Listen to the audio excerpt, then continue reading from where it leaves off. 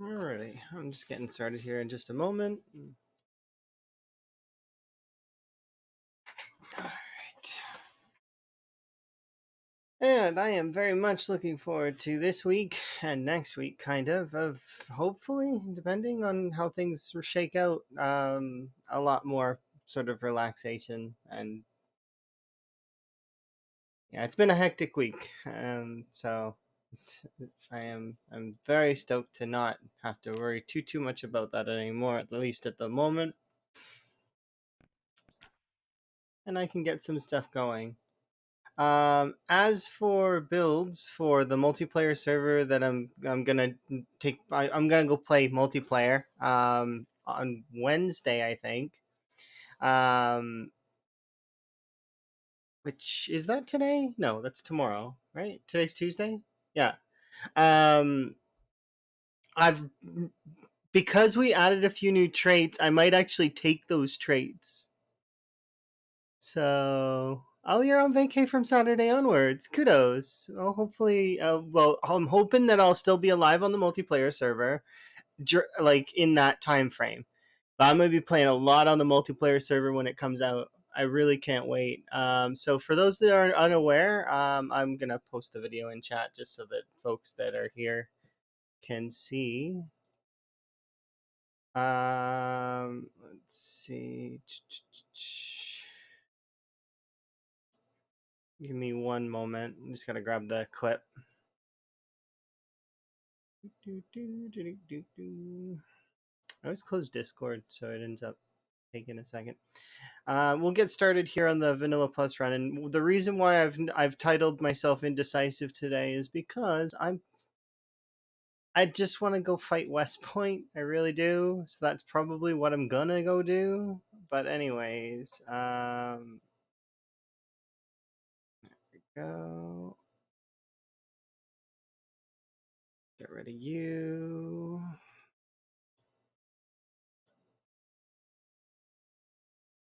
Oh, I'm definitely hoping that I'll be ready by tomorrow. Oh, just heard myself.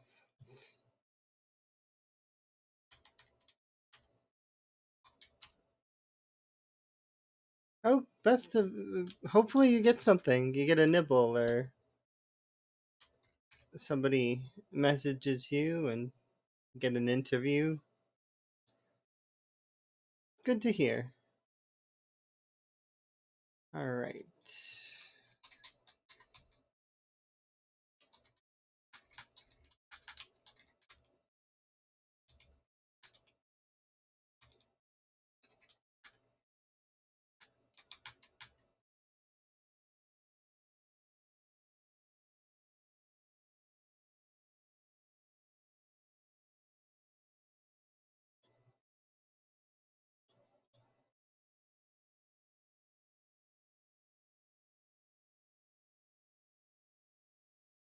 Okay.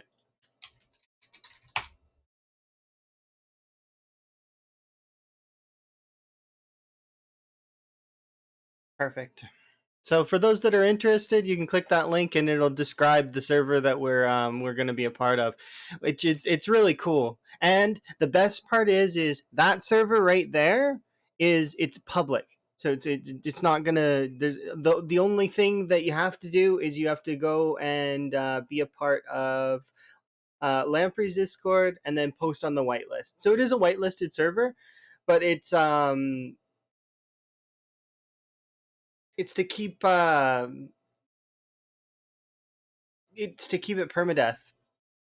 So it's public server, but to keep permadeath. So it'll be good. Can't wait. We're gonna try our best to defeat Time 16 with respawns on uniform. So it's gonna be very tough. But anyways, in the event that we need a command like that, I'm gonna have it ready. And I'm happy. And as much as this week has been very much go, busy, I did manage to stream a little bit, so I'm not completely upset about how things have been going this week, given how busy it was. Um, I am more rested now though than so like because I had a nice sleep before stream, so I'm gonna be able to stream for a standard amount of time for today for once, which is gonna be kind of nice.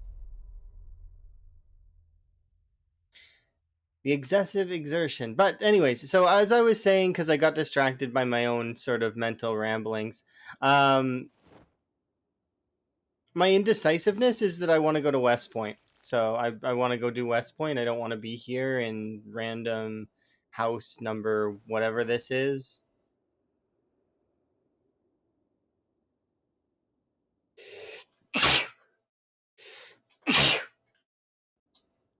Sorry.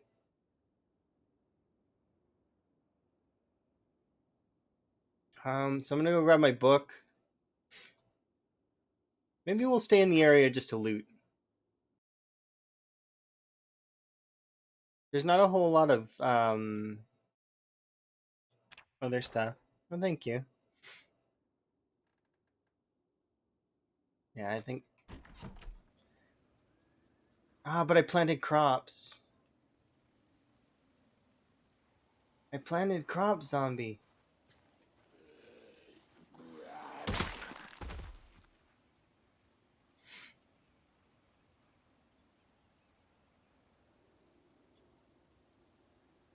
We'll see how bad the area is. We'll do like a perimeter sweep on the area and fight here for now.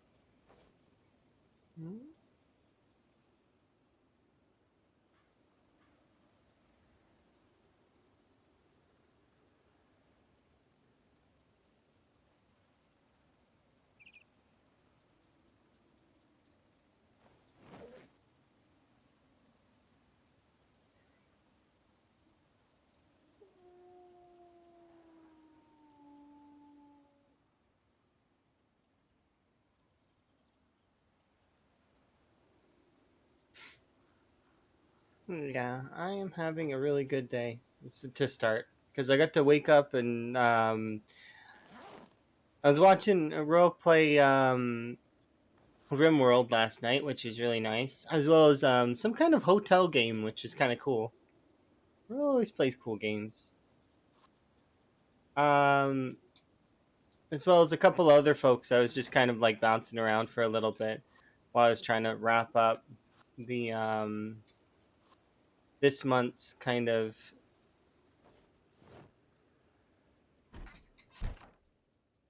papers.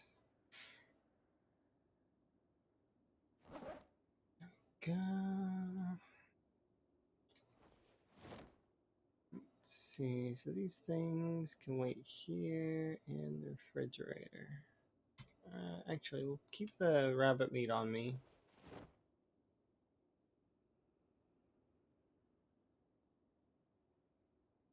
How's our weight doing? It's coming back up, but I probably should continue to eat.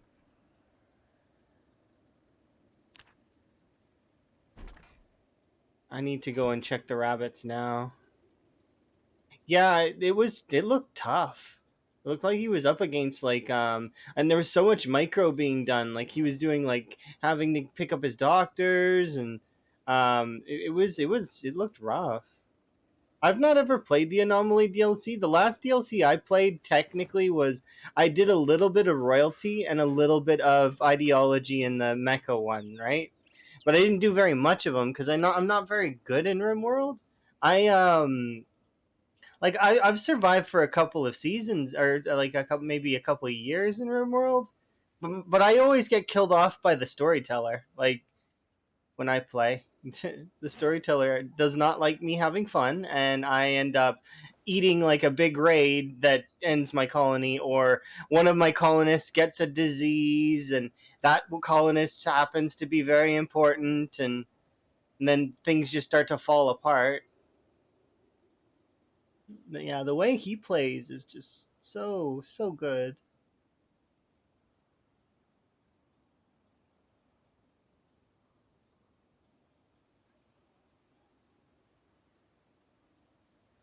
Yeah, I've only ever played like as I played a little bit of that other stuff, but in all honesty, what I should do is I should do a pure vanilla playthrough of RimWorld with just the base game cuz and launch the rocket cuz I've never done that. So it's on my list. It I've got that on my list. I've got Terraria on my list. And I almost played Terraria yesterday with Karumi during my free time. I I had a little bit of free time yesterday and I was gonna play some Terraria. We ended up playing some kind of running with rifles game instead, which was it was still pretty good. I enjoyed it. I definitely am thinking about playing that again some point with Emma because it's like Emma's Battlefield, but more pixely and funny and weird.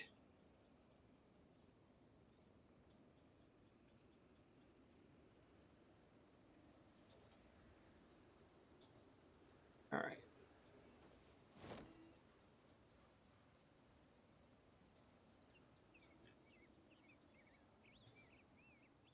So my goal today actually is not going to be to be around here. It's going to be to go back to. I'm going to loot out this area first because I haven't really like. I think I perused these houses, but didn't really like focus into them. So we'll be looting this area for a little while, and then we will move on from here to.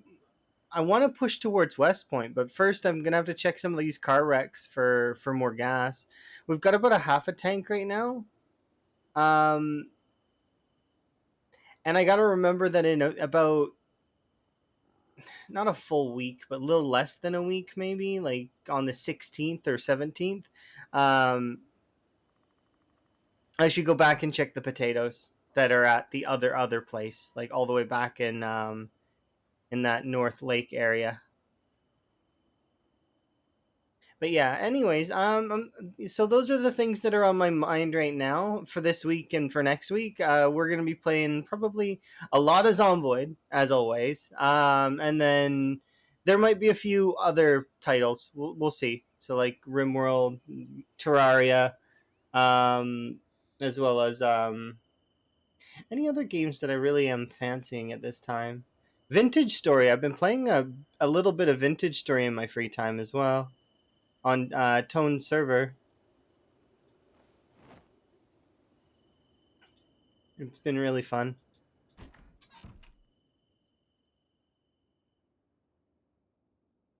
So let's eat.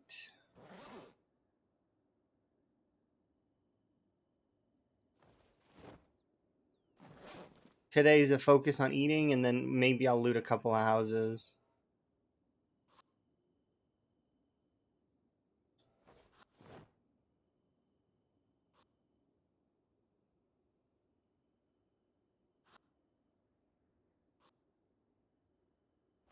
That reminds me, though. I think Corndog also has just recently joined the Six Digits Club for Zomboid.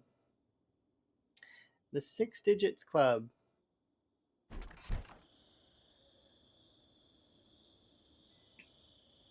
We've had a couple of new folks jump into that club recently. There's been Nico has just recently crested his 100K as well. He's at like 117. And I think Corndog is actually doing quite well, if I remember right. He was very focused on leveling his skills though. Like he leveled all the crafting skills up. Like he had everything pretty much maxed on that.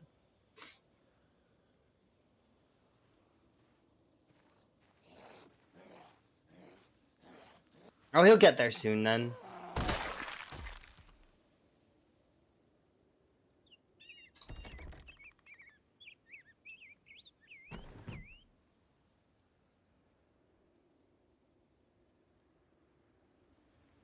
I know he was like teetering on the edge. I figured he would have done the 2K today, but maybe he was just taking his time, which he should. In my opinion, it's better to take your time.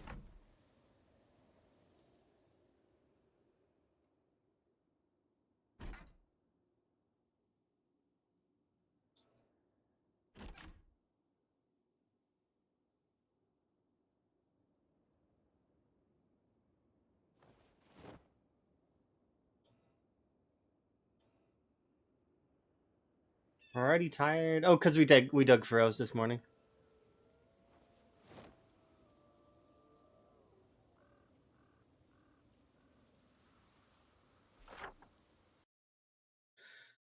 All right. Remove marking from there. Give it a.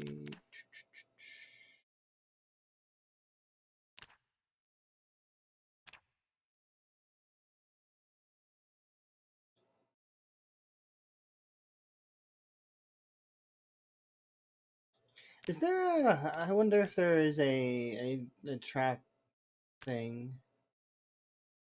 I mean, kinda. That's trap-ish.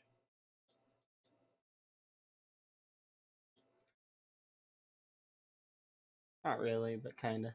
Good enough.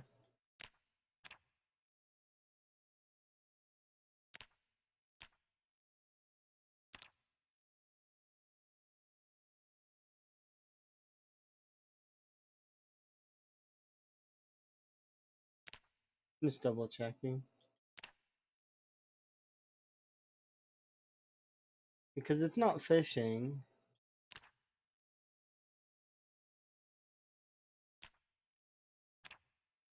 Nah, still this one's better.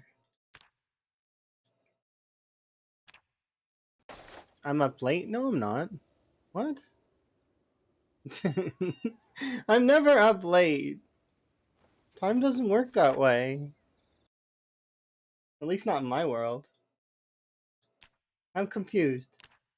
But hi, KZ. Hopefully you're having a good day. I'm not up late. That's not true. You're not having a good day? Oh, I'm sorry. I'm sorry to hear that. Hopefully you're having a better day soon.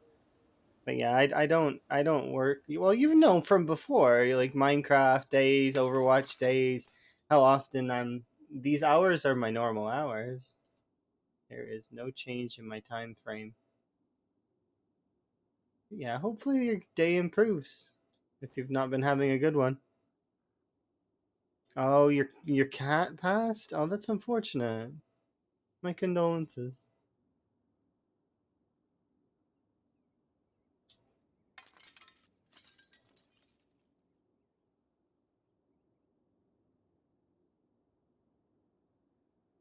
I haven't had a pet in a very long time, so it's one of those things that I'm not really. I've had pets pass in the past, but it's not something I've had to deal with for a long time. So, 11 days short on his 12th birthday. Well, perhaps he's gonna in a few days he'll have um some kind of ethereal cake, maybe.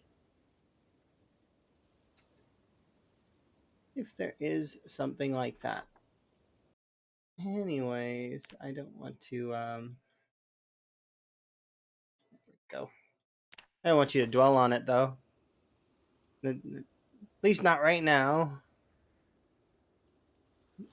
We have the key for this car? There's a car here. But yeah, sorry to hear that your pass passed.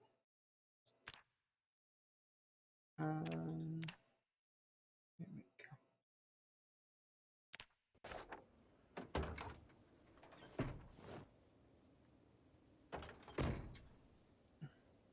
Anything in the glove box?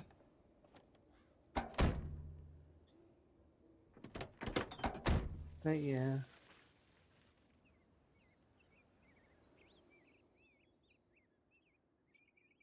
Cats are always very sweet. It was only a few hours ago? Okay, well then you're not really in a good state at all then, I'm sure.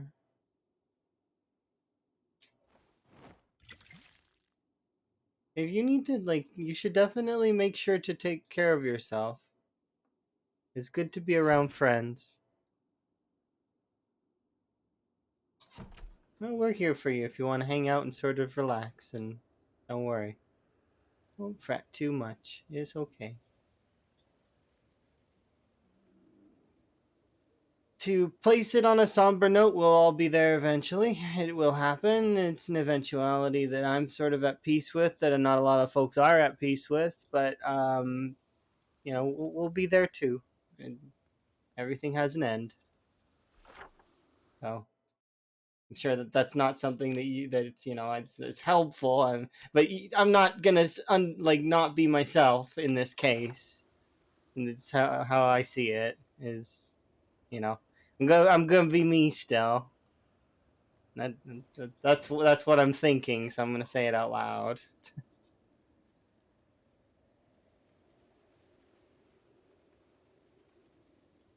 Probably not the most tactful thing, but it's honest. So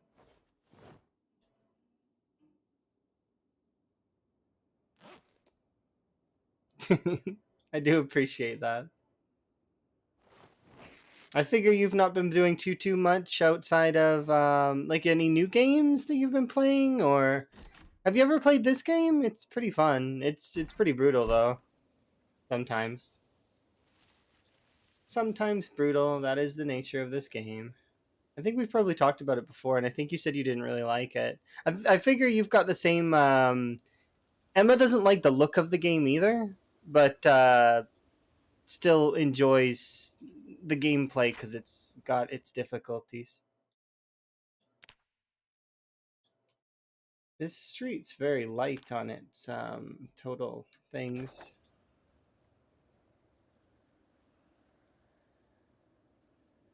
You don't play games anymore? Okay, well then, it is what it is. Oh, if for a game, if you want to get sucked back into video games, KZ, a game that I guarantee you will very much like, but go into it expecting to get killed a lot by wildlife. There's a game called Vintage Story that is like Minecraft, but much simpler. There's no end. There's no it's and you have to like kind of nap your tools, and it's kind of like an old school Minecraft, like really old. I've been playing that a lot lately. Oh yeah, the depth is really good for PZ.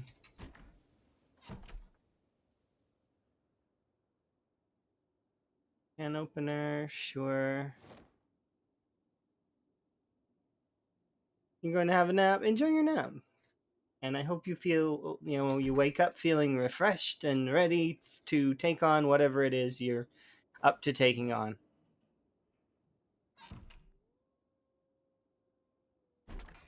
When you were working remote, you had more time to play video games. See, when I was, I have time to play video games. Sometimes. But not all the time, unfortunately. Due to the nature of my work and how random it can be, it's tough sometimes to play games. But we make it work best we can, and I'm still able to play some. But like the last two streams that I did because I really wanted to stream and I really wanted to put some, do something. But I really didn't have the energy. Like I was completely drained during both those two streams. I barely made it to the 3 hour mark, which is absurd, like absurdly short for me, given the usual stamina reserves I have. But it's not, it is what it is. We do what we must. And I was giving, like, I give all my stamina to my work. It's it's very much in the future. At some point in time, I'm going to stop working so hard on like that kind of stuff, and I'm gonna start doing things I enjoy a lot more. Yeah, 3 hours is very late for me. But yeah, in the future, especially when I'm living with Emma, it's going to be like a lot more in terms of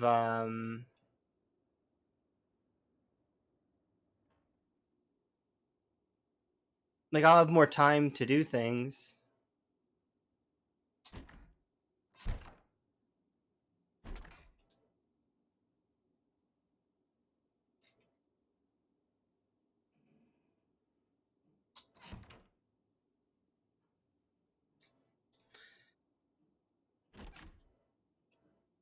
Close curtains. But yeah, I'm super excited for this multiplayer server that's going to be happening here in the near future.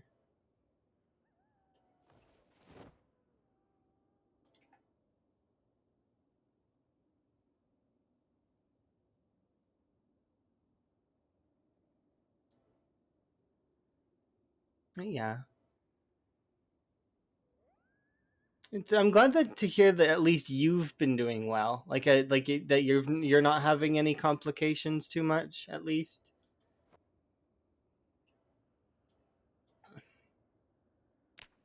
Hopefully it stays that way.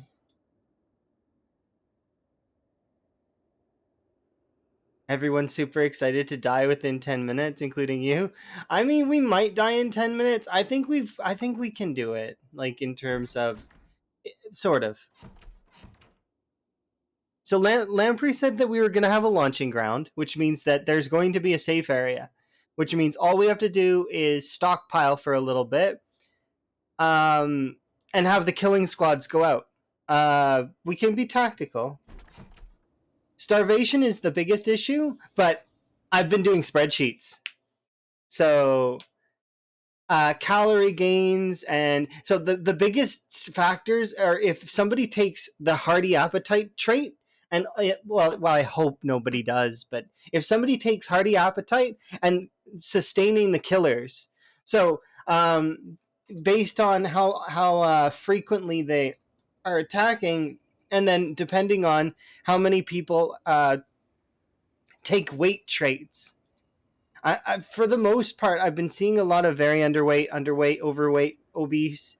Like, so I'm hoping that there's going to be a nice balance of it all, because we'll be able to produce veg really quickly early on, but there's only going to be a limited amount of protein, which the protein is going to be wanting to be going to primarily the folks that are fighting, and then also the folks that are very underweight to get their weight back up. So I'm gonna try my very best to once I'm actually on the server, I'm gonna try my best to have sort of spreadsheets and be like, okay, well, I need to make sure to get this person extra food because they need to gain the calories so that they can increase their weight. Same as I'm going. I'm gonna be doing the sciences on it. It's better sometimes, but the thing is a lot of people will take very underweight so that they can, because there's some traits you can't take if you take obese and overweight,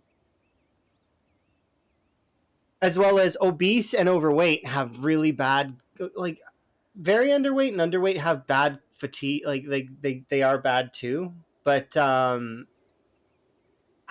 kind of, obese is kind of the worst. Yeah, it's good for melting off weight, and it's really good for that. Which is why I might take it as a homebody, so that I'm not eating too much food. Like, I'm still flip flopping on it because of the fact that there's new traits to grab. So we'll see, because there's the biodiesel and there's the crafting and the, like, I might actually hyper focus a little bit more on my build. The first build I posted was a general, like, I wanted to really cover my bases, but as I'm seeing other builds come forward, I'm like, okay, well, I can kind of ease back a little bit on some things, because there's going to be some other folks that can fill that gap. Now, in saying that, yes, there's going to be some folks that can fill that gap, but are those folks going to be alive long enough to keep the gap full? And not only that, but it's based on who's online, right? So are people going to have the time to commit to it? So there's that as well. We'll see.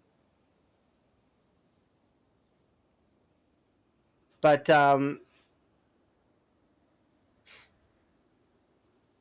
next couple weeks at the very least, I'm hoping that we all can put a punch in Louisville.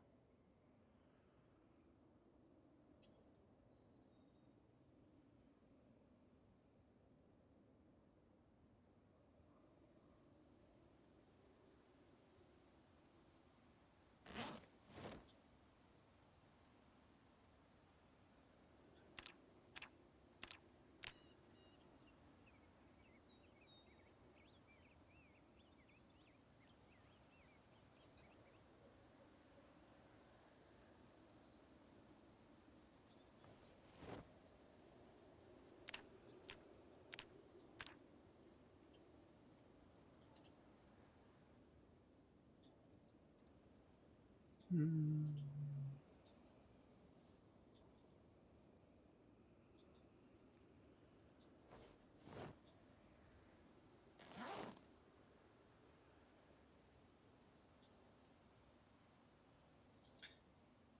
All right, let's bring these back. But yeah, we'll see how it goes. I was doing lots of because the thing is there's two numbers that exist in the game. There's your character gets hungry, which is them wanting to eat, up to the point that it even will start killing them if they don't sate their weird want. And then there's the caloric needs that your body requires, um, which is the calories. It's kind of weird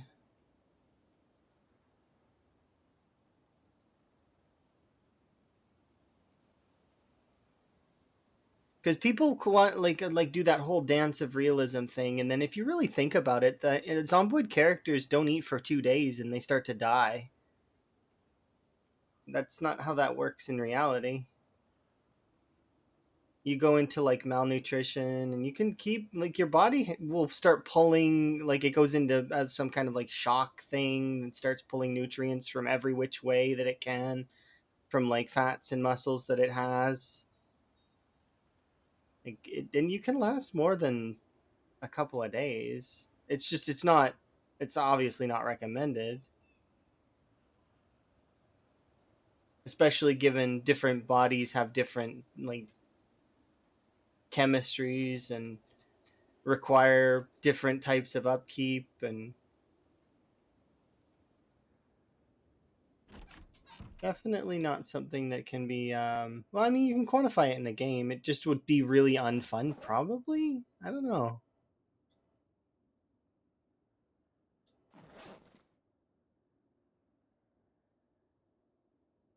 Okay, we should be able to eat that.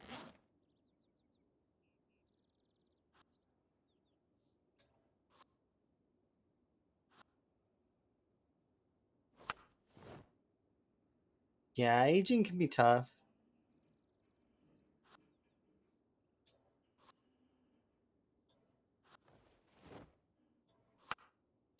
I did like a jump just recently, like I was jumping down off of something, right? Like it's because I'd climbed up like a ladder. I jumped down, right? And it was one of those moments where I'm like, I could see this being really problematic later on. Like it's not something that was immediately, but I could definitely see it causing me issues in like another 20 years. I'm not going to be able to do that kind of thing.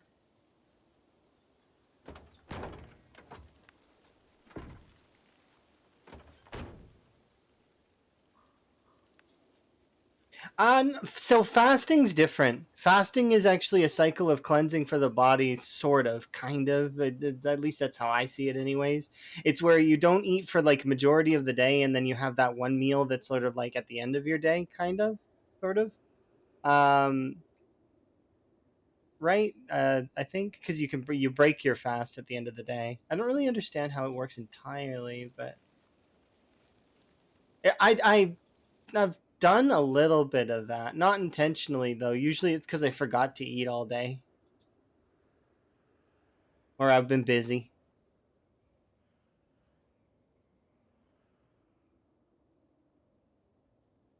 Because you get busy. That's how it goes sometimes. People just get busy, they forget to eat.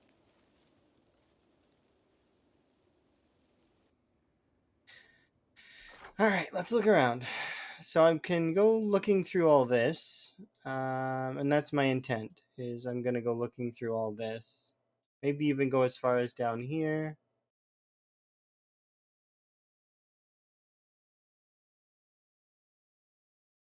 I wonder how close I can get to Moldrop before pissing it off.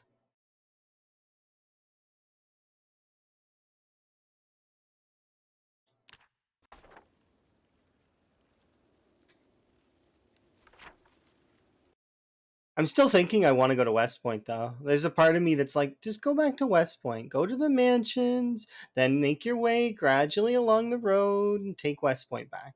But see, that then that's but I could also lean into this way, go along here. I just have to be careful. That's all, because there's a shit ton of woods here.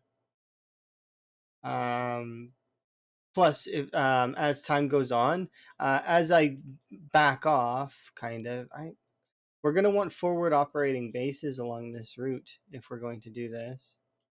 So we're going to, like, I'll search all this and I'll search this only for the fact that I think I might get a generator out of it, maybe. I should also kind of consider this too.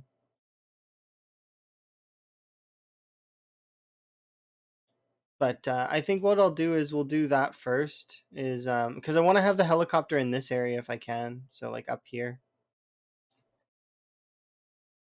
That way, because the helicopter will reach all the way to McCoy for sure from where I'm standing. It easily goes past McCoy actually, and probably will activate most of Muldra, which is not a huge surprise. Um,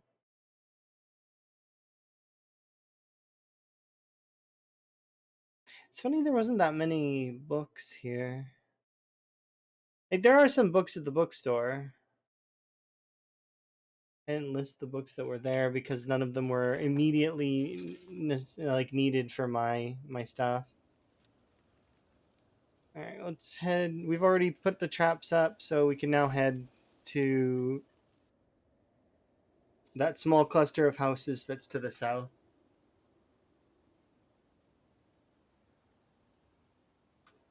Yeah, I think I'm still flip flopping. I will figure out something at some point, though.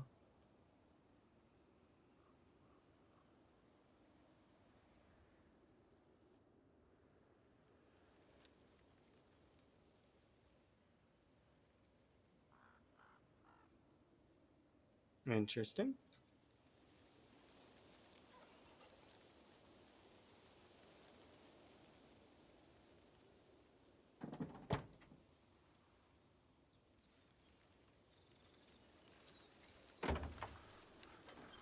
Ooh, actually.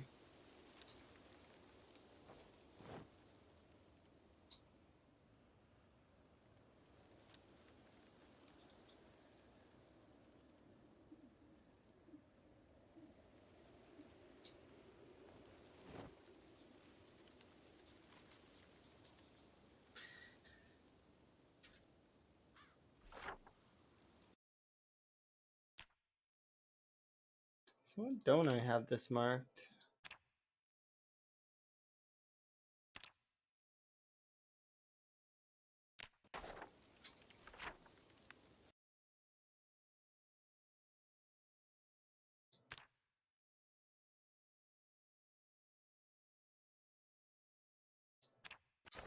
Okay.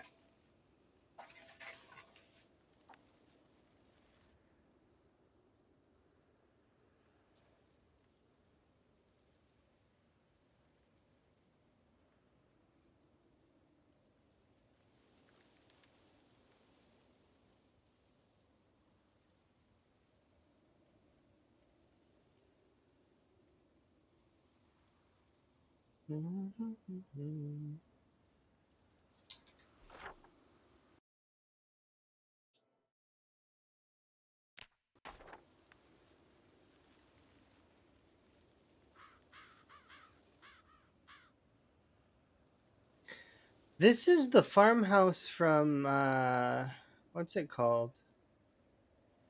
I've been here before. I'm recognizing the terrain. I went to this farmhouse a long time ago, as well as I think I also seen this farmhouse in a video at some point. Is it Ambiguous Amphibian? Might have been. Might have been Cromulent Archer though. Long, long time ago. They do such really good story videos. But I've also lived in this farmhouse as well.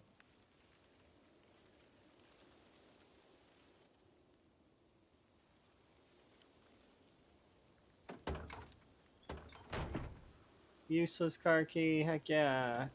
×2.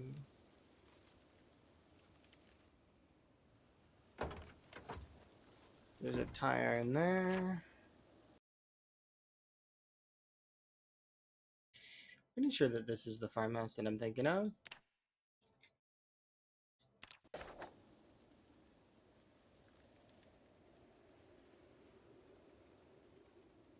But yeah, we'll loot it. We'll see if we get anything out of it. There's a well there as well, which is kind of nice, but I'm not going to live here. Not this time.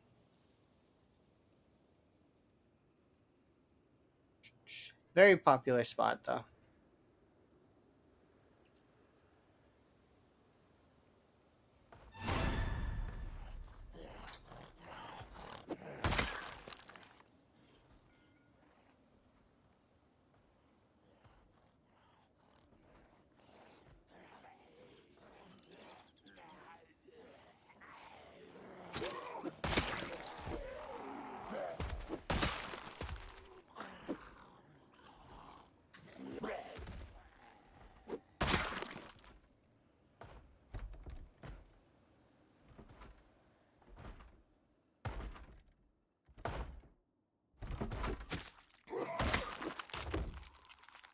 This house also is a similar layout to the, or it's not a similar layout. It's exactly the same as the CDDA house, or farmhouse. I mean, the one that's popular over in Muldraw.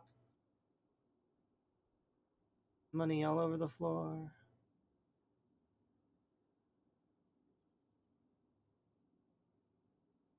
I guess it's not a CDDA house, but it is one of the frequent ones for CDDA.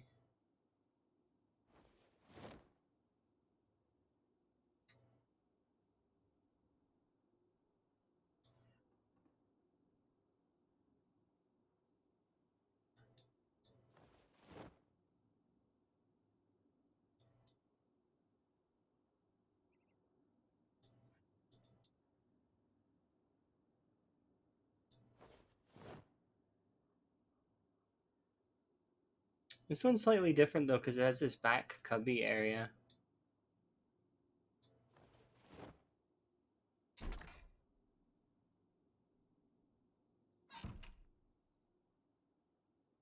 The one in CDDA doesn't have that. It ends right here, and yeah, this area is not there as well. So it's similar, but not quite the same.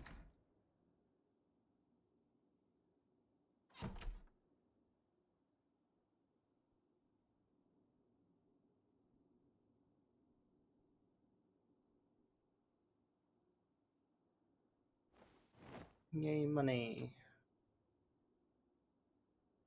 Money, playing cards.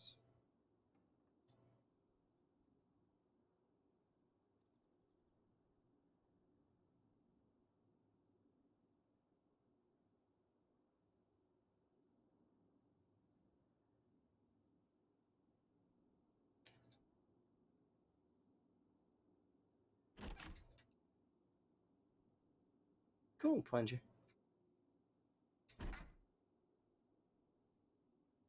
Notepad. I'll bring the notepad and the plunger downstairs, but after I'm done searching the rooms.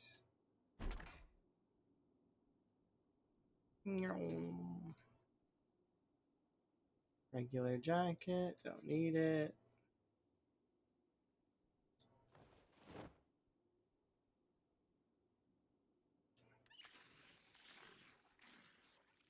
Yeah, so this house almost had nothing in it.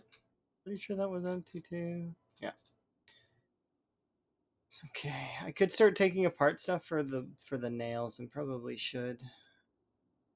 We'll search the other places first though, because there might be just like a straight like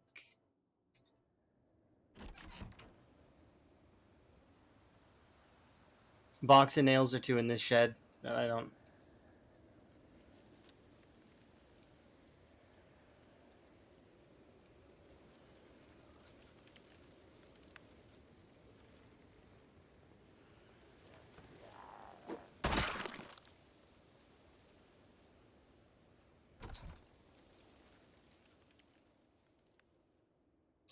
Brakes, wrench.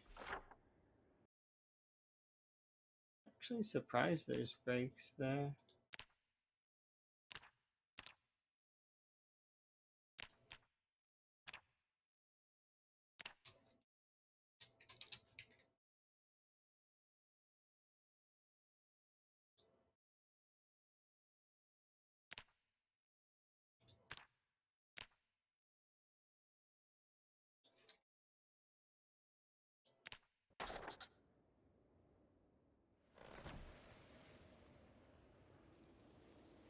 That's been replaced with a coupe. And you're still over here, I bet.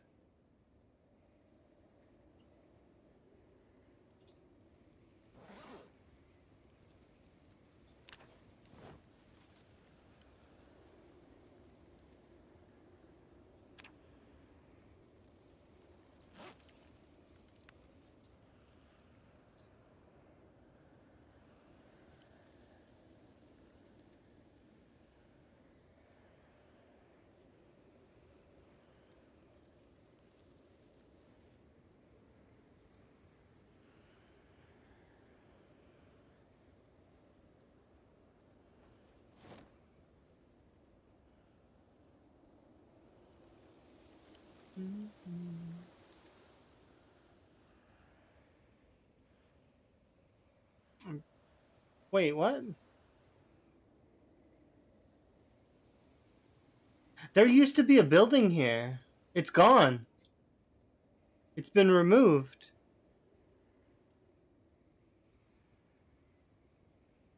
Am I crazy? They moved it over there, and that's where it is now. That's a chicken coop over there, but it used to be over here. Anybody else remember that, or no?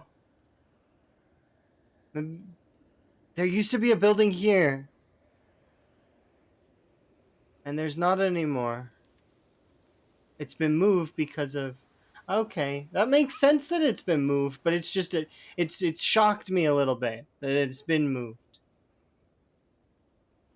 Alright, there's nothing else here for us, so we can just head out. And I know that these other buildings are probably nothing. But I'll still go look at them, because why not? Might be a handful of zombies out there or something. What does this count at? What the heck is that? No, that's a barn, isn't it? Or like a animal feeding area?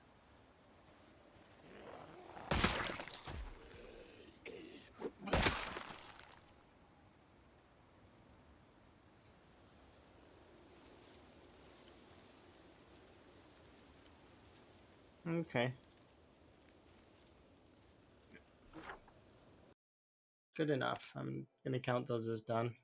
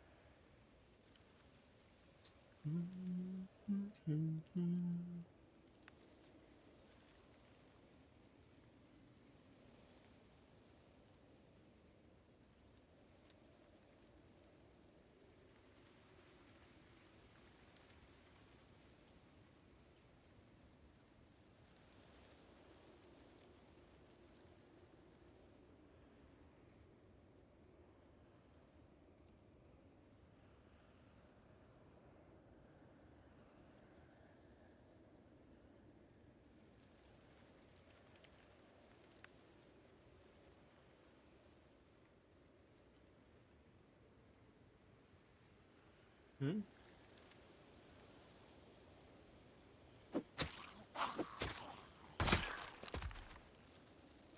That zombie was being weird.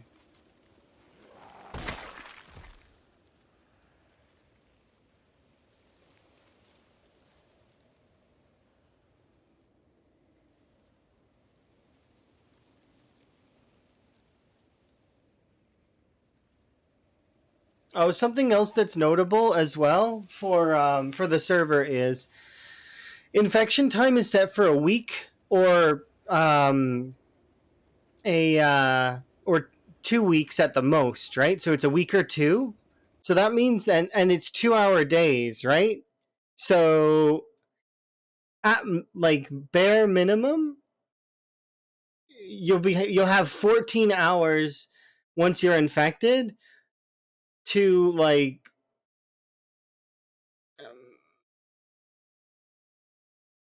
what is it, 28 hours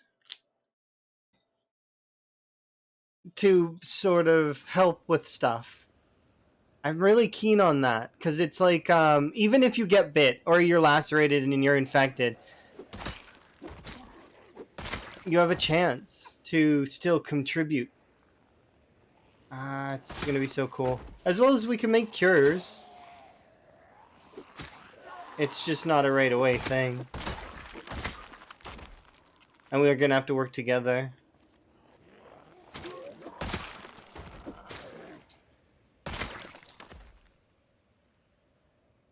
to make them.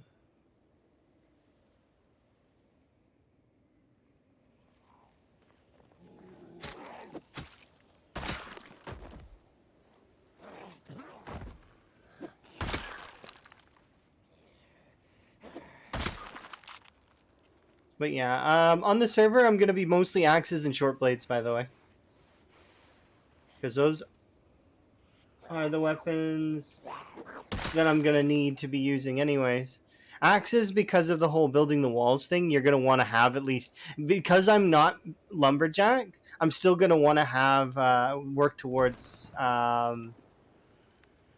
getting axes built up, anyways, just for the swing speed, and then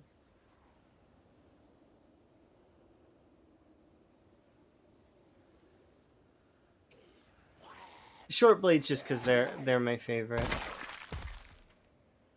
Might as well stick with what's comfortable.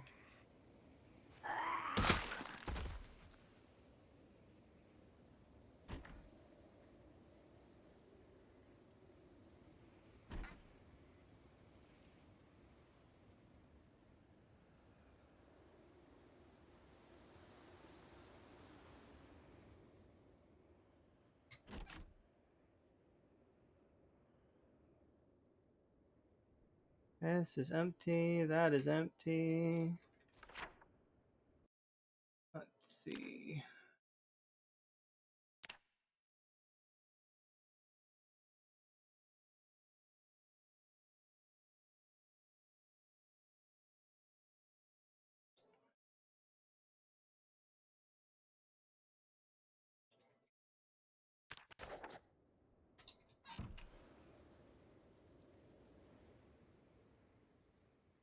One metal sheet.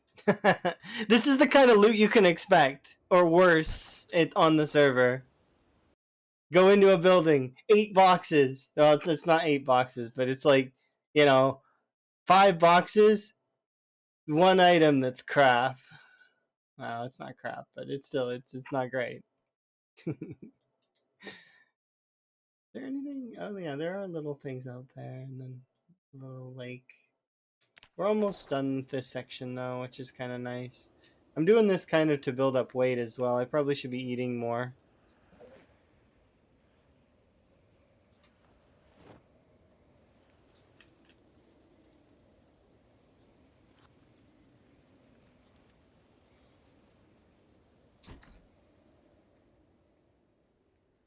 Hole punch.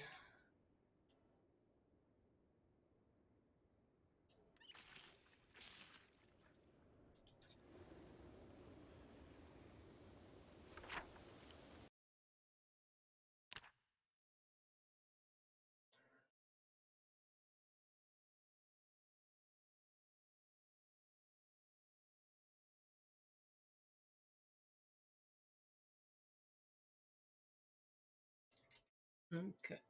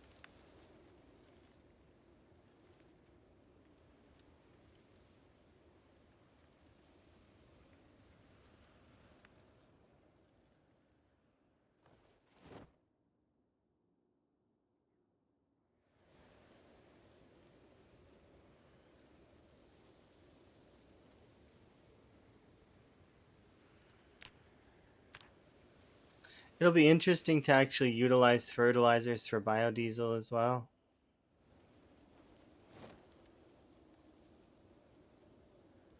Where are you?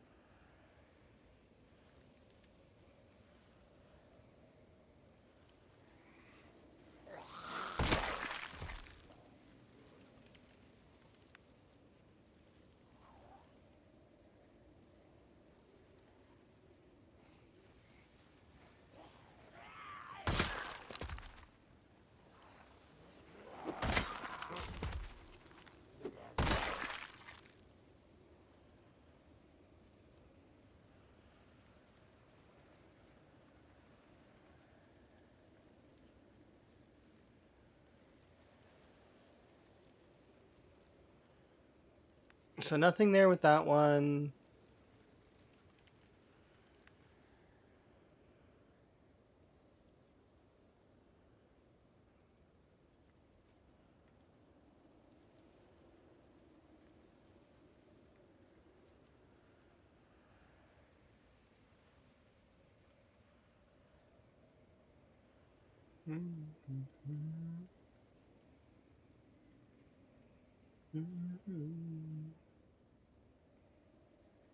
And none of the cars we've seen over here are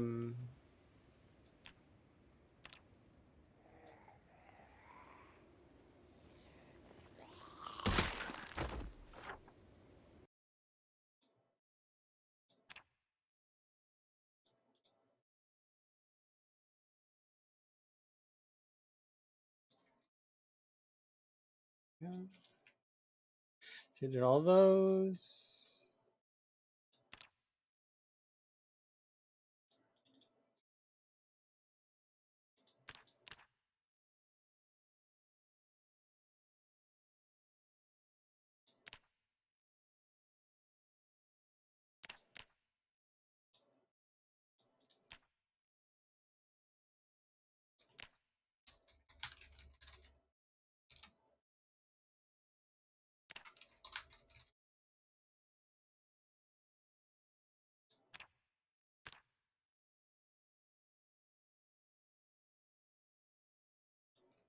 What's this little house again? I don't remember, but I can check it out after we're done checking out other stuff.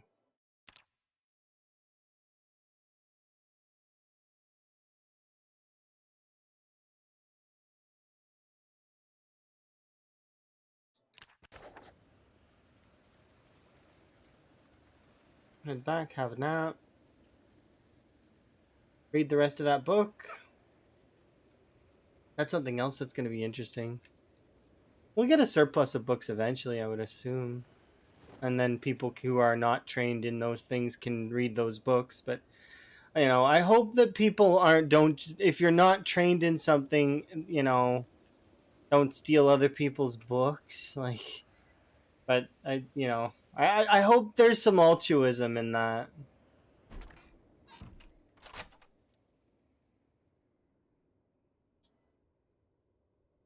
We'll see, though. It's one of those things that's hard to really gauge because, it's difficult. Butcher 3 rabbits. Let's go cook the meat.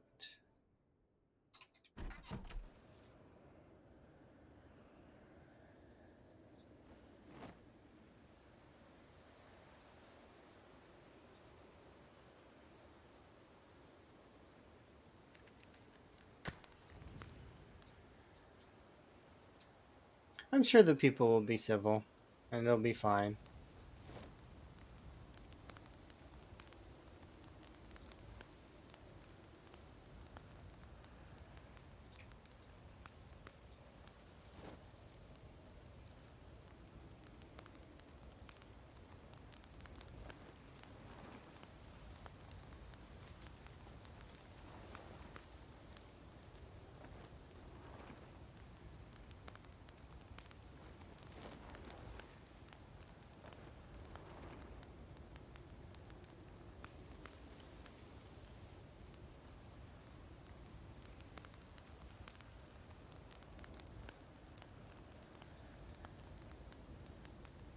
Look at these rabbits. 103, 95. Still, even this yields not that much. Because like if you're talking weight gain for a single player, it's tough, especially if they're fighting. Because when you fight, you use so many calories. It's absurd. The upkeep of a single player that's constantly fighting is sizable. And then you combo that with like Hardy Appetite, and it's gonna be interesting to say the least. But I'm hoping nobody takes Hardy Appetite. But you never know. Some folks would see eating more as like as a free points, maybe. Let's hope not.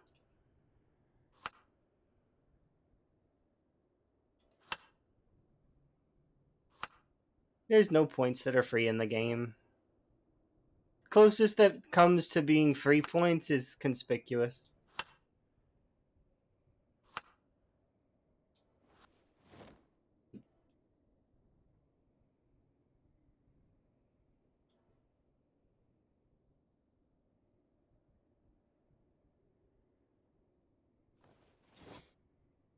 All right. Should be able to read our book for a bit.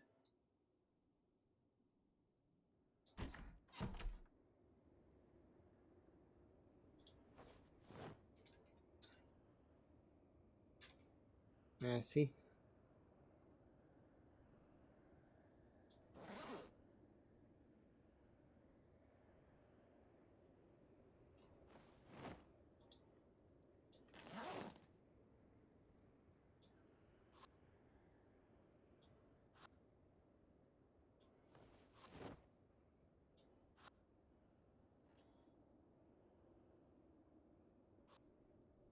Most of the stuff that I've been doing though is I need to factor in 2 hour days as well.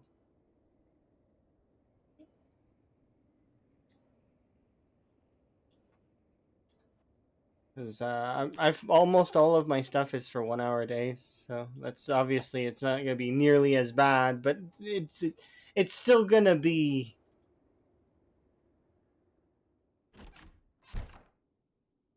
fairly bad.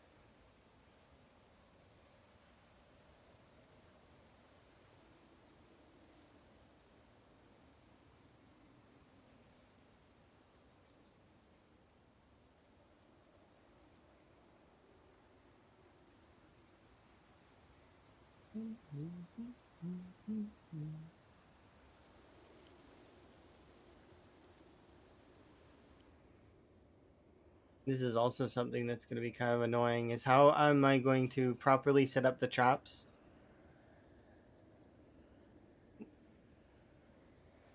I'll have to put up signs or something.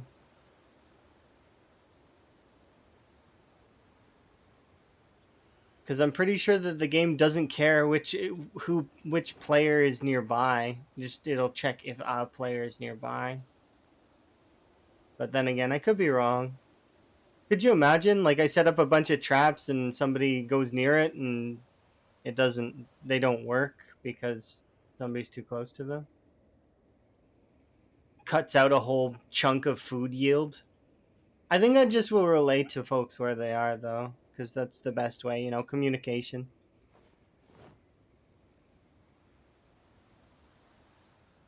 Don't go this way. There are traps there that are producing food. Although somebody could sabotage that way, but I'm sure that nobody's gonna try and sabotage because it's like it's supposed to be for fun and stuff. I'd like to hope that people are not gonna try and ruin it.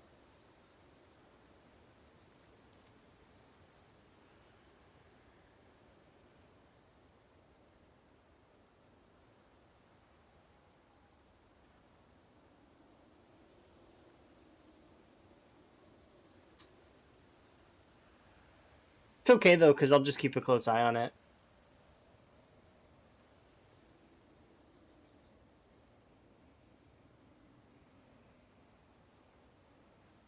Oh, so and so has decided to stand directly near my traps. Interesting.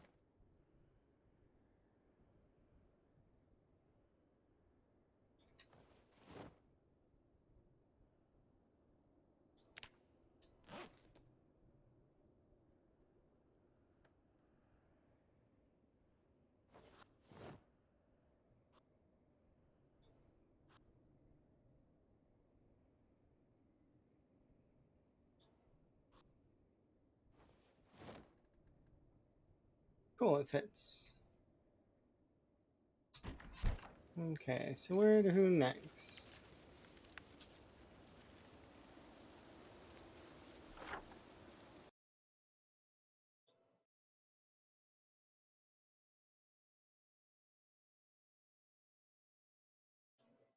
See, I want to do most of this stuff here so that it's all done and dealt with. When was the last helicopter?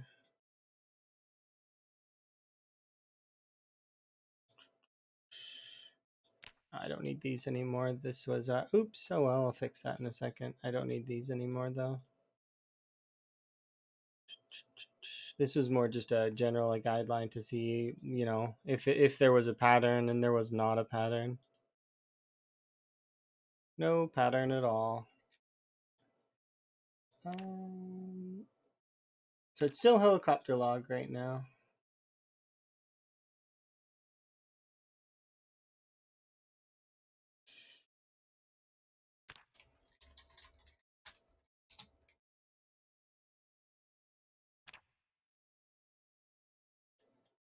Doesn't become helicopter chronicle until we hit 100 helicopters. And how much fuel do you have?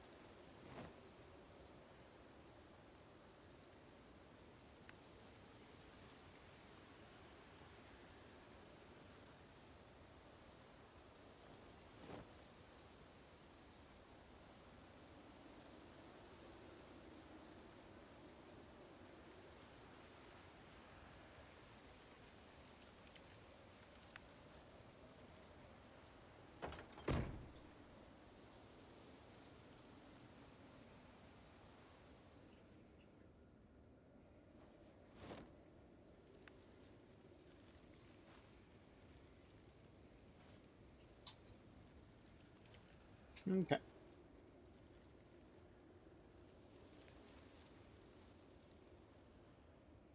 few more days and then we'll head back to there. But I should be able to get to that one side. How many weapons do I have?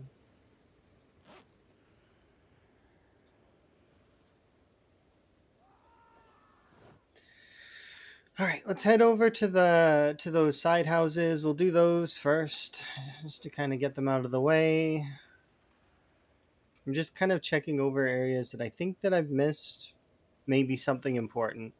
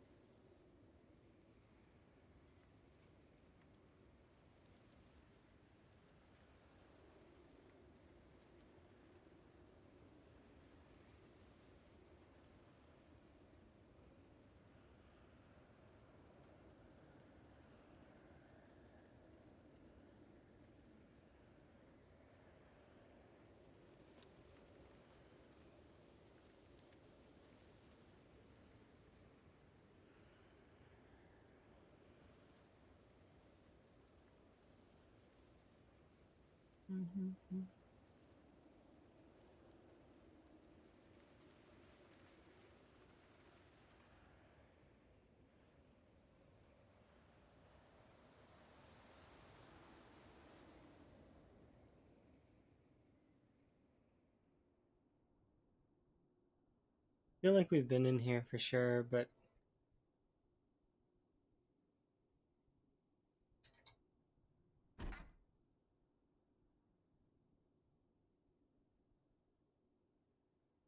yeah.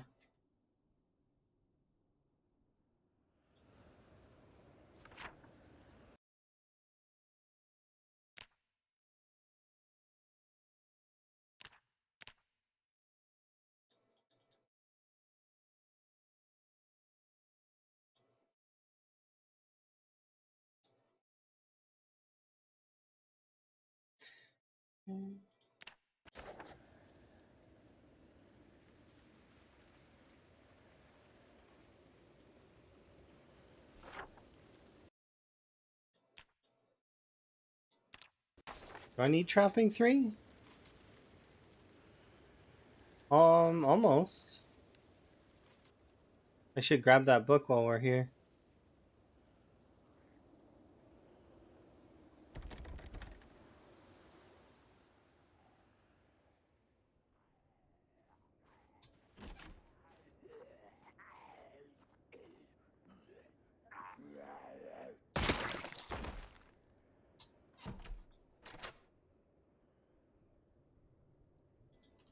Shotgun.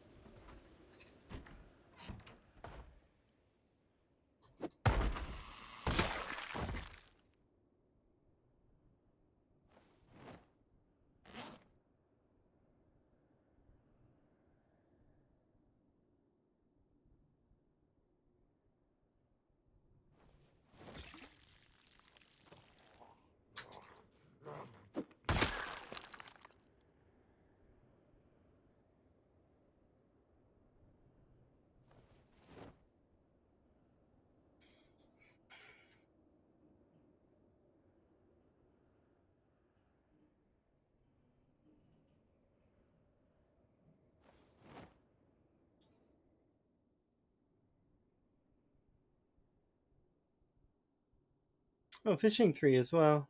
We are on fishing 4 though. We don't need fishing 3. Then we grab the trapping 3.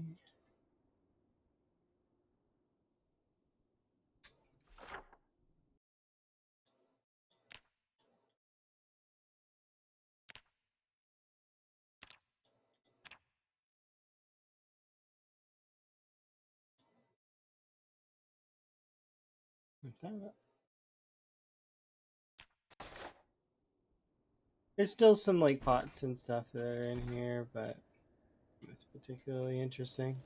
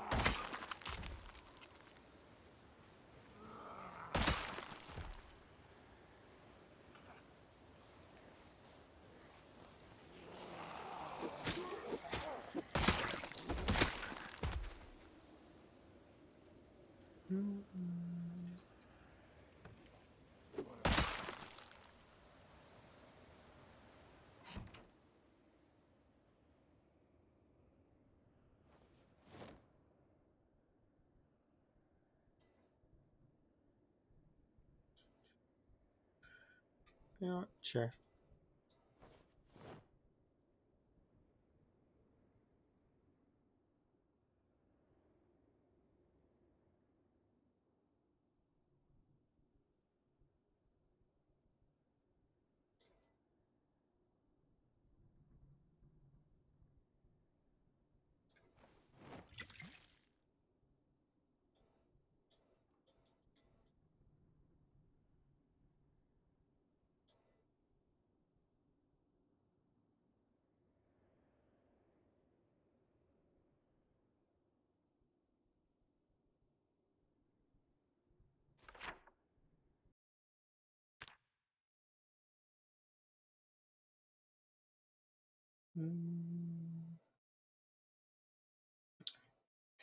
Apparently I've been in there and there's a generator. Only a couple of more houses to go.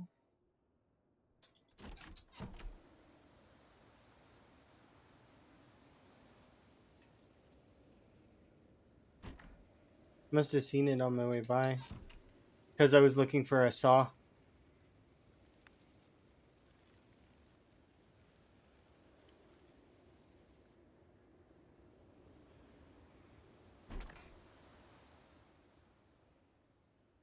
Sometimes I mark things like that, sometimes I don't.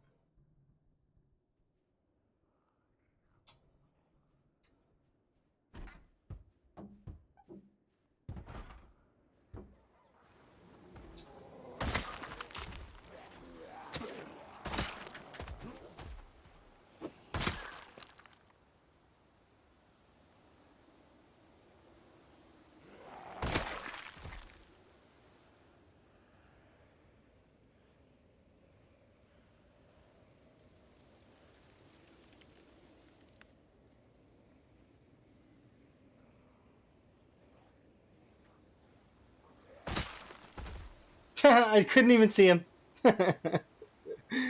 just knew he was there. And, invisible zombie, and I killed it. Okay. Yeah, we'll mark this one off. This is done. Wait.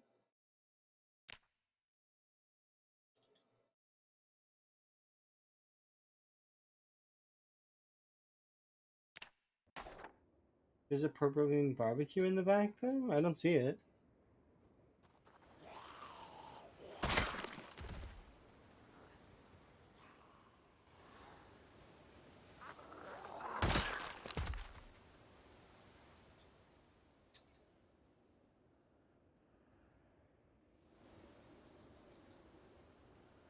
Oh, it's over there on the other house. I just knew there was one around here, so I just marked it, but I didn't know exactly where it was.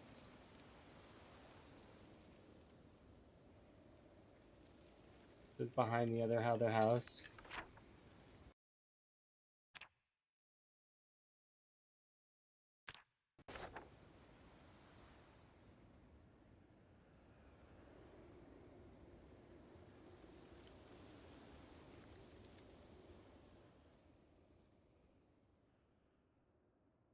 Rolling pin. Sure, why not? There.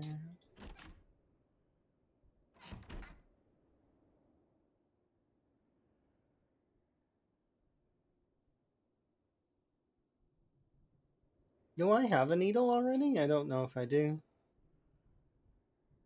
Don't think so. I'd keep it on me because needles weigh almost nothing. No, don't have a needle. That's okay though.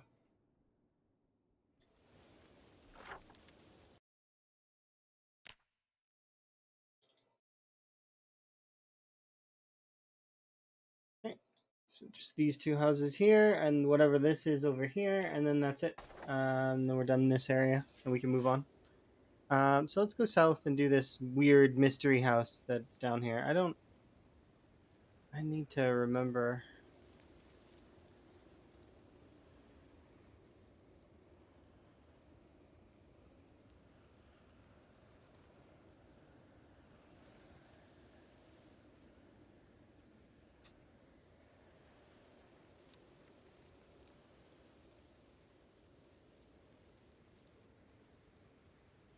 Is it like a shed or I don't remember. What is this down here?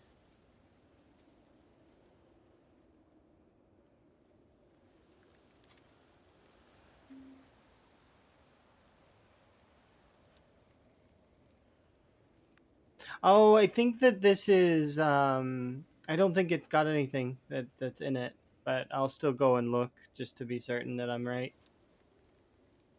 Now that I seen those hay bales, these hay bales I'm starting to remember. Okay. Yeah, I don't think that it's anything special. Yeah, okay, it's a barn.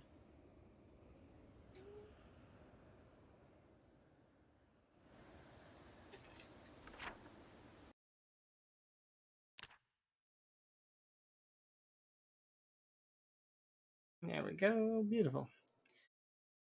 Go take care of you, and then I just have these ones here and those ones there if I really want to. I could keep kind of just going out all over the place here and just keep looking for stuff, but I don't want to do that.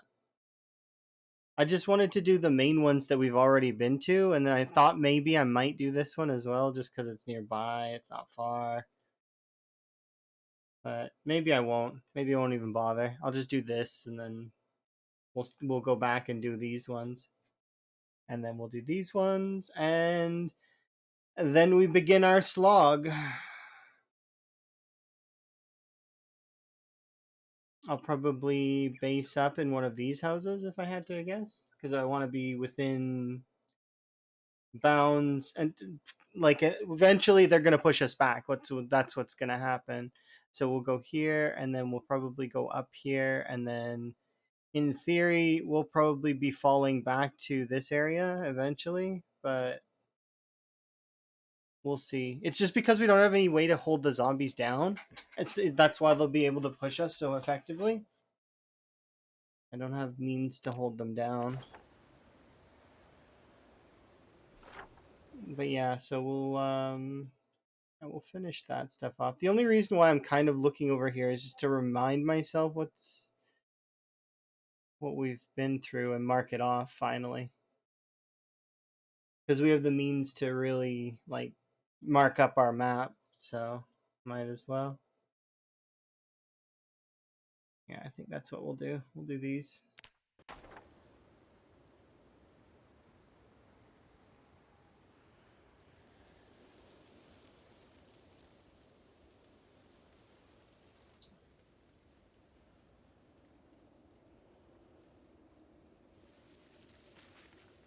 That was a really tiny tree.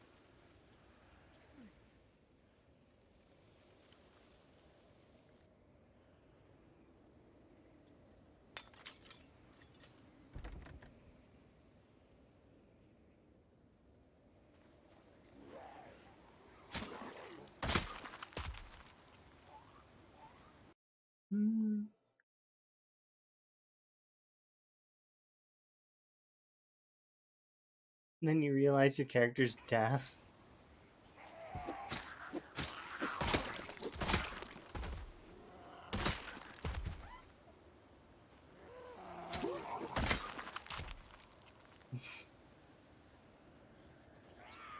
I've only ever played a handful of deaf characters. Like maybe even less than a handful. How much constitutes a handful?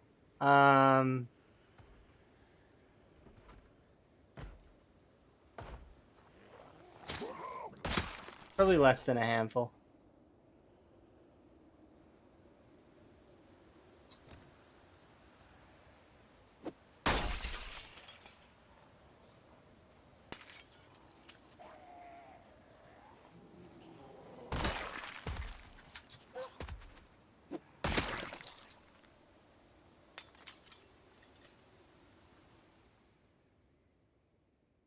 Okay, metal sheet.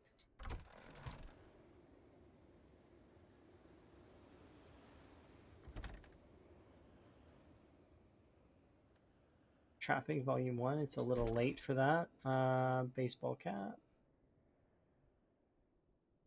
Trapping Volume 3. Tailoring and... Ooh. So Tailor 5. Tailor 5. Forage 5. What are we on for foraging anyways? There we go. Okay, so Tailor 5, Forage 5, Mechanics 3, I think, right? Where even are we?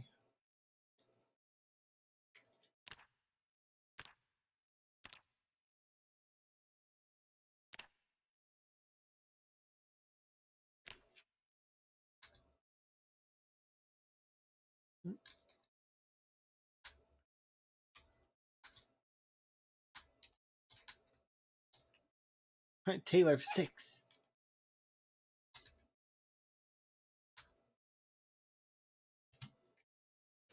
The secret tailoring 6. There we go.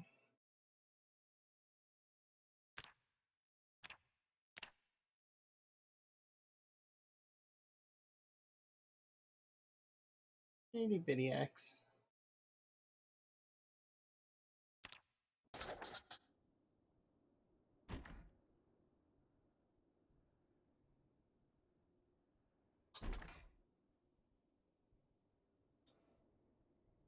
Oh yeah, cereal. Nice. And corn? How could I say no? I mean, very easily, I guess.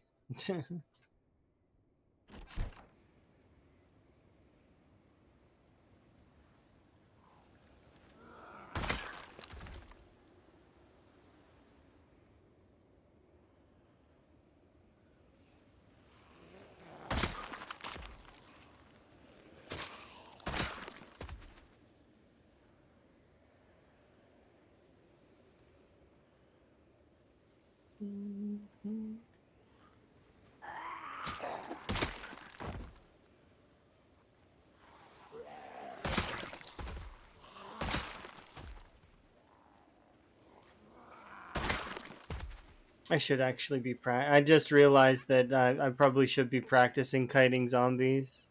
But I suppose maybe I shouldn't, because I'm not going to be doing that too much. Hmm.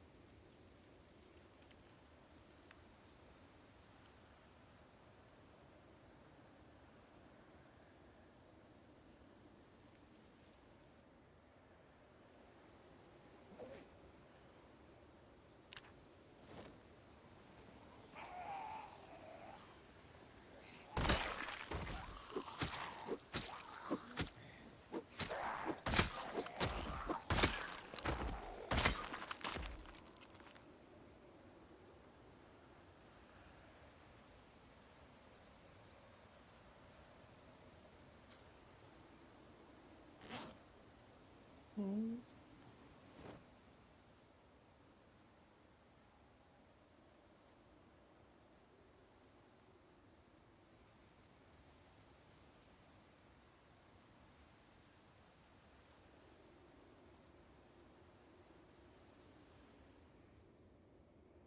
Oh, you need a how-to, Meg?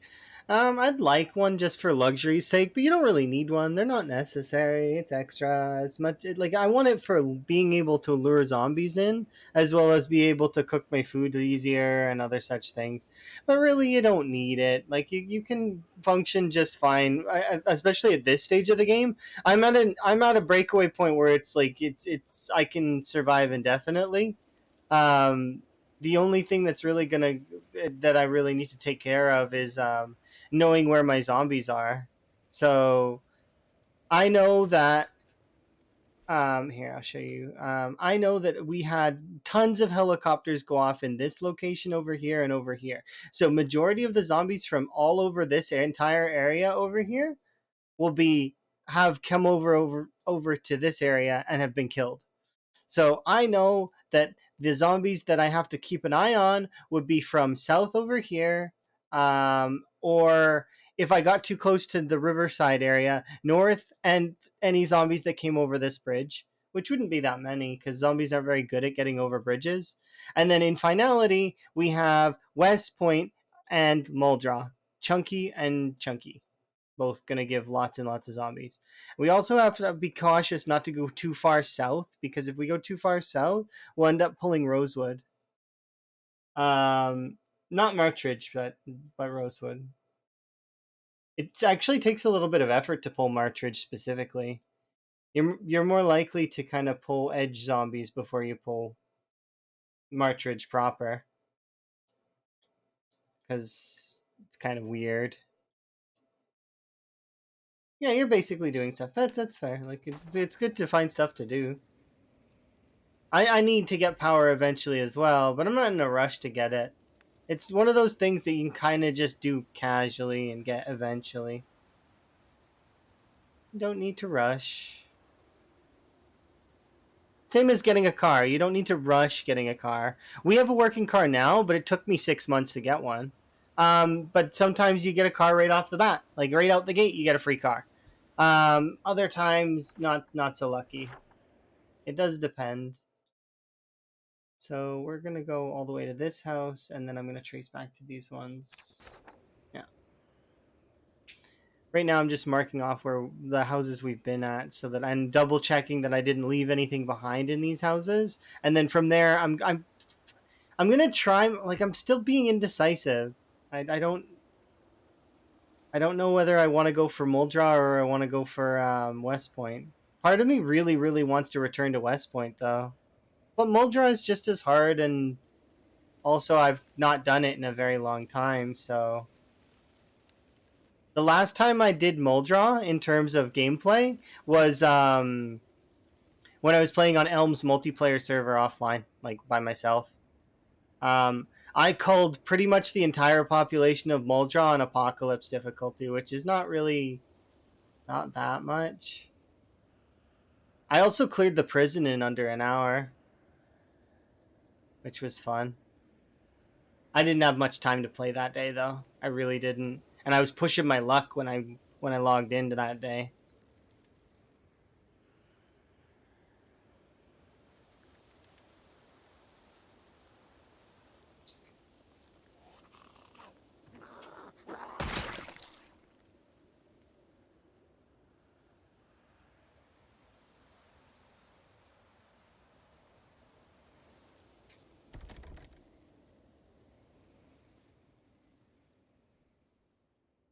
Yeah.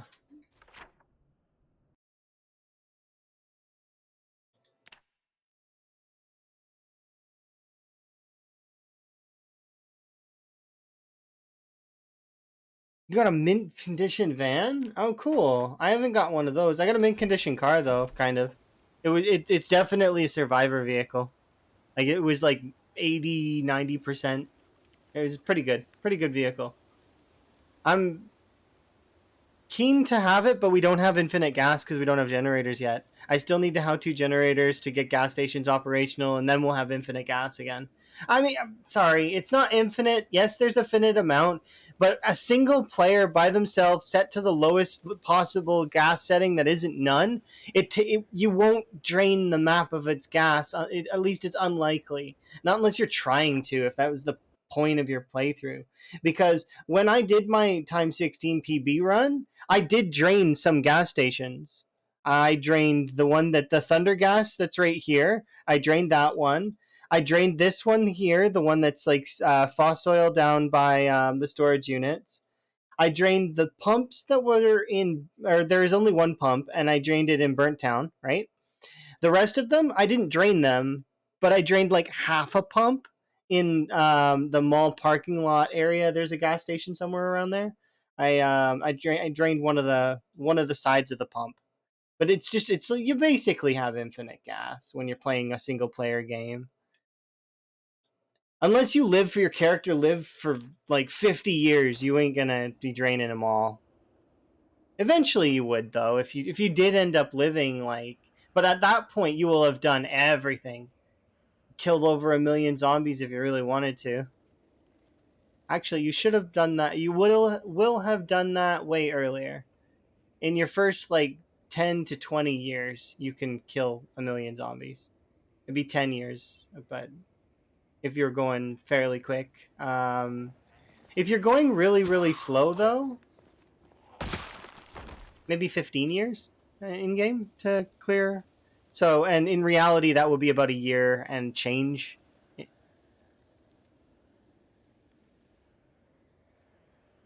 Because Lamprey almost did 1 million kills, and it took him a year, almost a full year, to do it. There's 1,500 hours of gameplay,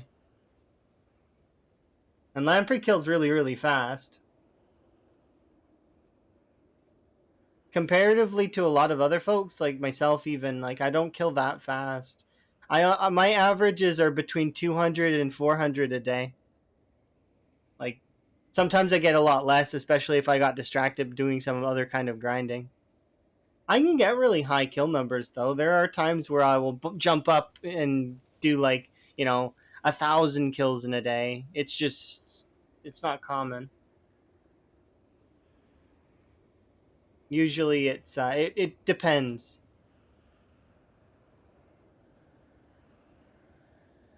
My happy average when I'm really on the kill grind is like 500 to 800. If I can get at least 800, I'm happy. Not like looting too much. Yeah, I do that sometimes.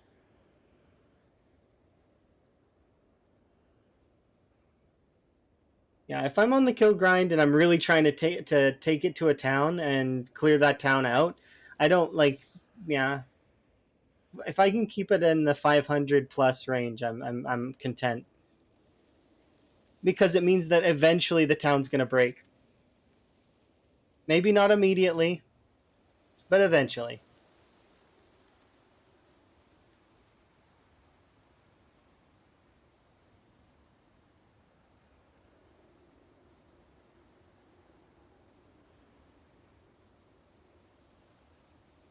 I gotta take a break here in a second to refill my tea because it is empty.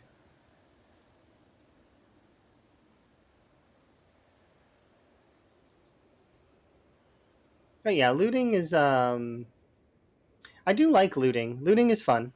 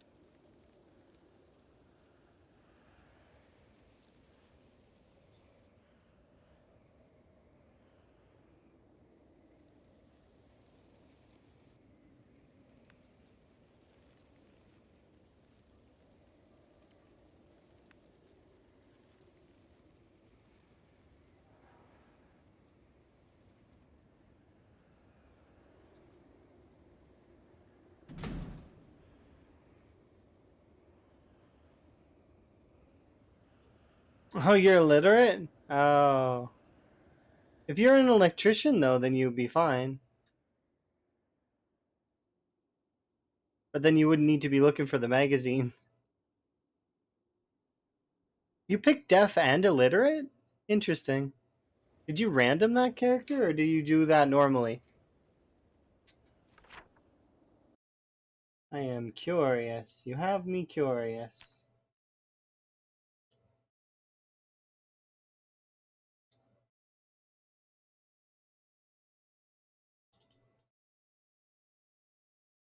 Oh, you randomed it. Okay, fair.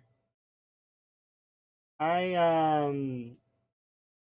I've done a handful of random runs. Random runs can be really fun. There is one random run that I still have that's active right now that I really don't want to go back and play right now. I need to be in the mood for it, is the thing.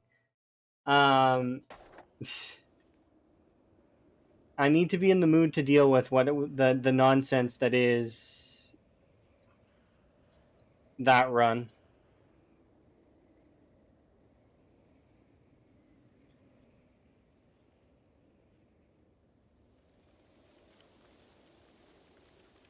The So we have a run that's active right now with on the studio map with that's random zombies. So there's sprinters and a bunch of other nonsense, right?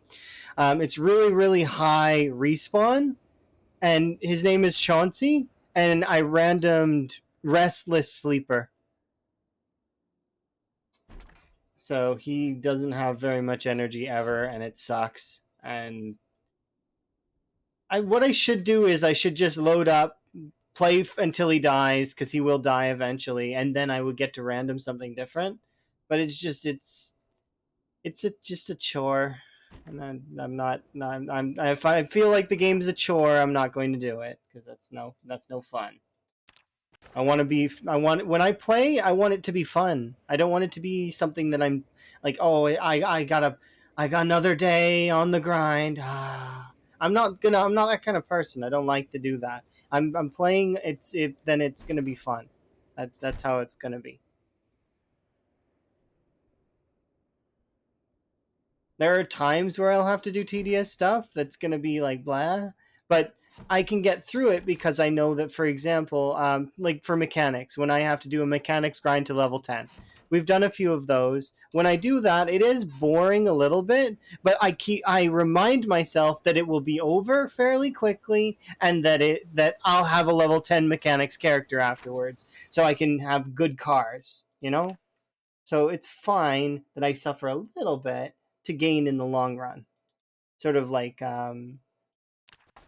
it's just sort of a quality problem, right?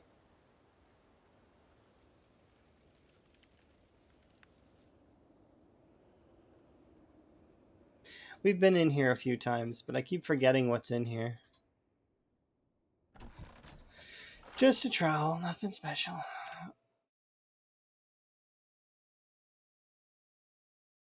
Okay, and last one is this one over here, and then I can head back to the houses, or we can stay here the night.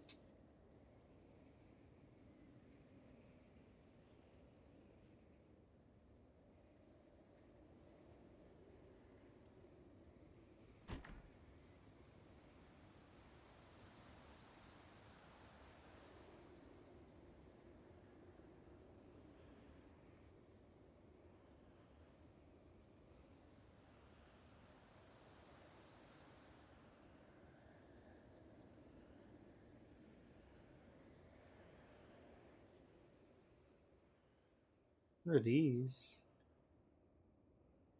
Oh, we've been here for sure.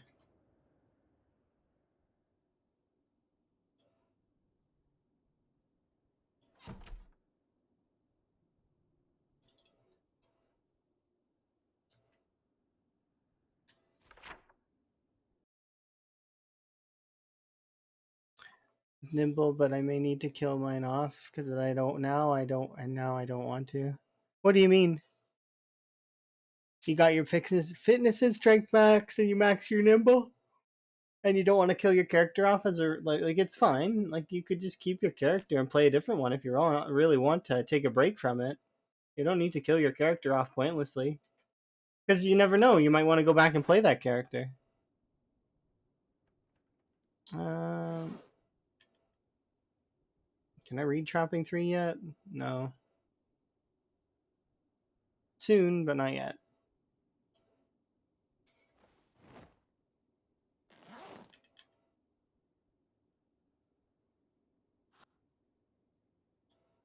That's what you can do. You don't have to have just one playthrough active. You can have multiple playthroughs active. Heck, you can even have multiple characters on the same world if you really want to. Start a new character on that same world, have a and then have like a dual playthrough. Be like, okay, we have our burglar character, but now we have this other person. The way that you would do that is you would go like this. So, like for example, like if I wanted to have another character on this one, I would go into where is it? How do you do that? You oh, it's really easy. Here, give me a second. I'll show you. I'm not actually going to spawn the character in or anything, because I don't really know. Will it delete the zombies in the interior of the area that it spawns in? Maybe. But yeah, you would go into your character, you go load, and then new player right here. Choose player one, and do new player. And then you could switch between your characters in this thing. You can also rename the file here and add in other mods if you want to change the mods. Although change mods at your own risk because that can corrupt the save. If you're going to do that, back up your save. You can back up your save by going into the files and like making a copy. I don't really back up my saves very often because I'm under the mentality that if I die, then it's fine. I'll just play again. But yeah, if you wanted to do a dual playthrough with multiple characters, not very many people do that because not many people know that that's an existing thing that you can do. But you could, in theory, make 3 specialized characters. One's a mechanic. One's like a. Eventually, your characters can jack of all trades, but let's say you wanted to play with really reduced XP and you wanted them to be special and role play like style, you could do a multi playthrough like that. Or let's say you wanted to play as a family, like you wanted to be like, okay, this is the dad, this is the son, this is the daughter, this is the aunt. You could do it like that too. Um, I think this actually is also good for co-op somehow, but I don't know how that works because I've never played co-op before.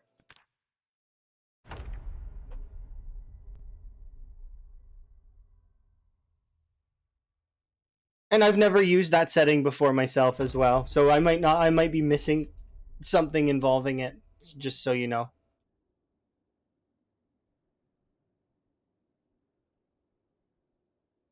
Like for example, if you spawn into a house and there are zombies there and you get eaten, it's not my fault. Not taking any blame for that.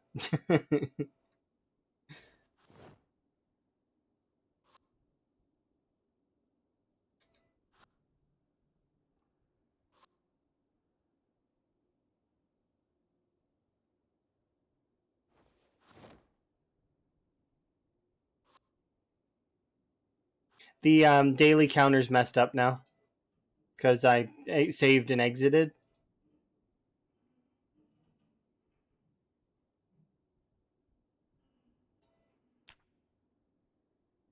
See, we know we killed zombies during that day, but it's fine.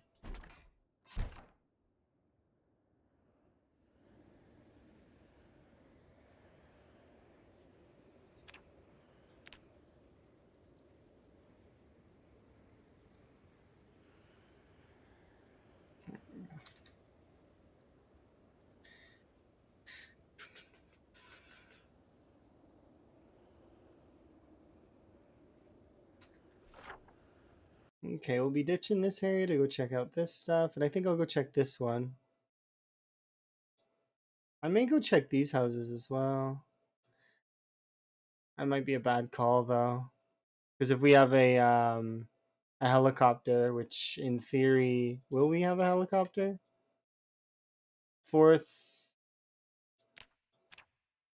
yeah, it's almost certainly going to be a helicopter day for sure. So yeah, we'll go check the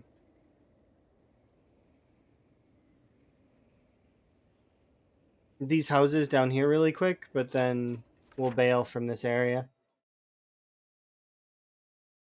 Yeah. Yeah. You can also, if your character dies in a world, persist your character. Claire does that with the rats and the bunnies, which is kind of cool. Everybody plays the game kind of in their own way, right? Some people do the crazy times 16. Others like play like more multiplayer or relaxed settings. Because not everybody has the time to commit to something like times 16. Some people want to play with their friends.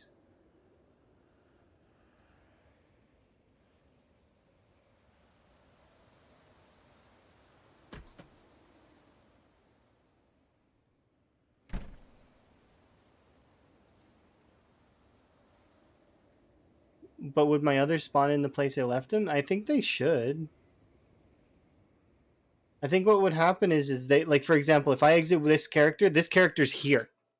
This is where they are.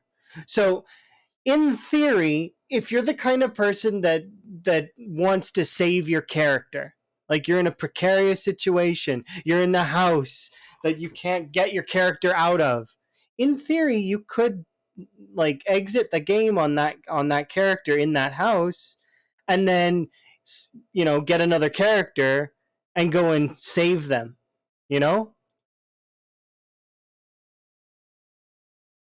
I don't know what would happen if that was the case. I just would assume your character wouldn't be in the game. Like your character would just not be loaded in. But I don't know how that would work. So I genuinely have never done that. No, like I mean, never had the inclination to do it. But in theory, it could work. Like let's say you're getting chased by too many zombies. You end up upstairs in the house. Oh no, there's nothing I can do. You could in theory log yourself out and then save yourself with another.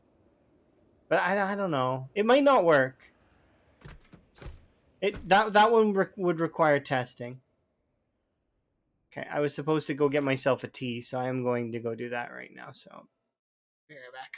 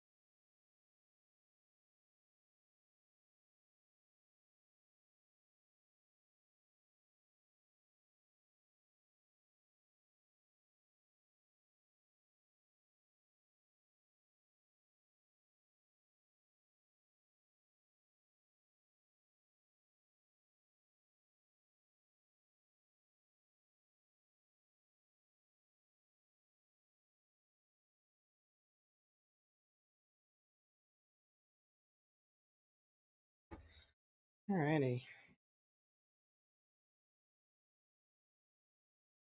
Oh, thank you very much for the follows. Appreciate it. Okay.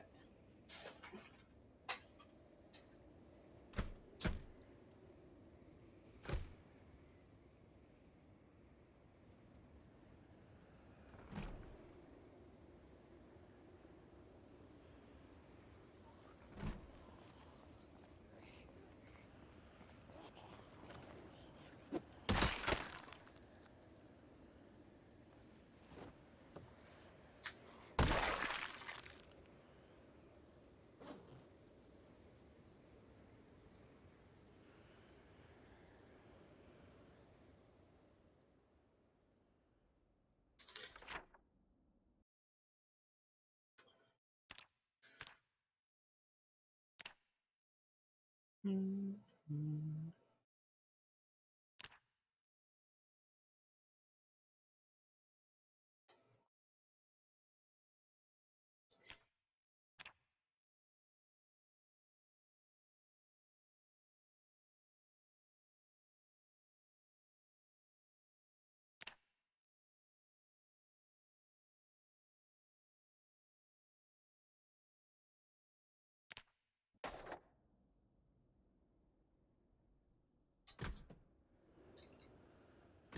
There we go.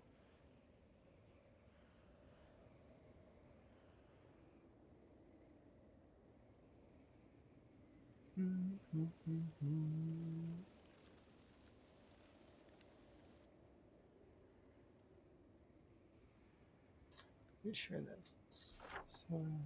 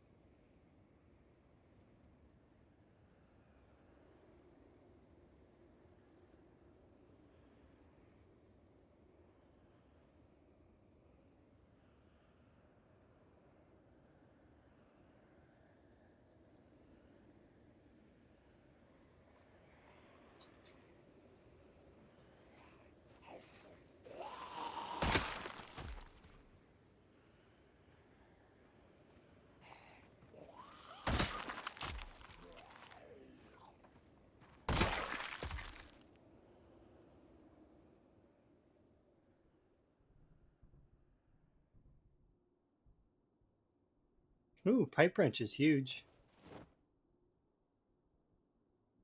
They're not very common.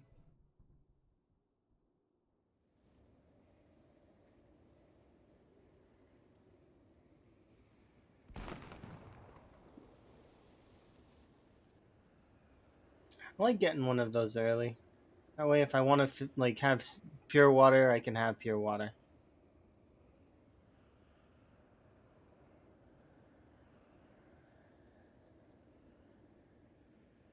We don't need it, but it is nice to have.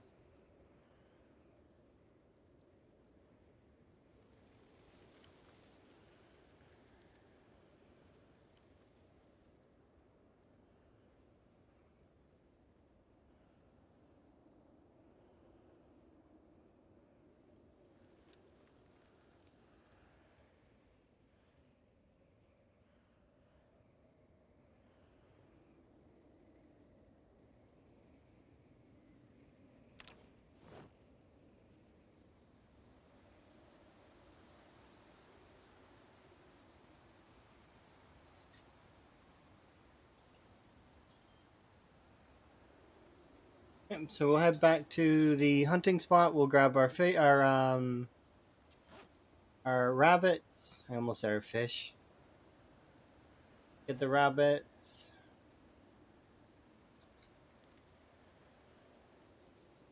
Maybe cook some more, and then we'll start heading south to clear out those other houses that we've went to, and from there we'll move to doing.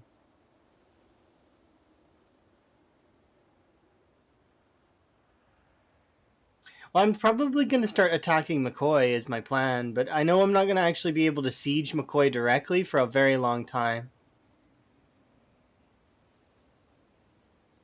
The amount of zombies that are at McCoy right now is absurd. Like, it'd be a pipe dream to hope that I could take over McCoy. But once I get a hold of McCoy, it's a good base location. It really is. It used to be an MVP spot. It's still really good. There's a lot more zombies there than there used to be, though. They added in a lot of zombies there. I wonder if they'll do the same thing to the West Point mansions. Or maybe they'll just make it so that one of the mansions can have like a party event that's like way worse than regular parties. That would be pretty cool. That would balance it out. Like 100 zombies come out of one house. They've already got that.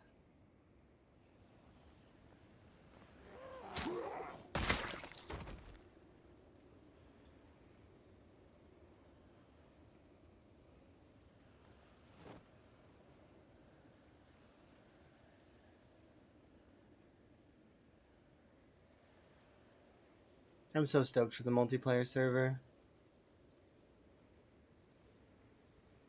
I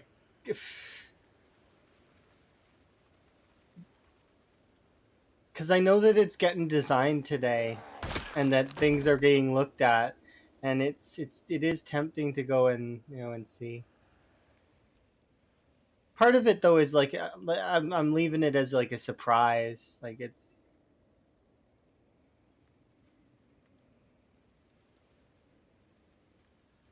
I'll look at the mods after they've been bundled all nice and neat.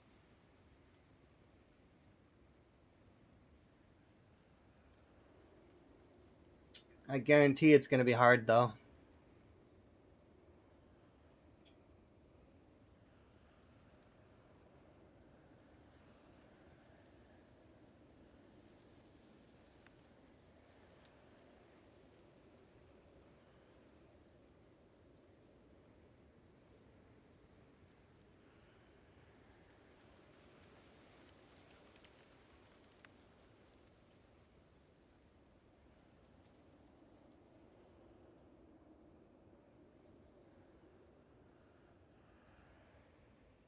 Let's go grab a seat at the Pony Romo.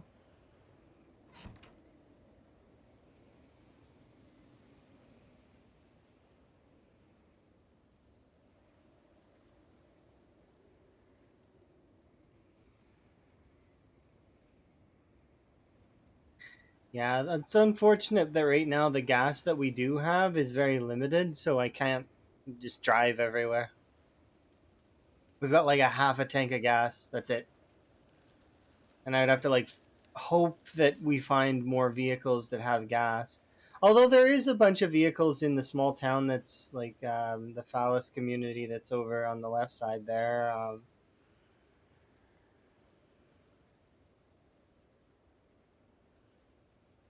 I didn't look in every single vehicle, so I'm sure that one or two of those cars has gas, but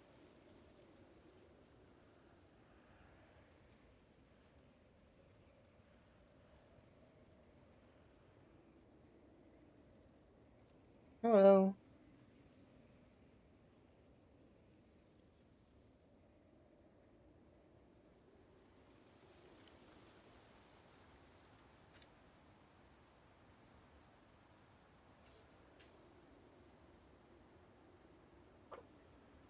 Hope you're having a good day. I'm having a good day. I'm excited because I actually am rested and I have time now. I have time to stream. I have time to actually play video games. I'm so excited. I felt pressed all like for this entire last like week or so. I just felt like I wasn't able to get much done, and in the last two streams, it would have showed real like that I was tired and run down a little bit. But I'm feeling definitely a lot better today.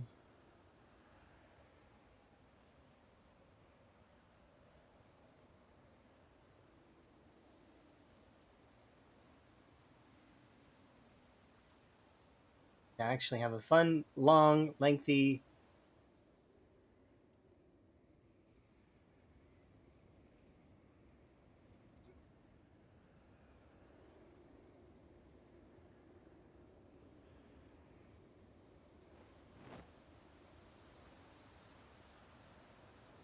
Okay.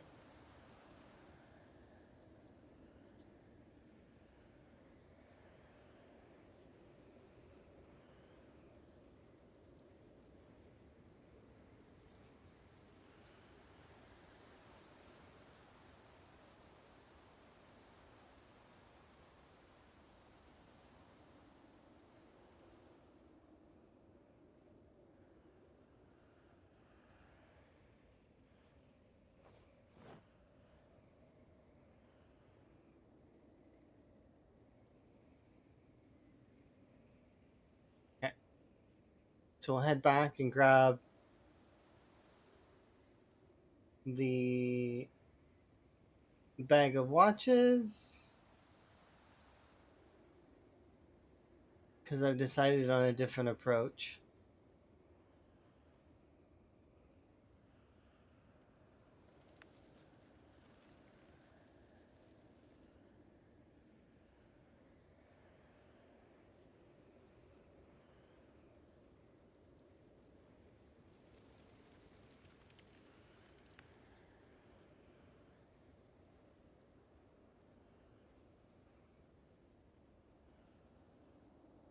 Also, we can check for if this vehicle at the head has gas.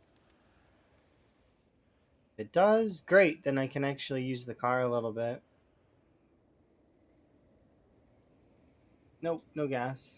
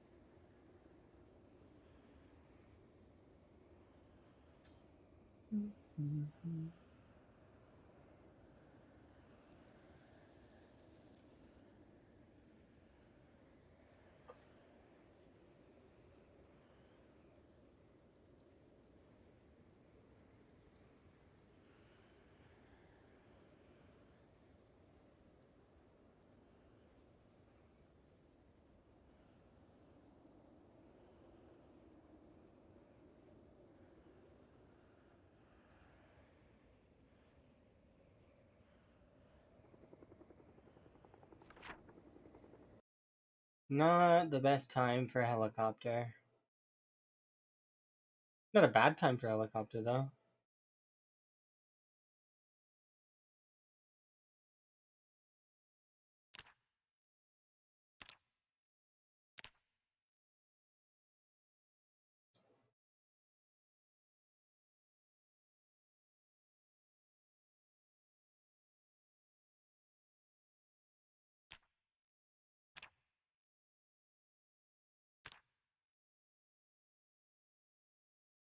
It's been a little while since we've been here last.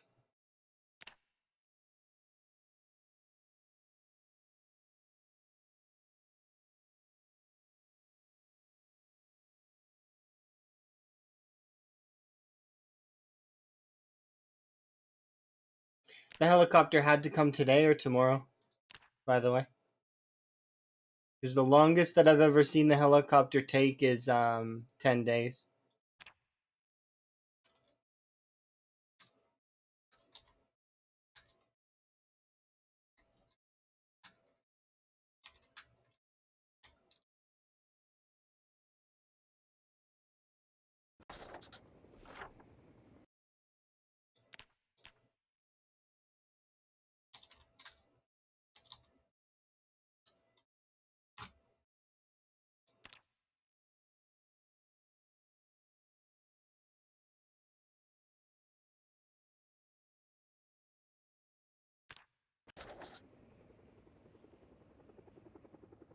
I still want to grab my bag of watches. But this will be a good gauge to see how many zombies are in the area.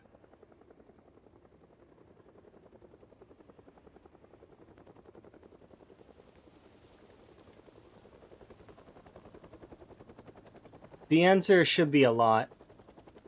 Because last time we by the time we were killing up to this point, we were in the we were nearly at the 40k mark. So, and we're only at 26k right now, right? So,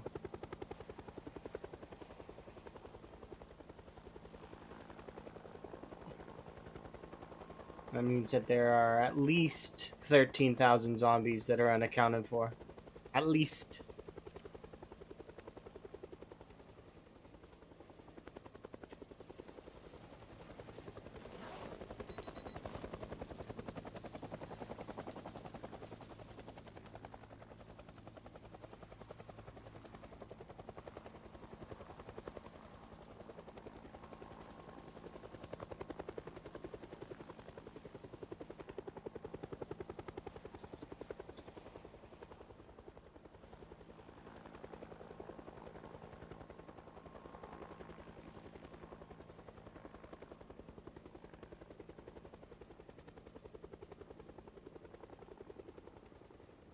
Hello. Thank you very much for the raid. How are you? Are you having a good day?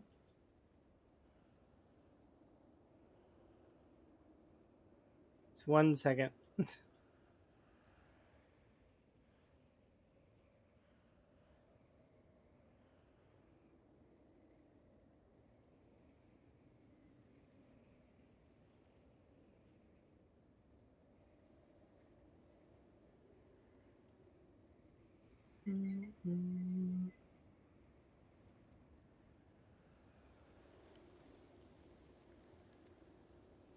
Dark time.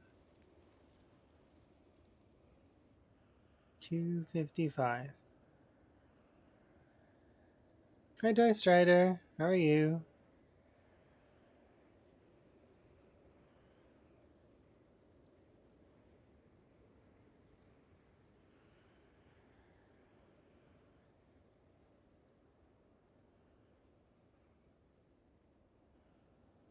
You're EP, but you're here? Okay. I'm not EP. Not right now.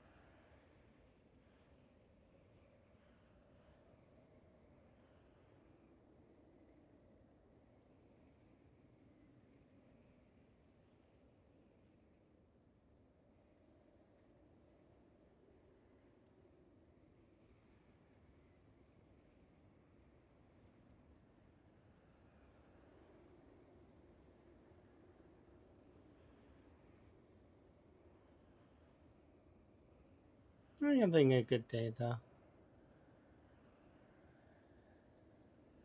I've got plans, but I'm indecisive right now. I'm still trying to figure out what I want. Do I want to go for West Point? Do I want to go for Muldraw? But I'm pretty sure that I'm starting to lean towards I'm going to attack Muldraw. But I'm still kind of thinking about how I want to hit it. I'm thinking from the side, though. which is usually not the best choice because when you hit stuff from the side, I'll have to deal with pretty much the entirety of the Muldra strip at once in one big group thing, which is going to be kind of annoying.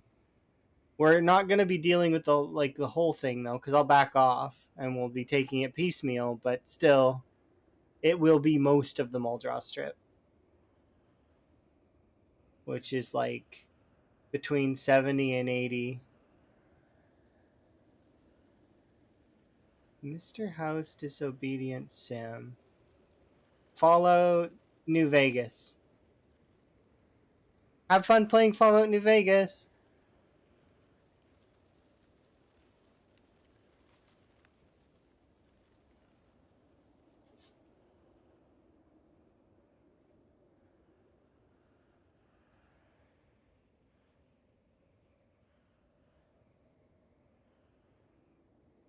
That game's really fun. I think my favorite was watching Emma do the DLC with Big Mountain. That one was really fun. Although the Sierra Madre was fun too.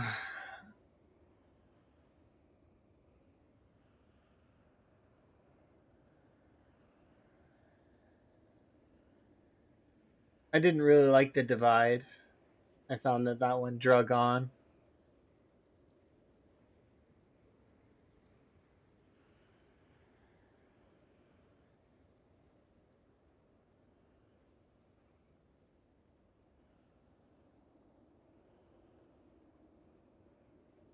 I'm not saying the Divide was bad. It's just it was too like it just wasn't good enough for me when I was watching it, like watching Emma play it. It's very tedious, and the dialogue was repetitive.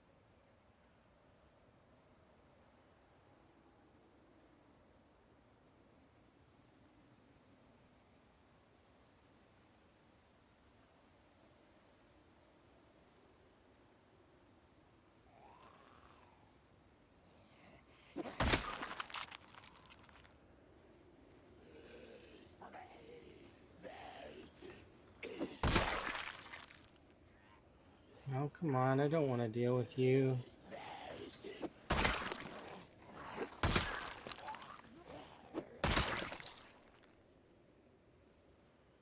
It's not right now.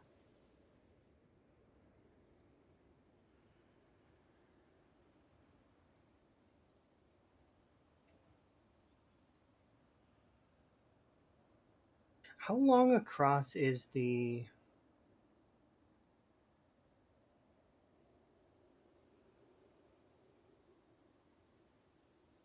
I wonder how long across the...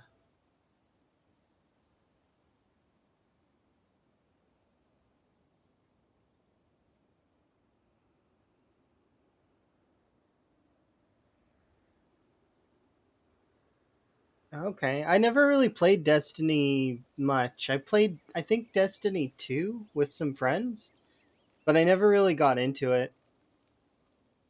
I remember us getting, like, crashing on a planet, having my little Orby thingy tell me that the light was gone, and then later on, apparently, like, we got light back or something, and then we killed some more stuff, turned in some more stuff, and then that was it. We stopped playing. It was very short lived.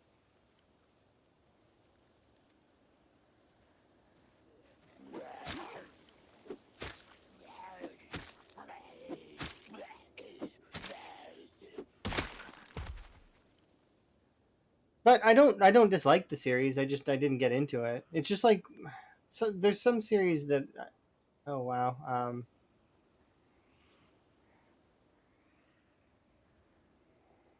Okay, let's focus a little bit. That's not.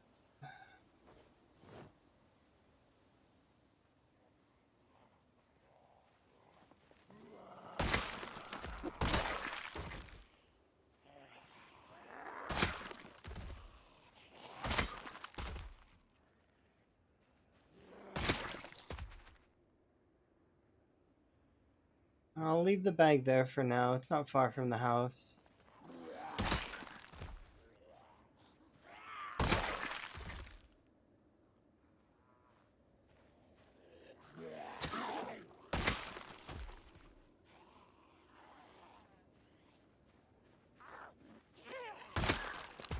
That's fair. I don't have an opinion of them because I didn't really get into it enough to really like form an opinion.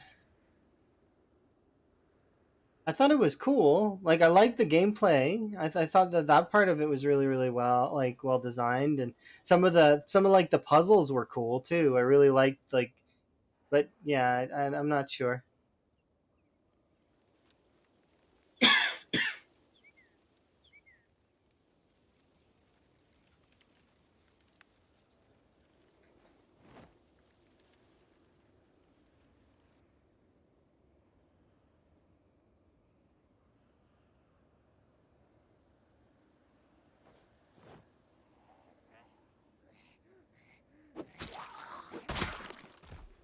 Okay, let's grab some of these things up.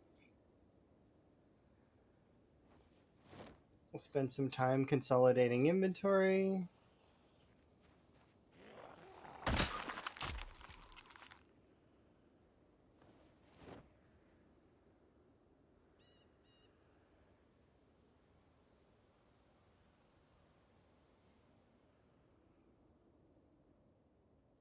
Because I need to have all my logs taken care of. The one thing that I'm going to miss from single player to multiplayer, by the way, is fasting time. So doing the boring actions and get like that's gonna suck a little bit. But oh well, small price to pay to be able to enjoy multiplayer.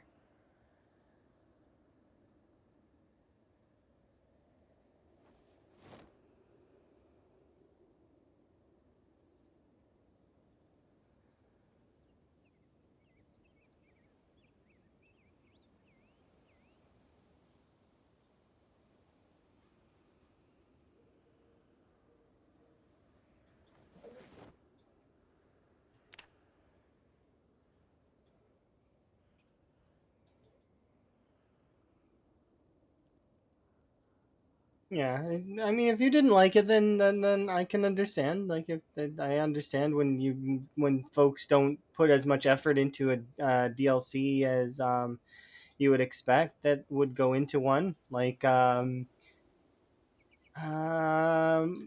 one of the Fallout DLCs, I can't remember which one, very much frustrated me. Mostly because I like it's like they barely worked on the map at all is what it felt like.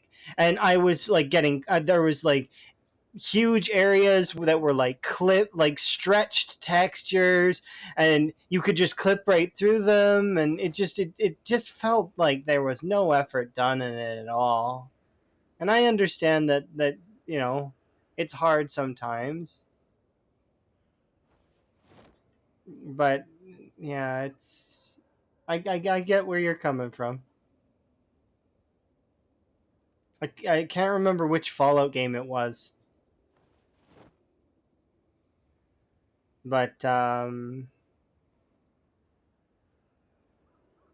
it was because I was 100%ing it. I think, which one was it? Might have been Fallout 4, one of the DLCs for that one, or maybe was it Fallout 3? No, I'm pretty sure it was Fallout 4. Probably it wasn't the Nuka Cola DLC. Was it? It was Far Harbor, I think.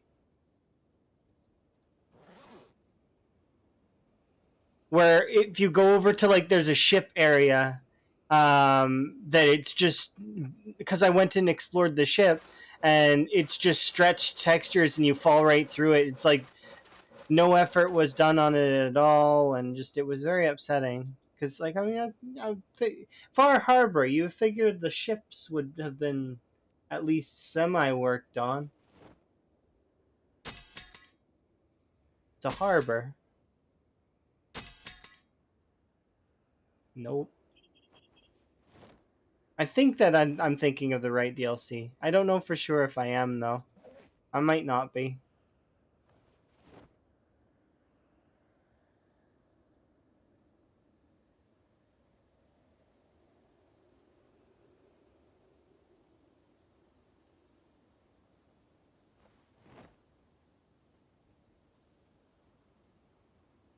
I don't know where I got this from, but I'll keep it. Why not?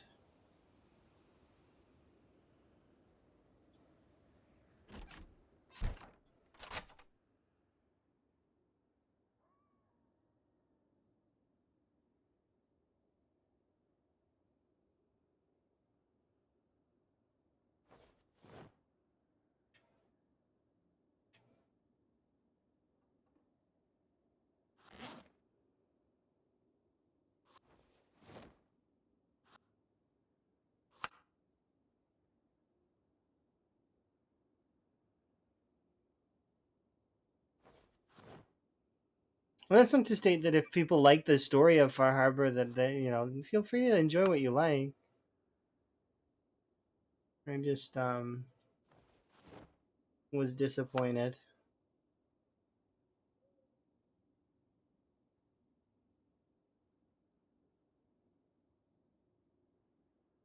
I don't eat.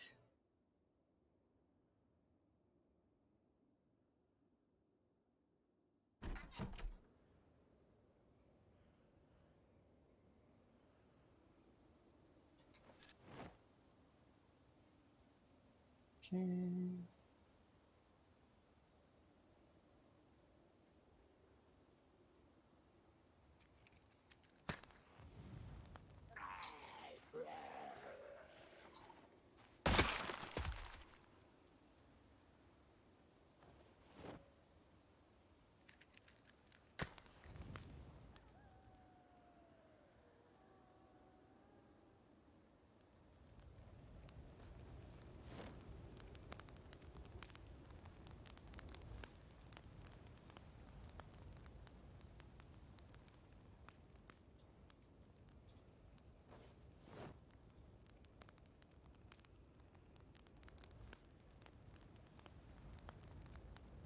What is a paragraph?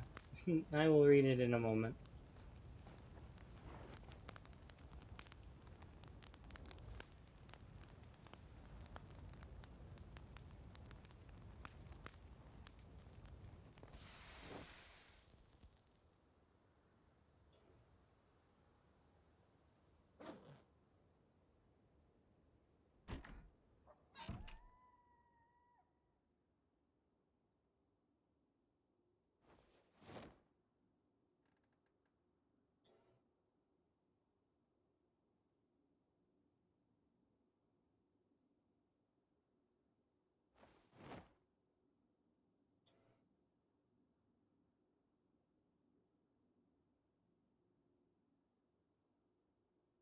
We need to stop taking these notched woods from the fire. How it ended up in my bag, I'm not sure, but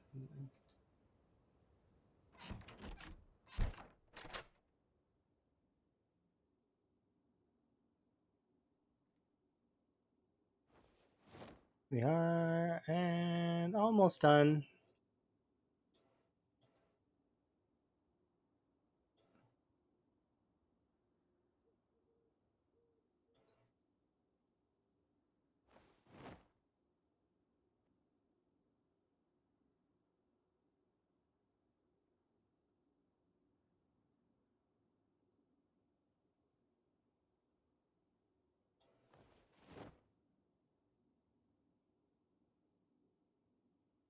Should be able to go upstairs, eat, and then read your thing.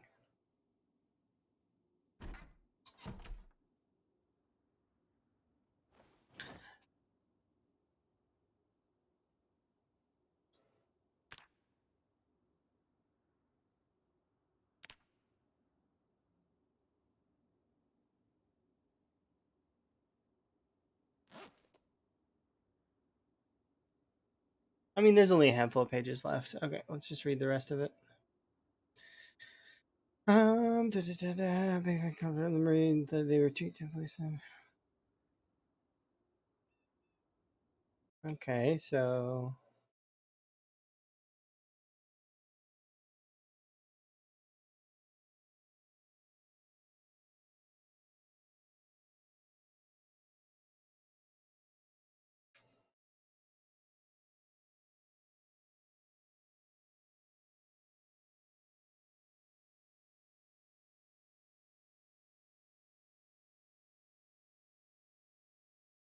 okay.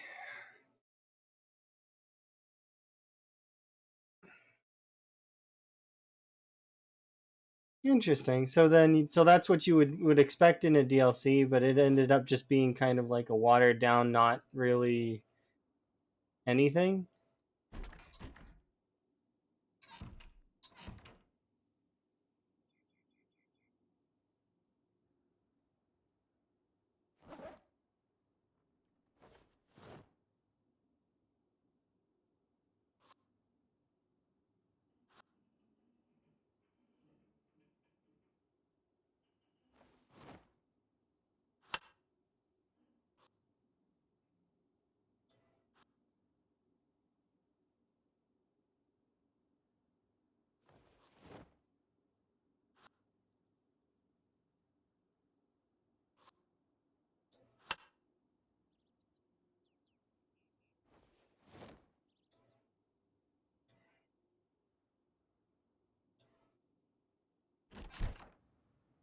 Okay. I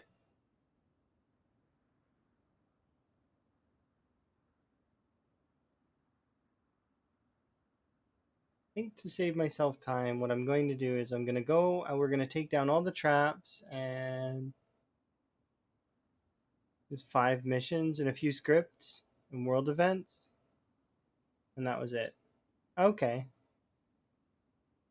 So it sounds like it was like a not even a real DLC, that it was more like a Guild Wars does this thing in between its expansions called Living World. Living World is bonus content that you can pay the in-game premium currency for, which you can already earn for free via gold. Um, and they have story go on during those events. So they're called Living World. So essentially, it's the world progressing in between expansions. Like the world continues to live and thrive and do things during like in between expansions. So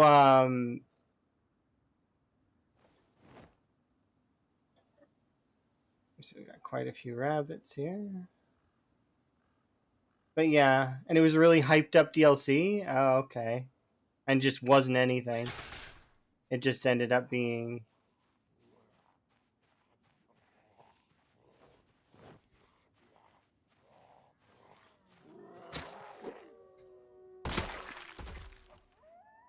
I get you.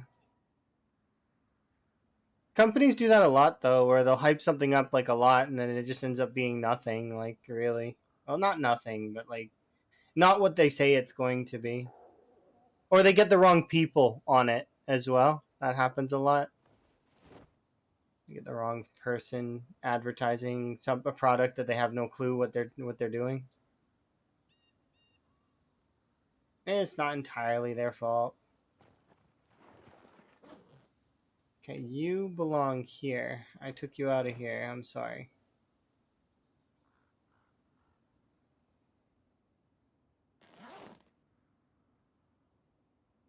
This should lower the weight of overall.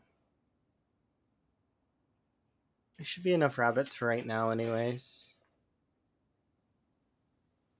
I need to go back and check the potatoes that are in the other area. Probably harvest them, but I'm not going to replant in that area. We're done in that area.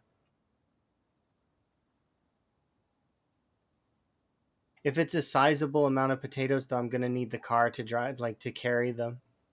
Otherwise, it's going to be really, really.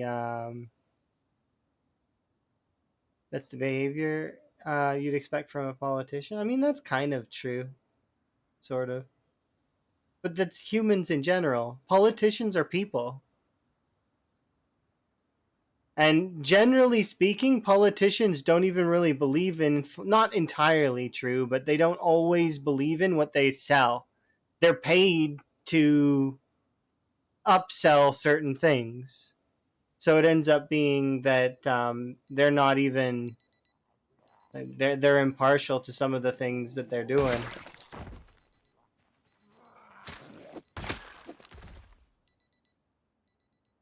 Based on whoever. I really do think that I agree with the Carlin mentality where politicians should actually have to wear race car blazers that show us their sponsors. Oh, that's why they went that way with their decisions. It's less of a mystery then.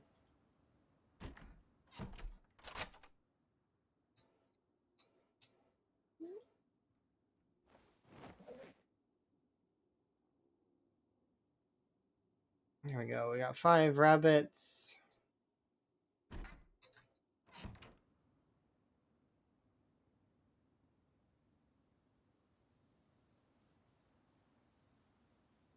$50. Could you imagine?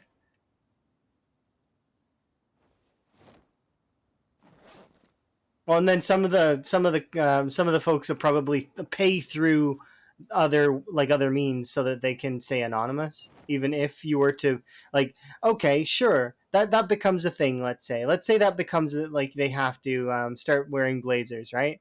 I guarantee there would be some companies that would hide themselves under other companies. Is this the way human beings are? It's just human nature. At least for now. We'll see what happens in the next few hundred years, how the cultures shift and change. But generally speaking, a lot of things stay the same. Some things change ever so slightly, but mostly stays the same. That's why it's like it's what we're 2024 and we still have multiple wars going on right now. Like it's 2024 and yet we're still warring against ourselves. We're not able to properly cure things like colds or because they're profitable. Like, I mean, imagine the sales of things like cough drops and all of that stuff. Like, well, those sales would drop if there was a cure on cold. It just ends up being that we're just not good at being like, it's frustrating. It's probably 100 years away. I'd hope. But then again, you got to think how are they going to monetize multiple planets, sort of thing? Because each planet would have to have its own economy, and they would have their own resources and trade. I don't see it working out quite so smoothly. Not in 100 years, probably like 1,000 years, I'd say. Between two groups of people. Okay, you've got it narrowed down, huh? I think there's a lot more than two groups. I think it's split between like a splinter of like lots of different groups, and they all want to be special in their own way.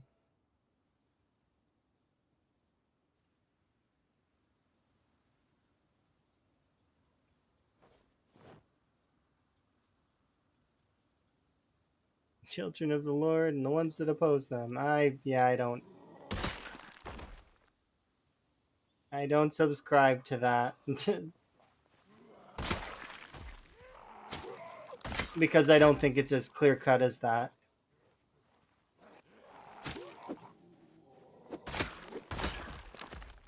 But that's my belief versus AI cat girls versus everyone else.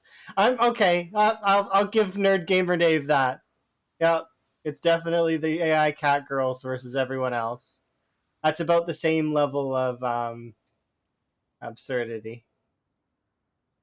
Yeah, I think they're about the same.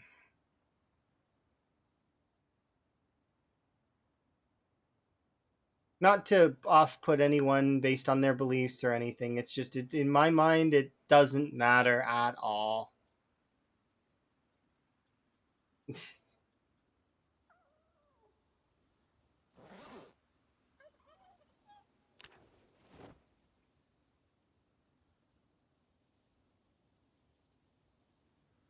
Because if it was so much like that, then okay, well,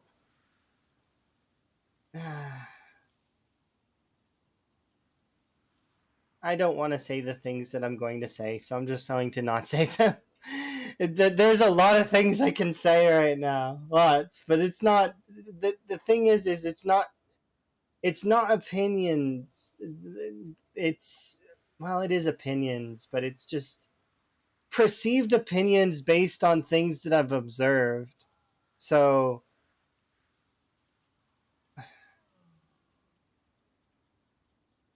I've observed many forms of religion. And from what I can understand, and this is not to meant to offend anyone, and I'm going to say it even though I probably shouldn't say it. I believe religion is a control tool that has been used by old school to control masses. It's poetic. It's quaint for those that need the comfort of knowing something is after death. But at the end of the day, that it's a control tool, similar to the way that the government is used now. Government and Illuminatis and all of that stuff is used in the current day, comboed with religion, the old school original control tool. Fear and all of that. But anyways, this gets into an area that is very, very much controversial and will offend a lot of people, and it's not meant to. It's meant to be just an opinion based on observations, meaning that while I am saying this, if somebody does believe in God or believe in some form of deity, feel free. Like you can feel free to do that and enjoy and believe. It is interesting to me that the world is so it's like somebody took the a vice grip and tweaked it ever so perfectly just to produce all the things that are here. So it ends up being that you know it is kind of a miracle almost that all of this exists. Think about it. You got Mercury, nothing. Venus, nothing. Mars, nothing. And then you got Earth, that has all these different things because of an atmosphere. And then they're also finding traces of an old atmosphere that used to be in on Mars as well. There used to be water there, which is cool. Anyways, I agree. Yeah, Random Planet is right. Belief is not inherently evil. Organized religion doesn't have to be evil. It's done a lot of good, but then there's a lot of people that make shit tons of money and greed and capital and control people. Like, does the Vatican need private jets? Do they really? I appreciate that Francis, I don't know if Francis is still around, but while he was Pope, he got rid of that gold chair that they had and he sat on a regular one. Good on him. Kudos. Like it's just it's interesting to me that and that they don't pay taxes as well. Religion should have to pay taxes just like everybody else. But at the same time, taxes are also a control tool. People pay taxes, but then again, the rich have ways to get around the taxes via lots and lots of different ways to do it. There's many, many loopholes that exist so that the rich stay rich, and then the people in the middle class work their ass off for the rich, and then the poor folks, unfortunately, they are trapped in this death spiral that is being poor. So it ends up being really, really shitty for a lot of folks.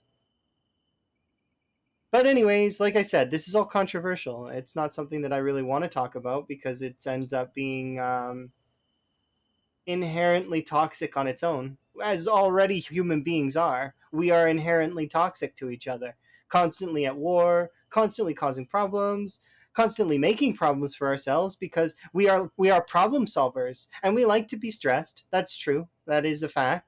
That human beings enjoy being in a state of uncertainty and unhappiness.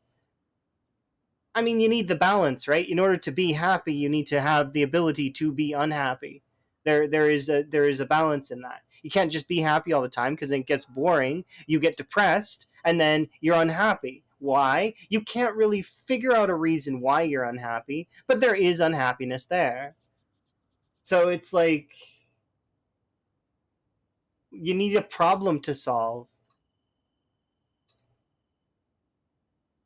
And unfortunately, human beings are really shitty at picking their problems.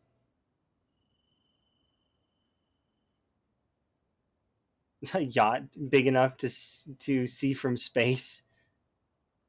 Anyways, like I said, this topic, I'm putting a pin in it. It's it's not a topic I want to talk about because everybody has their own beliefs, and like I said, it's it's up to you to decide. I believe that things are specifically for death. The way that I found closure in it is that I am here to do whatever it is that I am supposed to do. Whether it's fated or not, whether I believe in fate or not, I don't really know. I'm not sure. I just believe that I'm here and I'm going to do stuff and then I'm going to die. And when I die, then I'll get to see what happens next. If there's an afterlife, I get to go to the afterlife. If there isn't, then there isn't. Maybe I join a central energy consciousness that exists. Maybe all of my information is transferred to some sort of cosmic being, or maybe it's not. I am unsure. I don't know.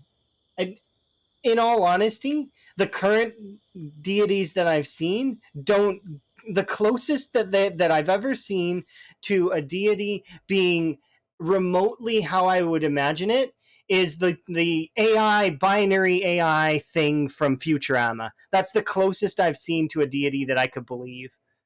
The reason being is that whole saying when Bender talks to the AI, oh, you're signaling in binary. Do you speak English? And it says back to him, I do now. Out of like almost out of callous convenience because Bender speaks English and that it's omnipotent and all that. But at the same time, that's the thing. If you have omnipresence and you're super like you don't need to do anything at all. Everything's already done. You've already done everything because you're omnipresent.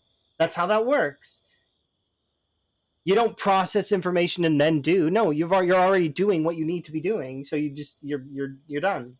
It, it's it seems to me like a bit of a boring existence, right? But maybe not. I don't know. I think it's beyond comprehension of humanity what something like that would be like. Everybody always is like giving it humanoid form, like the Greek gods, for example. Perhaps the Greek gods were just simply human beings that were augmented. Or maybe they weren't. You never know. I'm not sure. I liked Greek mythology. The mythos of Greek, Norse, Egyptian, and a bunch of the other like Mayan. I really enjoyed studying those mythos. And well, not just the mythos, but like the different cool ways that they believed in their temples and their burials, and it was really neat. Their rituals are neat. It's cool. But yeah, anyways, I agree. I think that Random Planet is right. That it ends up being it's not about right or wrong. It's about sort of we're just human. We're looking for an answer in the emptiness, and it's just how it is.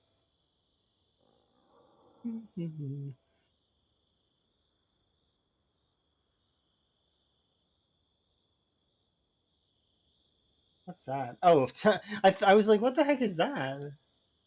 Is a magazine. I must have shoved it on the chair out of boredom. Just trying to get rid of it. Or maybe I thought maybe I'll decorate it with it later. But yeah, anyways,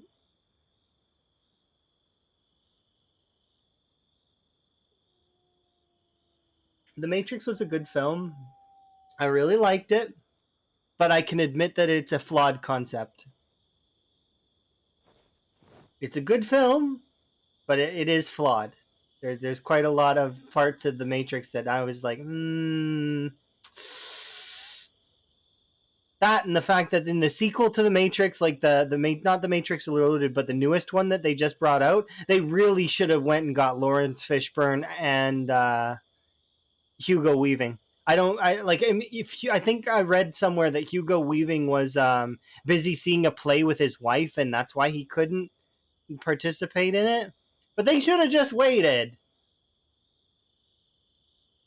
I understand that they're trying to cash in on the nostalgia before it's time, but like, come on, get the right actors.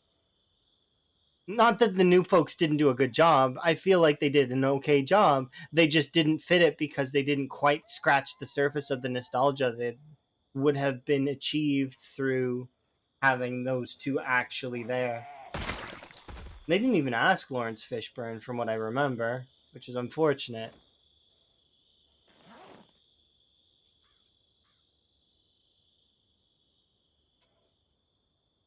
Okay, I'm listening to you, or well, listening through text to you, Nerd Gamer Dave. Do tell. You're talking about Big Dipper and Little Dipper. I may have heard this already.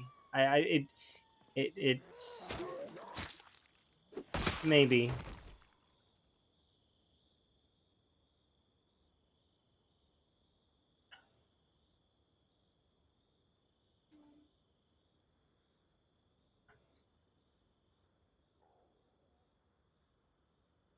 I also agree with Mixed Nuts.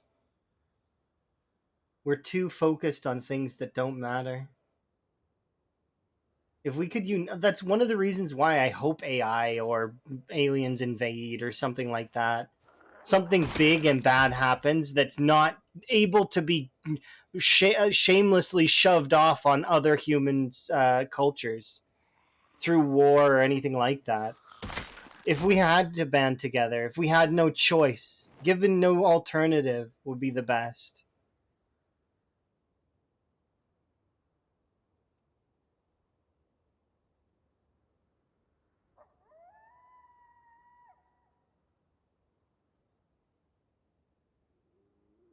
Oh, it didn't really matter that much. They should have just paid the extra. Think about it. If they had paid the extra, it would have been so much more profitable for them. Because they would have been hitting the nostalgia in the exact right way.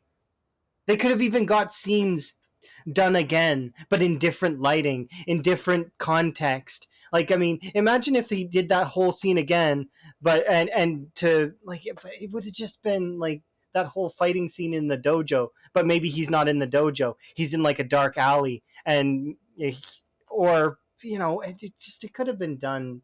I have 1,000 ideas of how they could have improved that, but that's fan versus well, I mean, I'm a fan. I guess I must be if I'm talking with such passion about it. Okay, let's see, what does that say?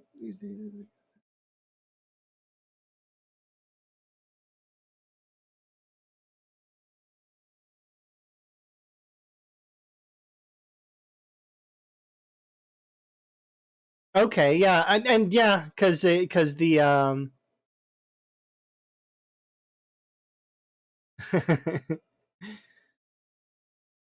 Athena was very vengeful goddess. Anytime anyone was ever slightly more clever than her, she would throw a hissy fit.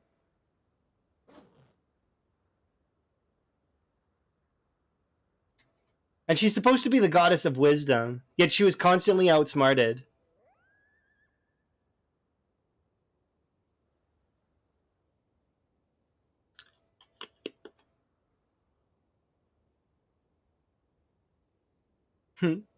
Sorry, random planet.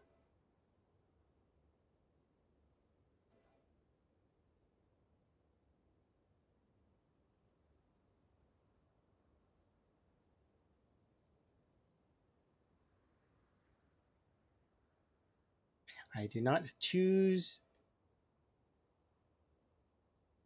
to believe that those folks know anything. It could also be the whole fact that somebody who received the project didn't really understand what they were doing with the project about for that new Matrix movie. They're like, just do it, make something, cash in on the nostalgia, and we just did a shitty job because they didn't know what they were doing.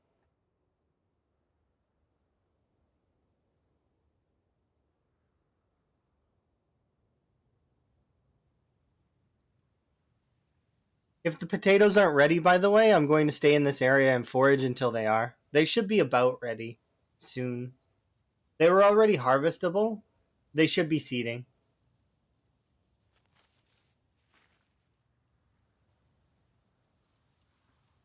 Oh, and just as a heads up for the folks that, while I'm playing on the server, I'm going to be probably one of the most boring people to watch. Just a side note. The reason why is I'm going to be a homebody. So, yes, I'm going to go out and kill stuff sometimes, but I'm going to be a homebody, meaning lots of foraging, lots of farming, lots of trapping, helping people fix clothes and do other such things. But my intentions is to stay home.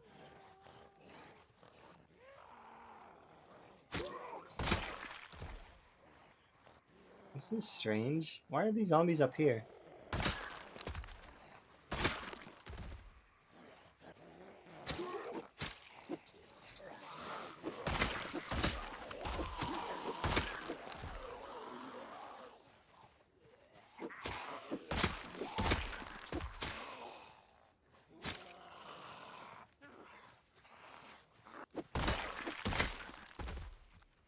Figure I'd warn folks ahead of time. Although it's already been established that I'm going to be a homebody. We've already talked about it before. I'm going to be base mom.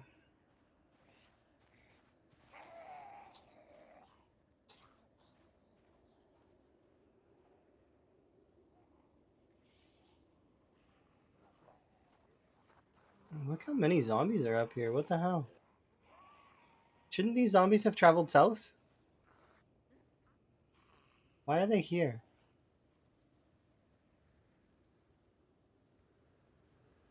The helicopter was south.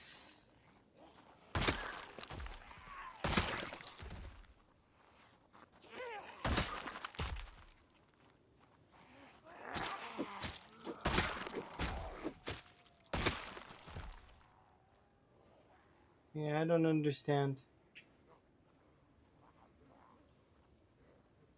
Yeah, that's true. We will have a lot more time to chat, which is good.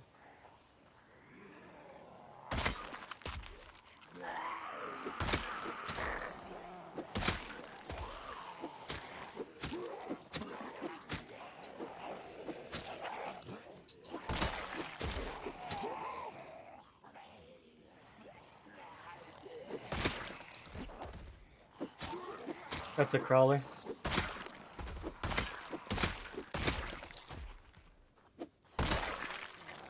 I have no idea why the game does that, but sometimes when there's a crawler, it'll drop your frames to like 0 when a zombie turns into a crawler.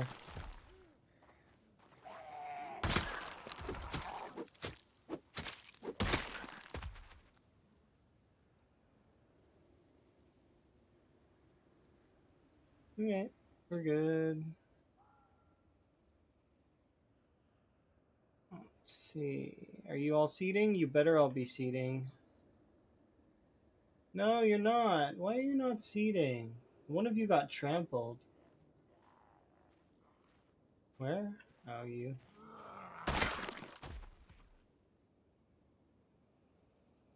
That one also got trampled. That's unfortunate.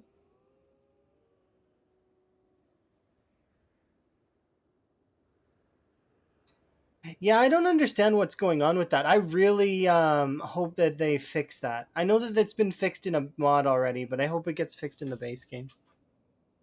It checks like a bazillion extra conditions. Yeah. So it causes same like see I just opened this and it does the same thing.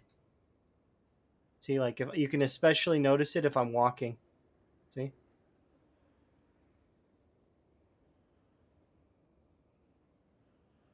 Yeah, okay. That's good then. I'm happy.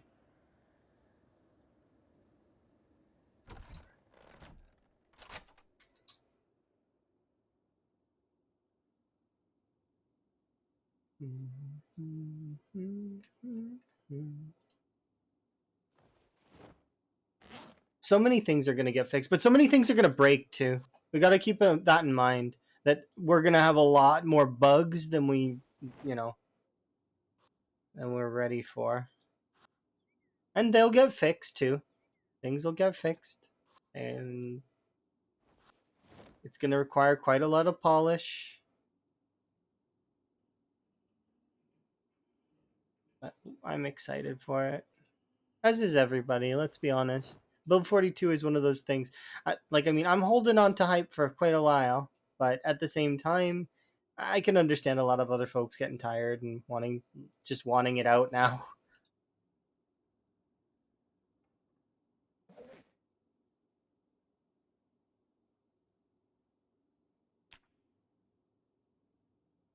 It's not that many zombies in the area. More than I expected.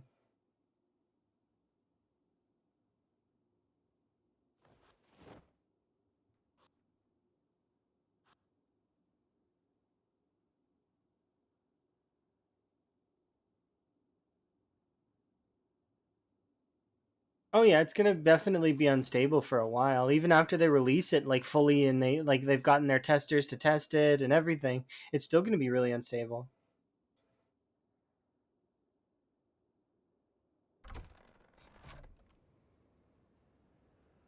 Yeah. Well, I mean, and then I've been playing since when? Last year is when I really started to focus into Zomboid and play a lot of Zomboid, right? But I'm a special case, and I'm not part of the whole, because I can play a game for a very long time, and then I also take breaks and play other games, and also go on work hiatuses that are like week long. So when I come back from said week long hiatuses, I end up being refreshed and ready for more Zomboid. So like that, in that way, I'm a little bit sort of, I have an advantage in that, kind of. I'm not going to be on the game all the time. But then again, when I do get on the game, I get to play for a very long time. It's exciting.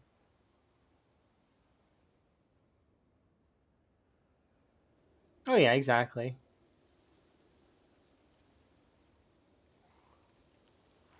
Well, and some folks are just better at handling certain types of uh, gameplay loops, I guess. This gameplay loop is one that I very much enjoy. And I still get the same amount of enjoyment now as I do when I started playing.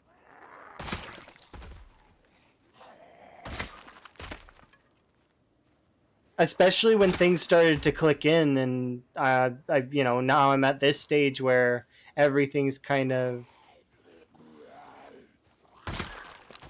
relaxing. Like, I still mess up and stuff, but I mean, everybody does. We are human after all. We make the mistakes.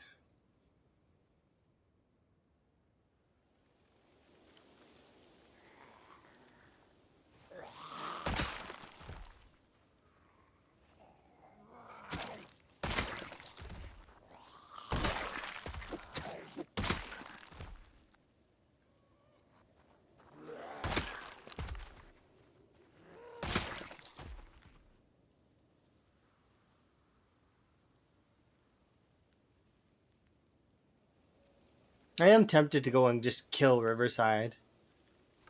That would take a few days though.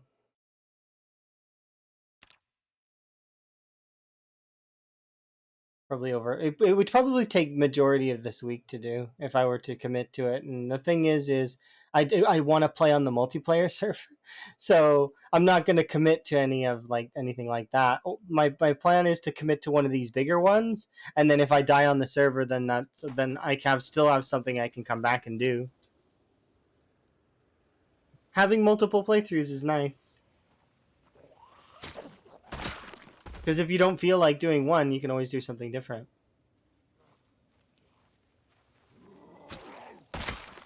And inevitably, I'm going to die on the server. I've not played enough multiplayer to handle the jank of multiplayer. I'll tell one. I will mention one thing though. I took Sunday driver, and I'm not getting in a vehicle unless I'm the driver anymore. I learned that lesson the hard way. I would have probably kept playing the Wild West server if I didn't die on it. So I'm a little bit thankful that I did die on the Wild West server, but I at the same time I it's one of those things that I was like, sucks that I died the way I did, but I got to learn, right? I had to learn about the desync of vehicles firsthand. And obviously I needed to learn that. All right, let's get our forage on because I want to have a frog. Actually, is there foraging 3?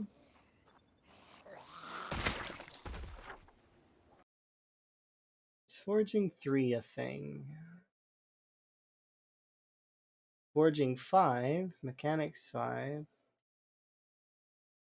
I didn't list the books that are in the bookstore.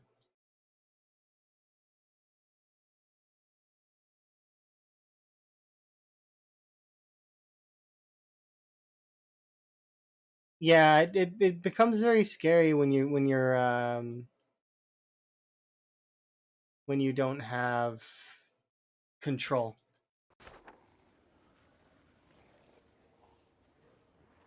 Like my character was T-posing on the back of the ATV, and I thought, oh, it's fine because I was still traveling.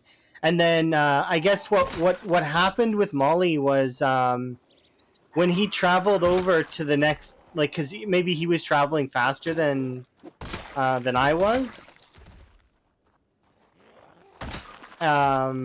So maybe he traveled over a cell border or something, and it just dropped me. Like I was floating on the back of the ATV, T-posing, and he was still like it. So it looked like I was still on the back of an ATV. It looked like he was still there. It looks like everything was still there, and then suddenly zombies surrounded me, and my character wasn't getting attacked. Not at first.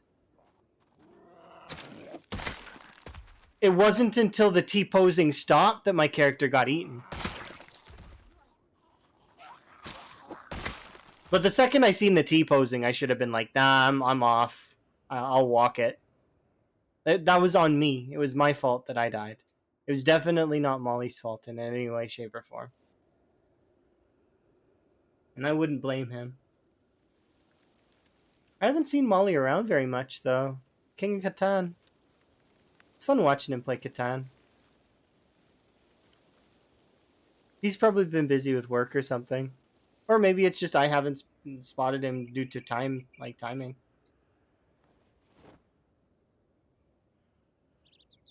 Uh,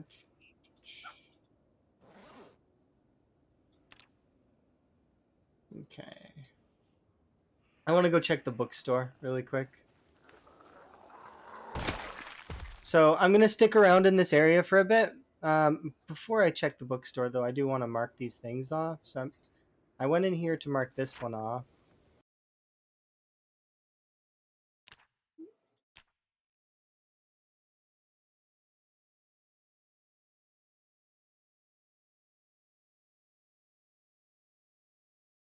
There we go. This one I can put a chair on it.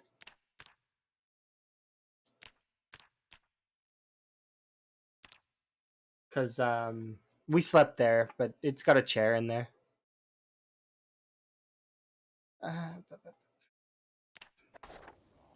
hmm?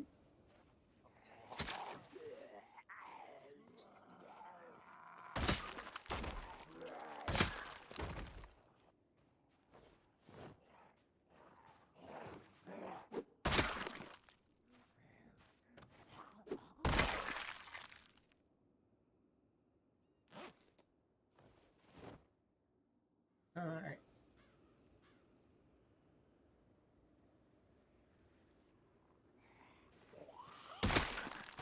Mm-hmm. How many more spear kills do I need? So many more. This back half is going to take forever.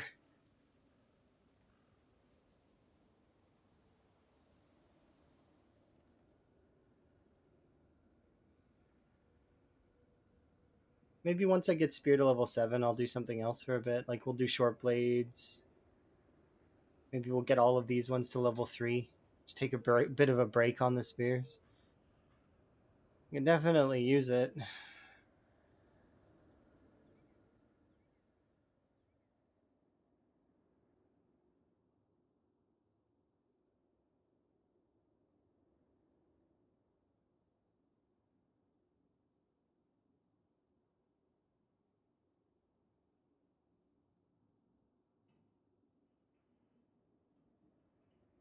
Oh, look, candy.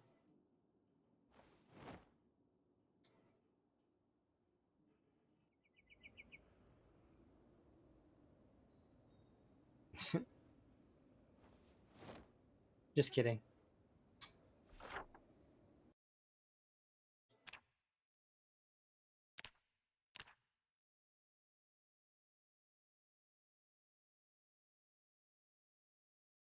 We'll go check this one. Well, I've already looted these before. It's just I haven't marked them off because I wasn't in the mood to mark anything off at that time. Plus, I think I was missing one of the writing utensils.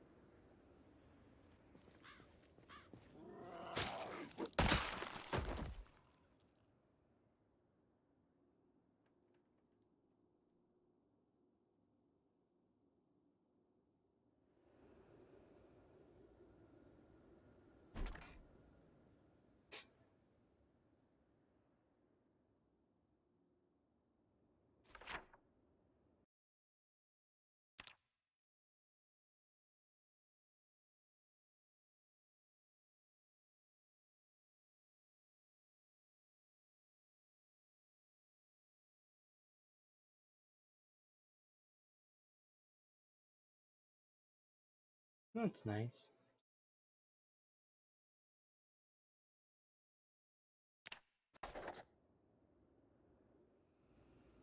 Yeah.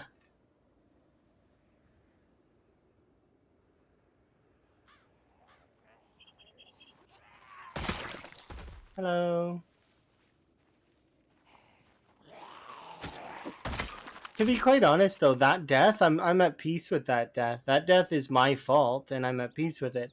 There's only been one death that I've ever been like on, and that's during my CDDA run. One of the wall runs. I There's a clip of it. It's I was talking to about one of my exes, right?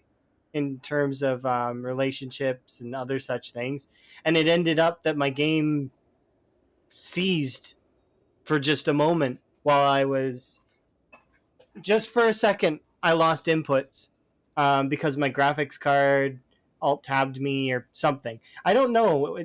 I still get that flickery thing that happens, but it's I've got it down to a science now where it'll happen at very specific times during the day. So it's linked in Windows events to my computer is checking for updates. So when it checks for updates, it the game shuddered at the thought of one of my exes.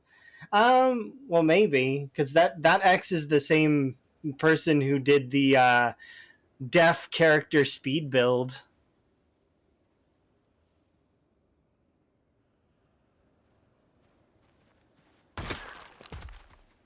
which was really funny. I did play Zomboid with them, and then I did really enjoy being like in a relationship with them when I was in a relationship with them. It just didn't work out because the dynamic of our personalities didn't really mesh all that well, and we just weren't a good fit for one another. And I hope that they're happy with whomever they're with now.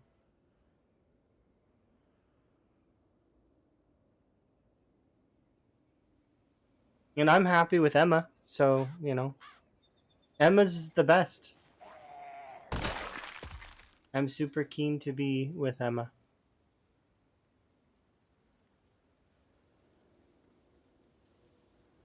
Well, yeah, I guess, but I'm immature in other ways, like puns and such. Although maybe that is maturity too in its own way. Can you be ready now? I'm okay.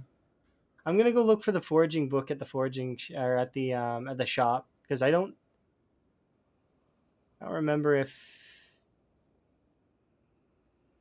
But if we can snag foraging 3, I can speed through to level 7 foraging, and we can collect a frog. Which it'd be really nice to get a frog.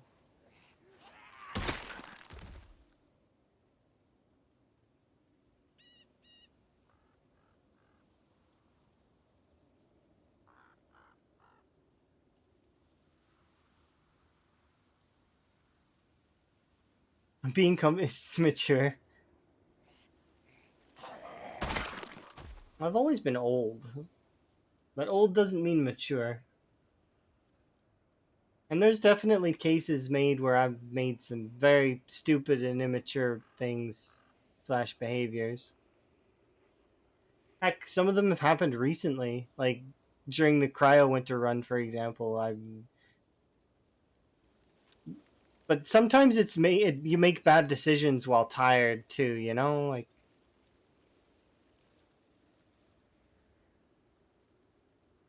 it happens. We're dynamic. Human beings are many things all at once.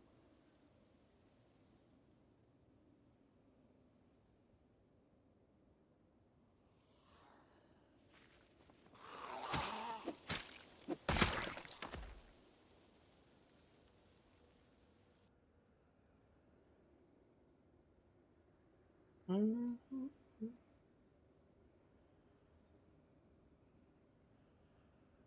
How can my TB already out of 25%?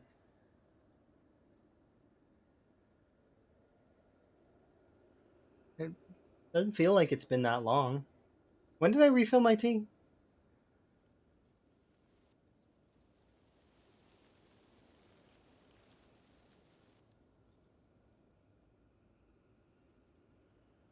Sometimes it's good to bury things and not talk about them after a little bit. Sometimes it's good to vent. Some things you just should drop. And I have trouble dropping things sometimes. And I know that. I know, like, sometimes I get fixated on things that are stupid and that I'm being stupid at the same time by fixating so hard on them. But, it is what it is. We do the best we can.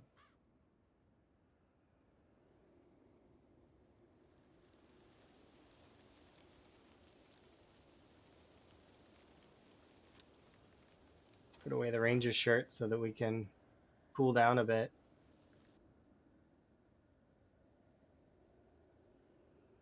Currently, I am hoping that we can. Yeah, it's good to know when to drop things and when to not. Like, and to hold on to them. I'm really bad at holding on to grudges specifically, though. Like, I can't really hold on grudge. I've tried. I've gotten mad at somebody during like because they something they perhaps they did something that warranted my aggression in some way, and I'm like, at the beginning of my day, I'm like, I'm just not going to talk to them, not at all. And like maybe an hour in, I just can't anymore. It's too much energy to uphold a grudge. It's just a waste of my time. Why would I bother?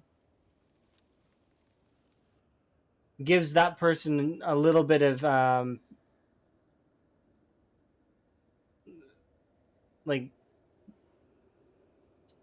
I don't know. It seems weird.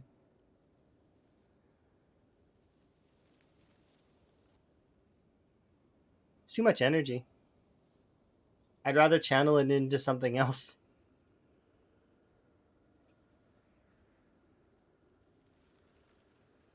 And that's not to state that I can't dislike people or get mad about certain things. 'Cause I can. And there's things that I don't like, obviously, because I'm a human being.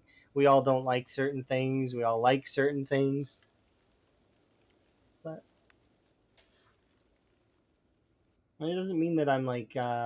It's less about the person that I'm holding the grudge against, and more just about the fact that I can't do it because I don't like to waste the energy on it. So it's kind of a selfish reason, I guess. How much does heat and cold affect you? Tons. Absolutely tons.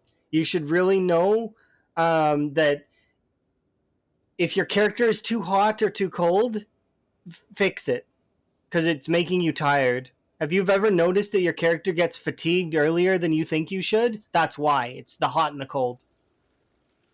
Or if you dug furrows. If you dig furrows, digging furrows drains your character's fatigue by quite a bit as well.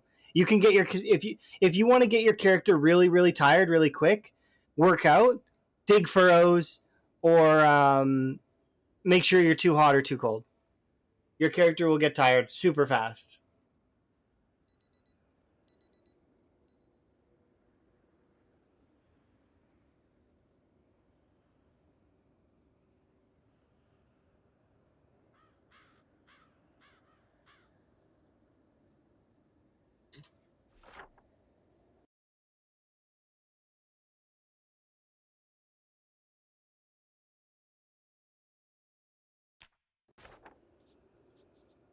Is there no Forging 3 in this shop? I'm going to go check it really quick and then I'm going to go to the bookstore because I know that I'm pretty sure. Did I see Forging 3 in this playthrough?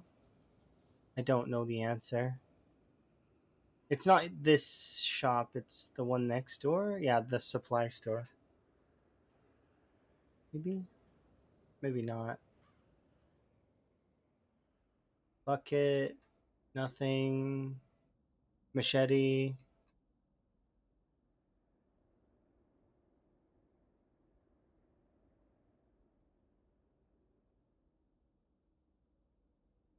Gravel, garden saw.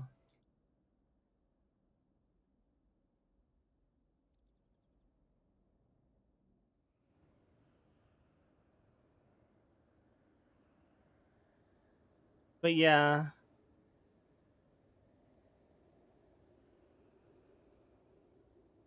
Well, so it's not really about just taking damage. So the way that it works is if your character is too hot, you're going to gain it. Not only is it going to affect your fatigue, but it's going to hit you in the thirst. Your character's going to get thirsty faster. So it like can really hurt your thirst. And eventually, thirst can kill you.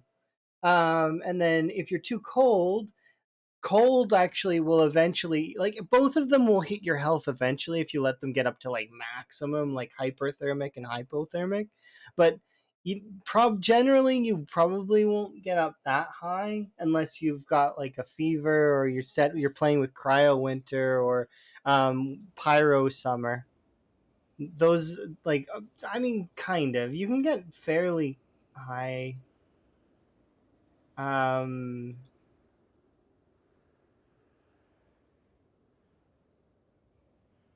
with just working out.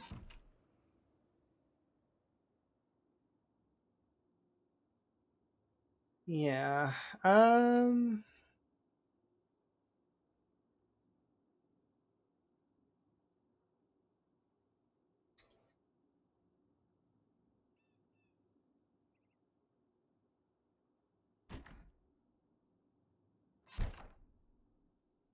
Yeah, there's no other books here, right?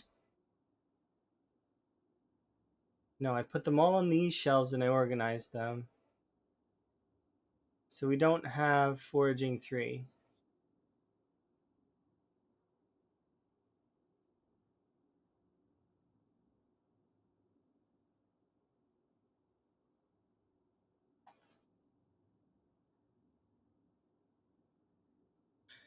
Mechanics 2. First Aid 2. Here, I'll just write these down just so that I can remember them.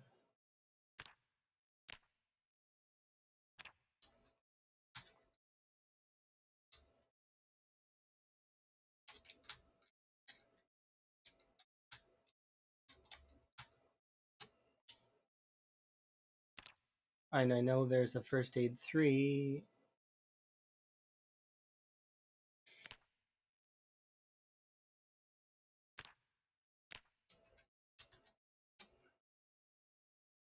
There.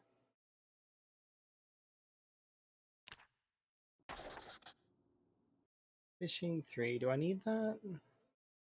No. Metalworking 3. Electrician 3.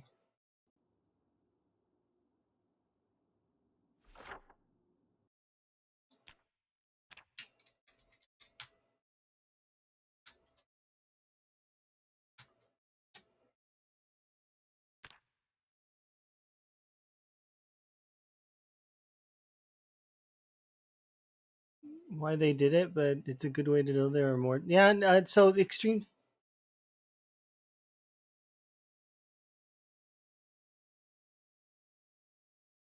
It's because when you do get really hot or really cold in reality, that does happen to the human body. It starts to shut down. Like for example, if you get really cold, you can your body will start to go to sleep. And if you get really really hot, you get dizzy, and then eventually you fall asleep. Well, you fall over, not necessarily fall asleep, but electrician and fishing for.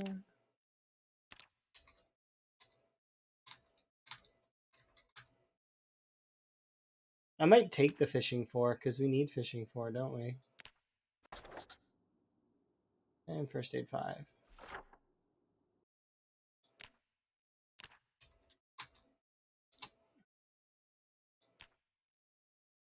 Yeah, I might take the fishing for.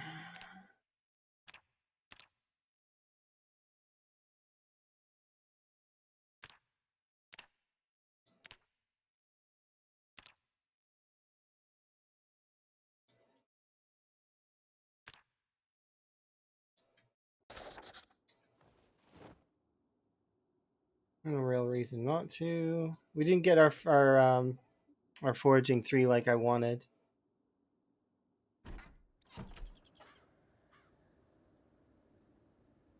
Why do I think that I've seen foraging 3 somewhere?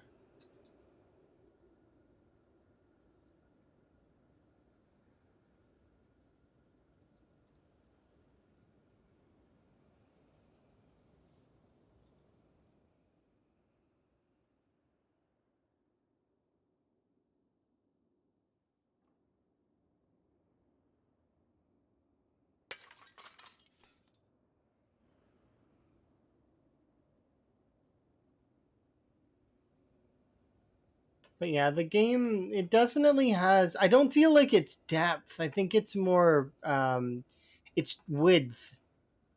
It's not as deep as it is wide. The game is very wide in its scope.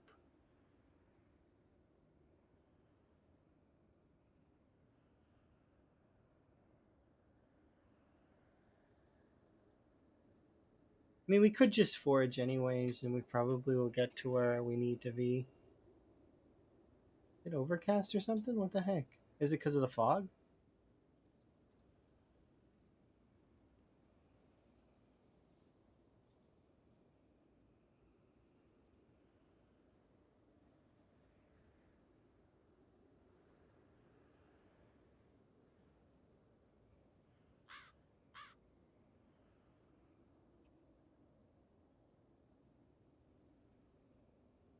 I wonder, are there more bookshelves in this place?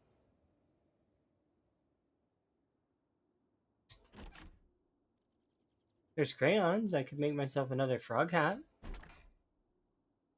I just need to find common mallow.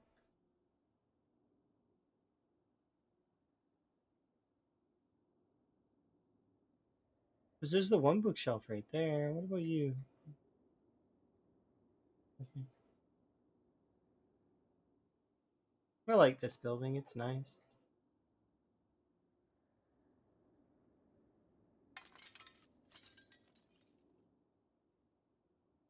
What we had upstairs? Anything left in here?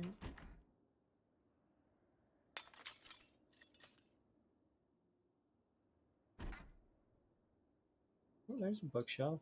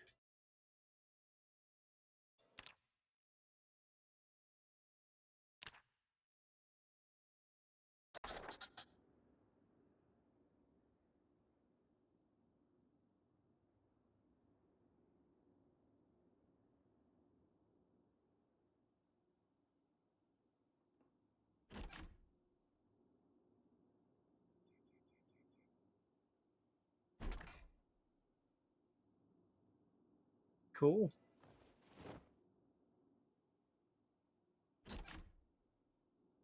Look, 2 more bookshelves. Carpentry 5, electrical 5. Cool.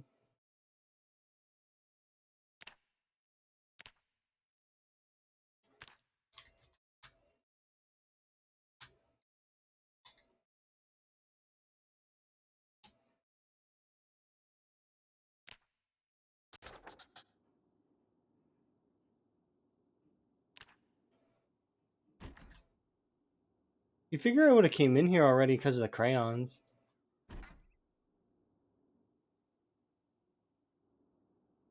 And another bowl.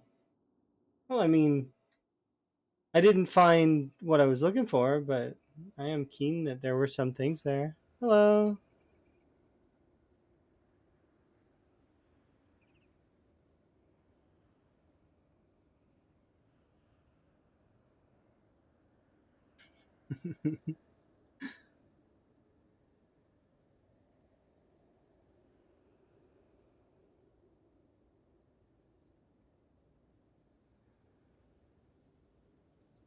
Okay. Oh, I know where it is, I think. Forging 3 is in the gas station, isn't it? There's a book in the gas station that I think is Forging 3. Because it's one of the few places that I haven't marked. And I remember maybe.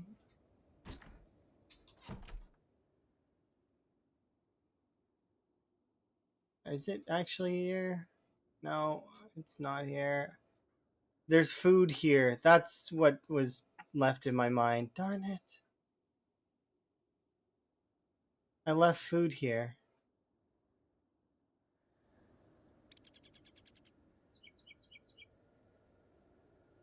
Boo.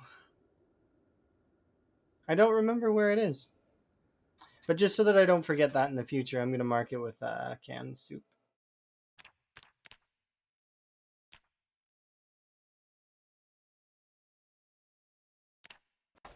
Here we go.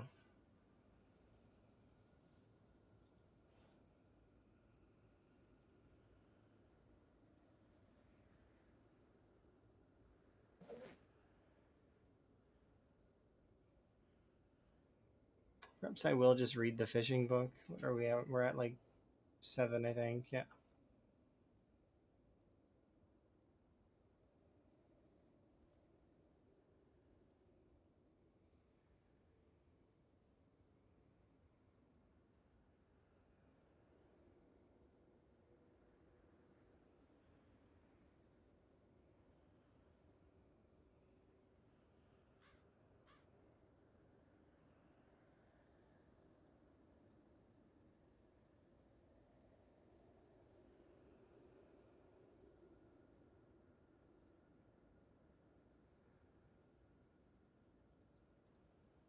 Ooh, that's a good point.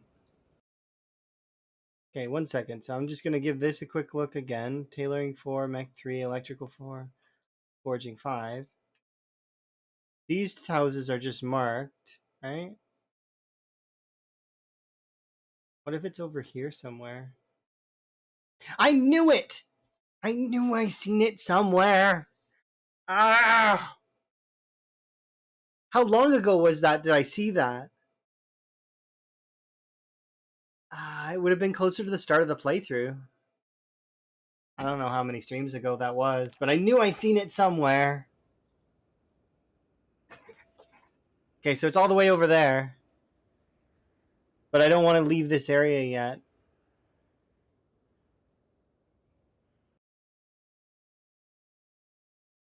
I need to AFK for a second, so I'll be right back. Okay?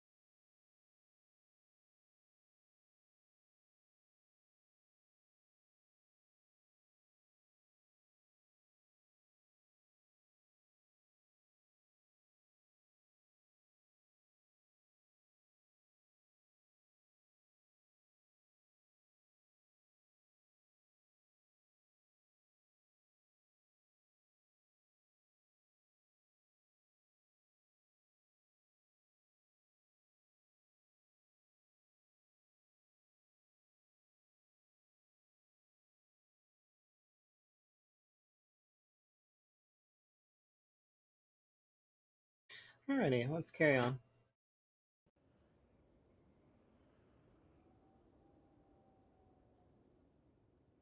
How much XP do I get for foraging right now?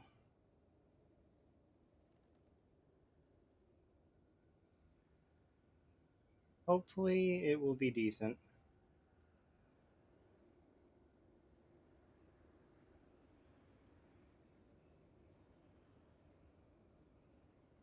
Six.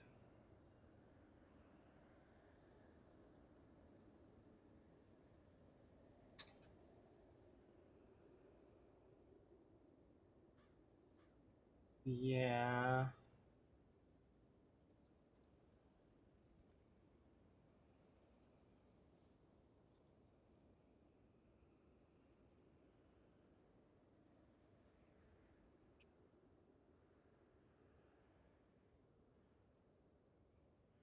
I'll rush over to that other area, I think.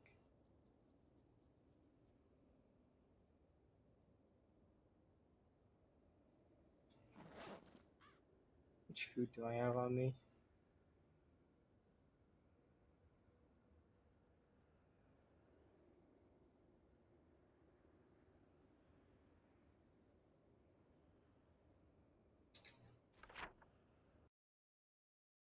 Okay, where are we right now? We're here. So if I... How long do I think it'll take me to get back to this house here?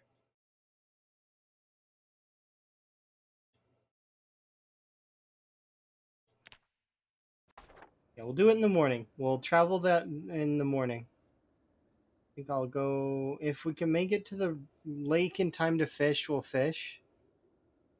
Then we'll travel to that house in the morning, then all the way over to the fishing or to the foraging spot, get the foraging book, read it, and then we will be set up to carry forward. We're very close as it is. It's just also before I forget.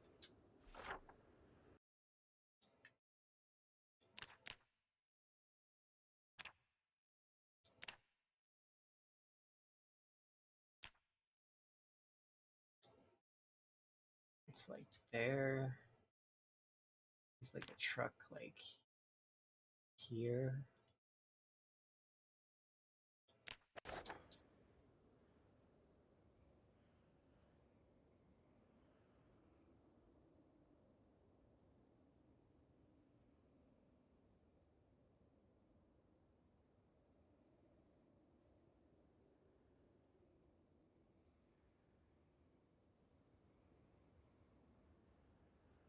I don't think there's an electrical 2 book anywhere, is there? Let's double check really quick.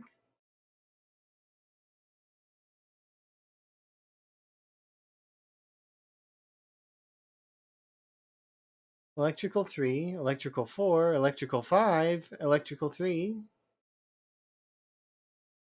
electrical 4.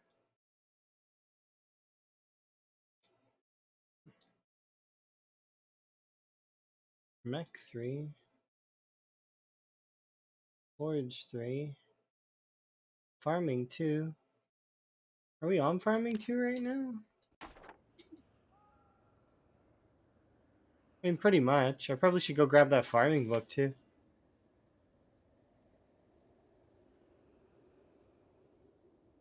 We will be on farming 2 the second I pick up those crops, but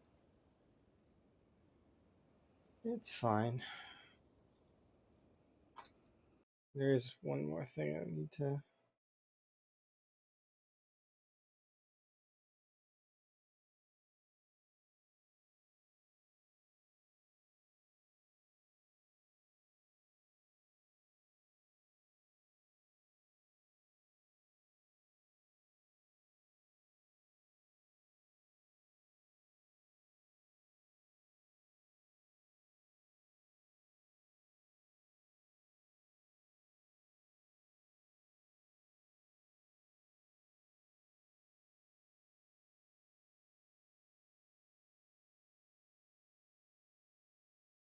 Oh, okay. Good.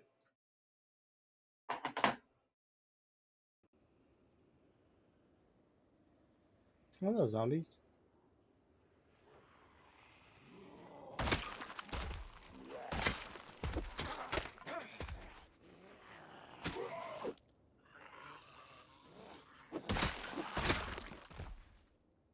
I didn't press down attack. Like I didn't even move my hand over to do it.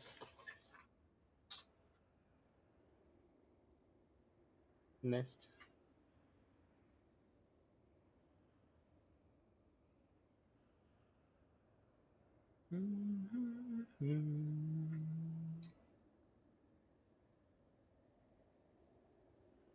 So we'll go get a nap in. So many crowbars.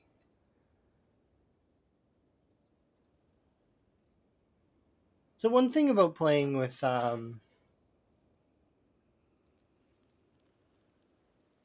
large populations is you just all have tons of weapons. They just build up so quickly because you kill 1,000 zombies,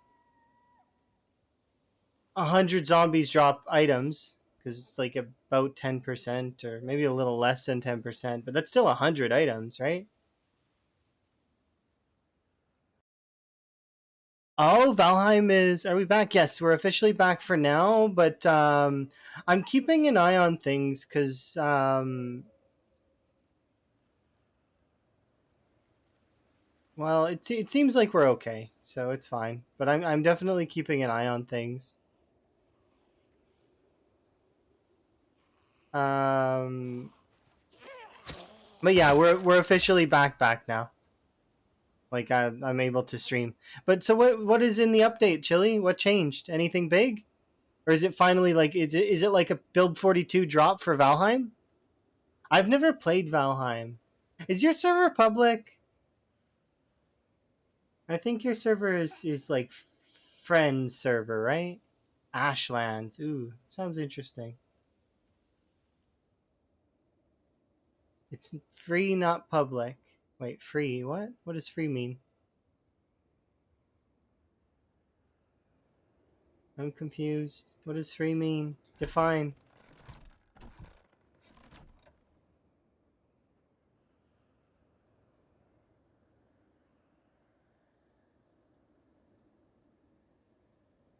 Does free mean that friends can join?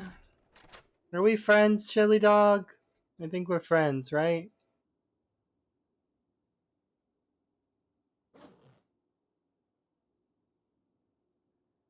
We friends for sure? Okay, I'm glad then. I'm friends with Chili Dog. That's good. You don't want to be presumptuous, though. I wouldn't want to presume that I'm friends with everyone. And it's always good to ask. Be certain.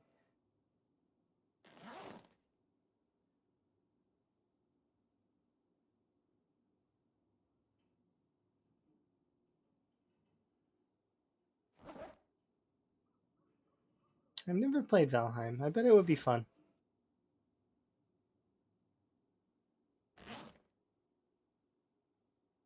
There's a lot of games that I've been trying lately that have been really good. Like I've been playing a little bit of off stream. I play on Ton server for he goes by Fieftism now, but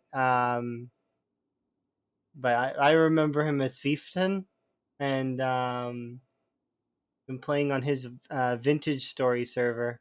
I'm not very far in though right now. Like I just have I just got pottery. Like I and sustained food, kind of. Not really sustained food, but kind of. Oh, Vintage Story is really fun. If you've never played it, it's like a simpler Minecraft where you don't have to and more brutal. Like it's like playing well, RL Craft is no, it's not like RL Craft. RL Craft is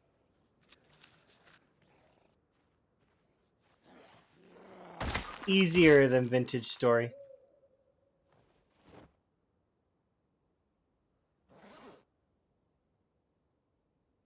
Because Vintage Story, you get one bad altercation with a wolf and you're dead. Like you die and you have to Go get your items, or sometimes items get deleted. It's like No Man's Sky kind of for its drops. You can kind of like set it the way you want to lose items. Okay, so we'll leave these for a day. I'm gonna go get the foraging and the farming book, and then come back. That's gonna take about a day's travel.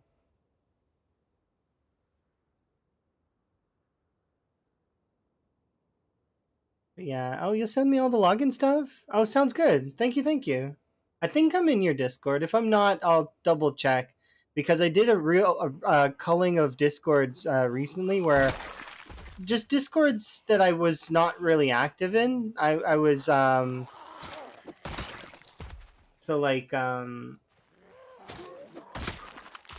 lot of my old old Mixer friends that don't stream anymore and that have moved on with their lives. Those their Discords, I'm still friends with them if they want to like message me and talk and stuff. I so for me, friendship is one of those things that it's friends for life. I'm not gonna if I'm friends with somebody once, it's a sure thing that we stay friends. Um, but I'm not active in those discords, and there's no notifications, so it ends up being that it's just pointless for me to be there, right? I have like 200 discords.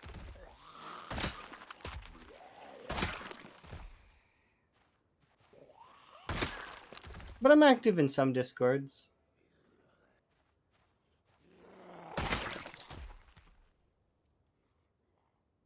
Yeah, thank you for the wellness check. Do appreciate.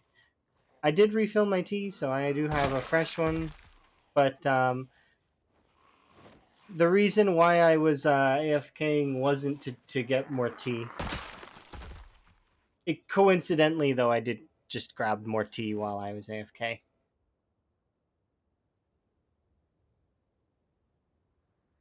It's because I've mentioned before, but my province in Canada likes to be on fire.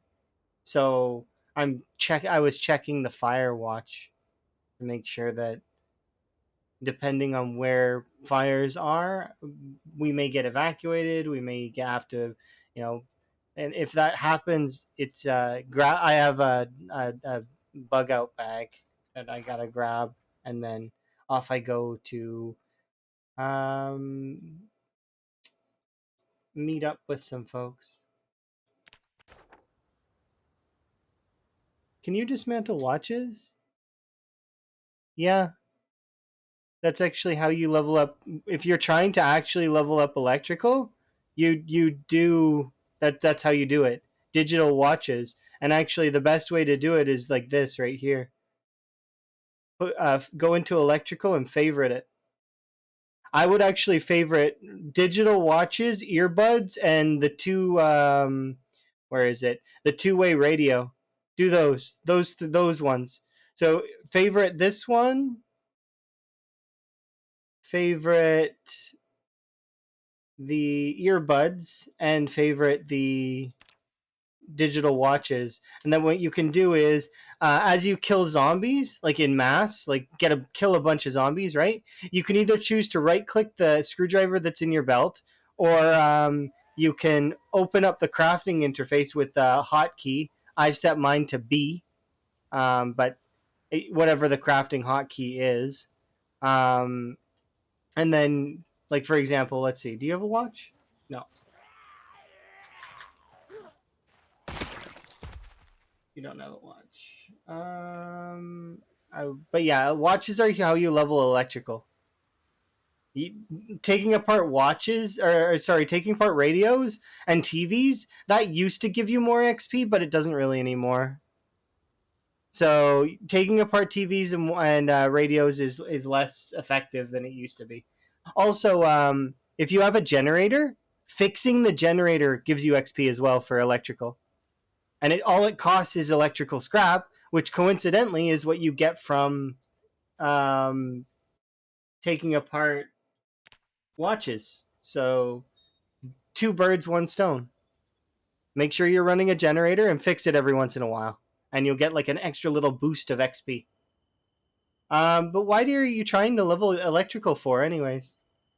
If you're trying to level the first level of electrical, it's really, really easy.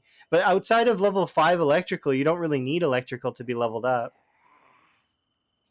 Level 5 electrical lets you move the commercial ovens, but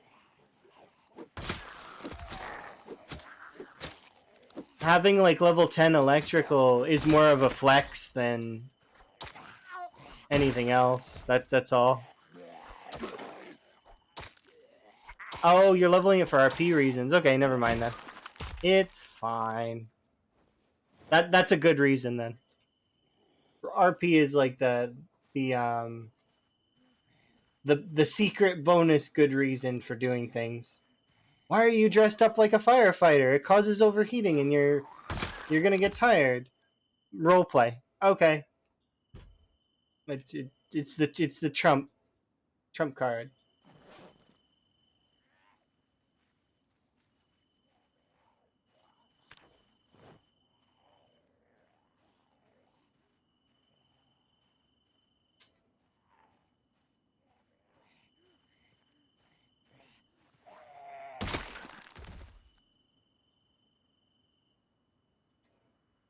I was gonna show you on these zombies, but they don't seem to have watches. None of them. See?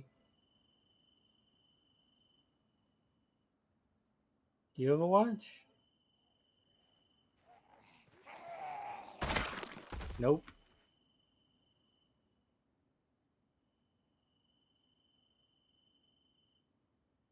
You notice a few on the previous zombies? Yeah, it happens.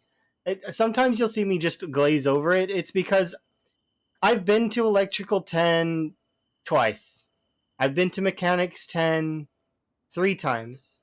4 times? 3 times. 4 times. 3, 4. I don't know. It's just you just grind. You get a passive grind for it. So see this right here, you can right click it and do dismantle watch.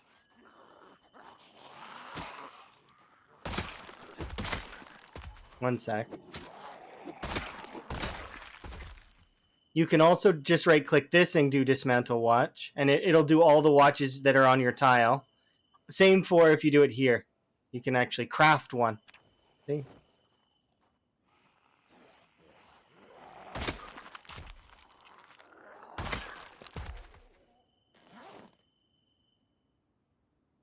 It's more like uncrafting, though. It's not like you're crafting electrical scrap from that. But yeah, that'll level your electrical up. The fastest you can do it in vanilla. So what you do is you get a lot of zombies together, and then you just go down your corpse highway, taking apart watches.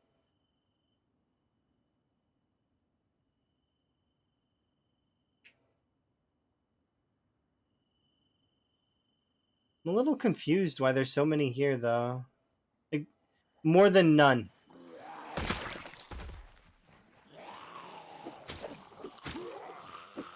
It's like they didn't listen to the siren call of the helicopter earlier.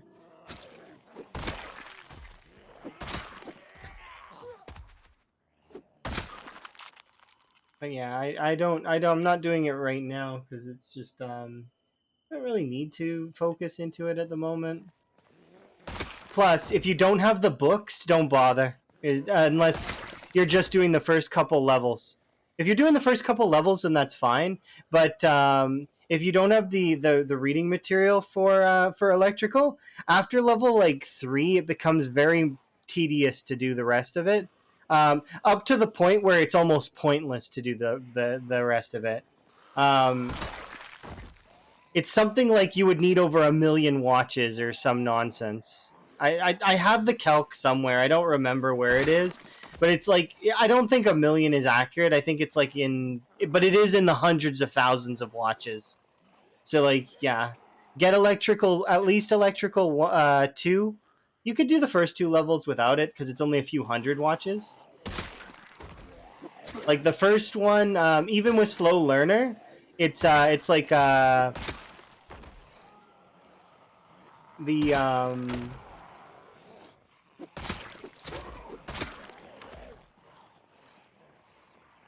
I'm trying to remember. I think it's like per XP, it's like, is it 0.35? Might be more than that. I think point.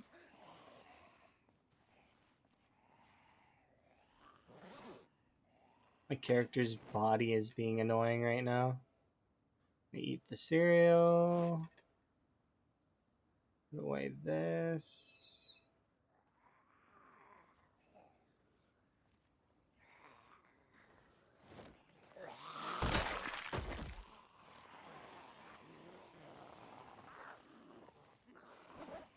Draw that. Okay, and we're good.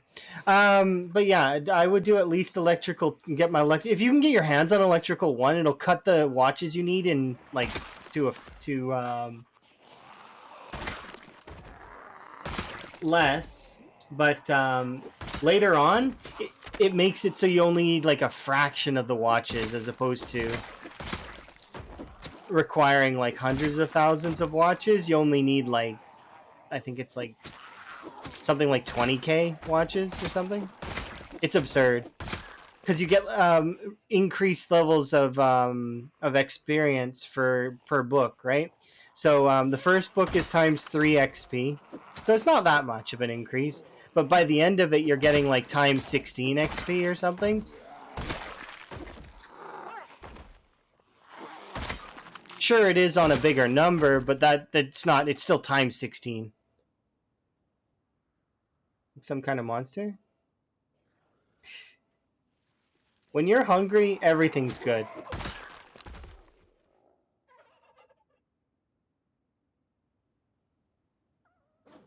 And my character was hungry. She needed food.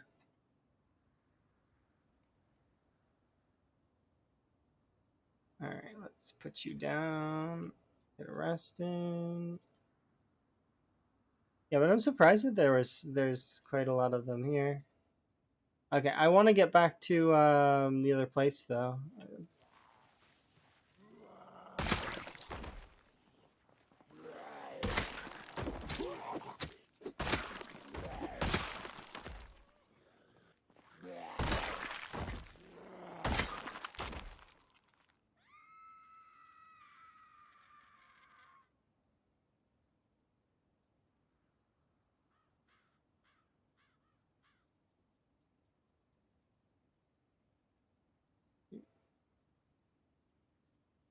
You got started getting frustrated for looking for radios? Oh, no worries. I try my best. If I don't know an answer though, I will say that I don't know, and that I'm sure somebody in chat would know, because the thing about Zomboid is we all pool information, right? And if somebody's got the correct information, they will often like share it, unless somebody says not to. Because there's a lot of people that actually want to experience the magic of the game without knowing everything, right? Like, and you don't want to take away the magic from somebody learning something on their own, especially like, I mean, if it's like something niche. But at the same time, you know, if someone asks and is very curious about how certain things work, it's good to give an answer if you know it. Sometimes context sensitive, right? Sensitive to the context of the situation.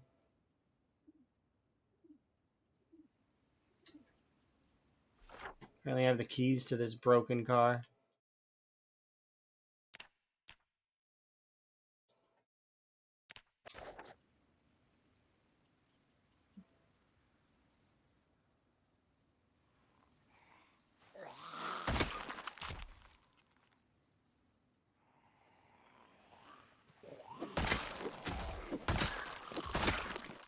But yeah, it's the game is very wide in its knowledge, but once you've got a grasp of most things, it becomes a lot easier.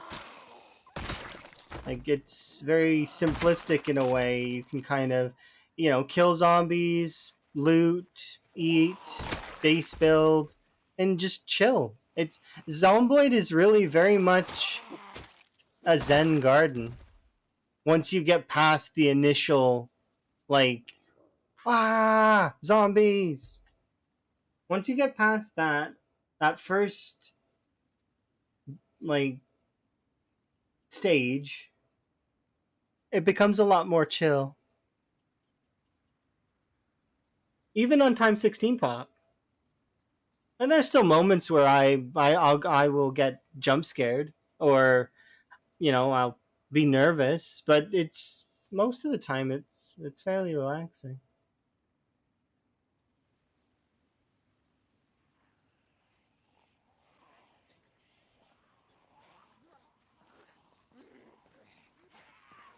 Oh yeah, I like CDDA.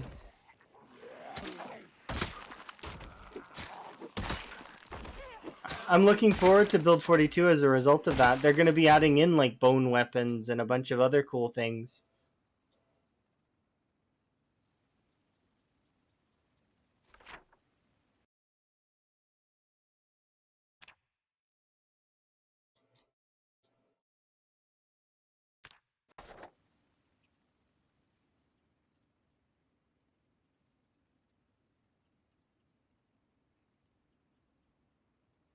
I don't think I've been to these two houses that are down here, so I'm going to go check them out real quick.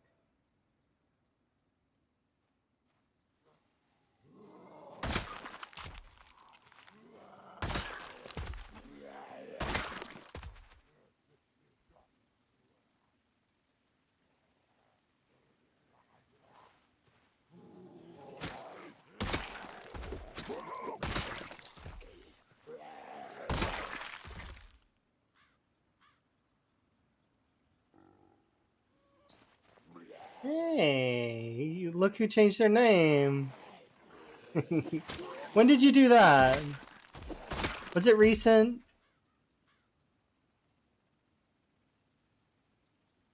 How goes? You did it ages ago? Okay, I must have missed it then, because I've been busy bee with working. I'm gonna shout out your main channel or your gaming channel. Which would you? I'll just do both. I gotta wait cooldowns to shout out the second one though. How are you doing, by the way, Gaz? Are you back on the Boyd, or were you doing something else? Yeah, let's see. Doesn't tell me. Okay, so you're just playing. You're back on the grind. How goes? Yeah, I seen Shivas was in the 400Ks. Twist recently passed in his run, unfortunately, but Twist is actually back up into the 60 to 70,000 now. Last I seen. And then I just haven't been able to play very much, unfortunately. But I am 100% super excited for Lamprey server that's coming. Are you going to play on the server?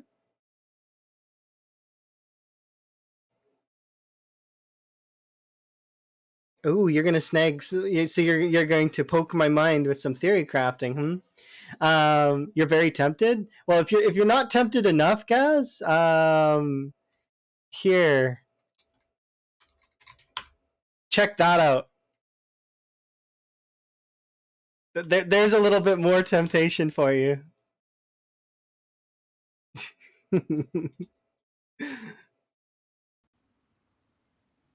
It's like a super short video, so you should check it out and feel tempted.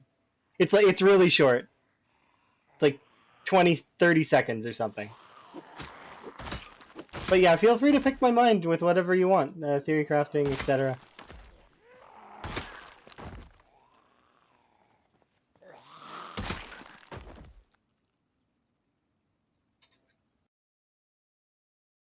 Oh, so you're doing a 1 month challenge. Okay, so how to do it in 1 month? Well, you gotta take high fitness for sure.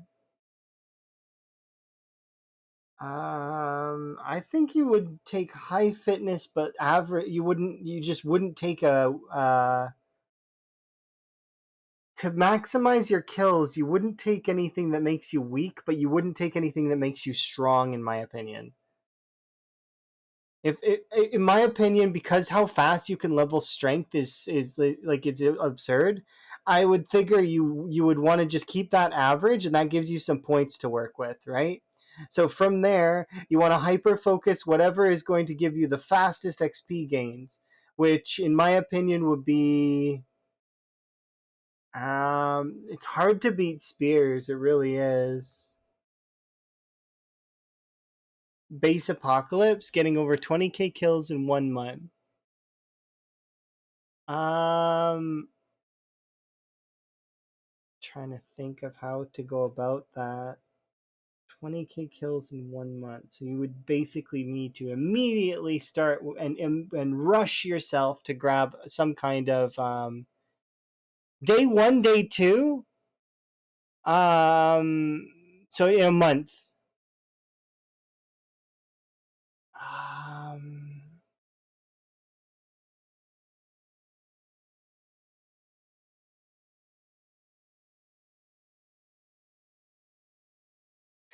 I actually think if you're going for 20k kills, the fastest you can get it,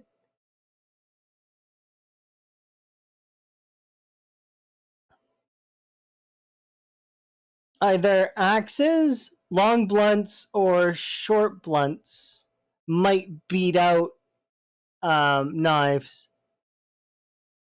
Which one would beat them out more? How much XP gain can you get from them? Because you want to hit level 7 as fast as possible. So fast learner and then big numbers. So you want to, but the XP gains you don't want to take too much because your XP gains it's diminishing, right? You're doing axes and you hit it after 5 days. Do you think you could do it faster with any of the other ones? If you're doing stone axes, though, you could focus a lot of your points into foraging, and if while you're going out, try your best to snag some chipstones, but focusing obviously on hand axes and regular axes. Yeah, that I was thinking short blunts exactly for the same reason, or long blunts for the same reason. Because long blunts, you wouldn't have to. You just get one crowbar and you're good for like a while. But I'm trying to think. And then for food wise, it's default apocalypse. So you could just run into a house, grab food, eat, continue. It's more so just about getting that ambulance or fire, or what is it, police car, and right off the bat. So you probably would want to start in West Point or in Rosewood. Day one, you could drive straight to Louisville and grab a military backpack out of the military gate. And if you're feeling extra spicy, you could actually drive into Louisville and kill some zombies there. Maybe even go to the baseball. Oh, that's a thought. You could, in theory, you could drive directly to the baseball factory if you took long blunts as your primary and do long blunts up. Or you could go straight to McCoy and get yourself some axes, or if you wanted to do short blades or spears, you could do it. You could do it really easily. You go into the military tents and you get short blades and collect them for the spears. You could, but spears leveling them up is the pain in the ass part. That would take quite a long time. So your best bet would actually, if you're limited to 30 days, um, take one of the other ones. So short blunts, long blunts, short blades would be still good because you would have infinite stamina. It's just that the thing is with the short blades and the short blunts that you have to put in more attacks, which gives you less overall. So my thought process would be axes, you go straight to McCoy. Oh yeah, on Apocalypse, yeah, it's got tons hand axes, sledgehammers, regular fire axes, and not just that, but think about it. You have the entire map to your ability. You can go wherever you want.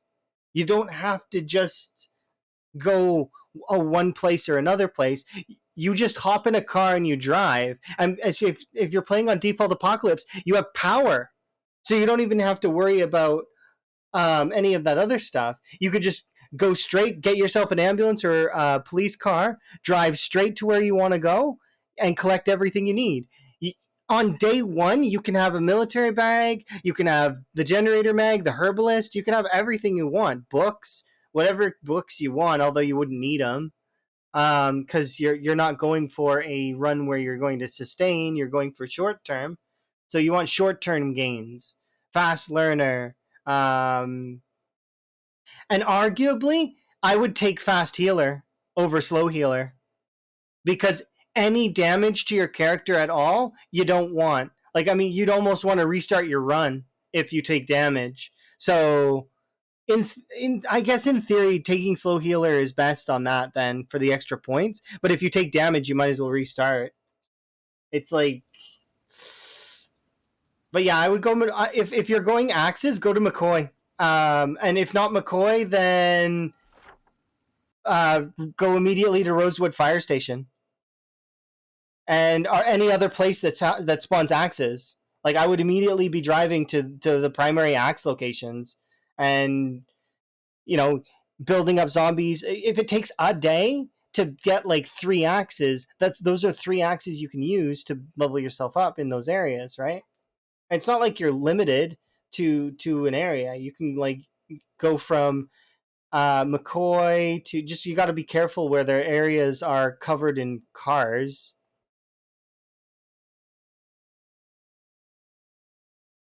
But we'll turn around from McCoy. Yeah, in my opinion, that's what I would do. I would go from here and then I would go to McCoy right away. Collect the axes I need, and then I would probably hit the main drag of McCoy as well, while I'm passing by it.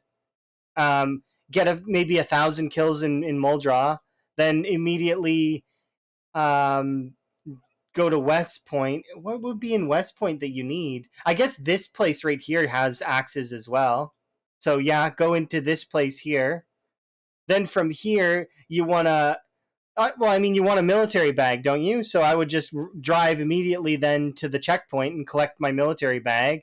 And then from that point on, I would choose to either go hit this place up with, I would get my first ambulance, and then I would hit up, this is covered in, I would get a second car, and then I would put my ambulance over here, set off the sirens, start killing, and just call. Until you can get through. Like, this area is not going to be that bad on Apocalypse. You get a few thousand here, but I wouldn't stay in Louisville because it's a pain in the ass to drive around because all the fences and stuff. Unless I was collecting weapons. Does Louisville have 2 fire departments or something? I think it might, right? But yeah, going to the Gigamarts is good too to pick up coffee. Yeah, you can also. Did you stop off at the Rosewood Gigamart? Because what you could do is, if you plan your route, you go from Fire Apartment to Gigamart, right? But I think there's a couple other things you can hit up here. Is there a hardware store here? I think there is. So I would hit up the hardware store too. Hello, thank you very much for the raid. But yeah, so I would hit the hardware store. I would hit the Gigamart. I would then move over to Muldra, and I would hit. Definitely would take McCoy. Like, I group up the zombies. Although that would be your first thing, is make sure that you have axes and then kill the zombies that are at McCoy.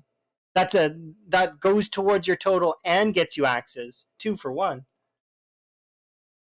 I can't remember what's along the main strip of Muldra right in this second. My brain's fuzzy on it, but there's a storage unit here, isn't there? Are there axes in like a warehouse here? Have a good night.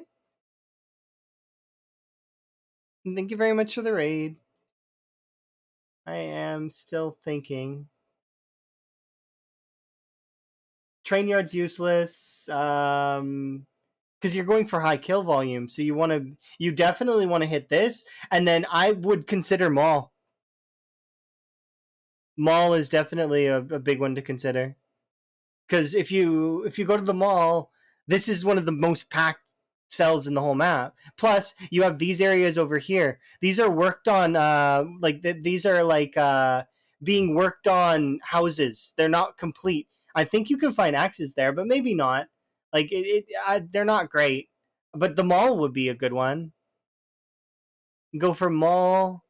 And if you're still got time left after that, then you could maybe hit the main hospital, or well, if you have a sledgehammer by this point, you could just cut right through the fence right there. cut right through, drive directly into the heart of Louisville, like through over here from the mall area. Either that or you could go over the bridge.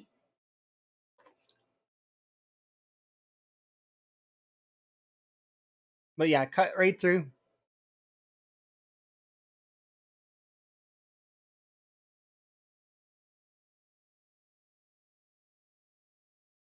I bit my tongue.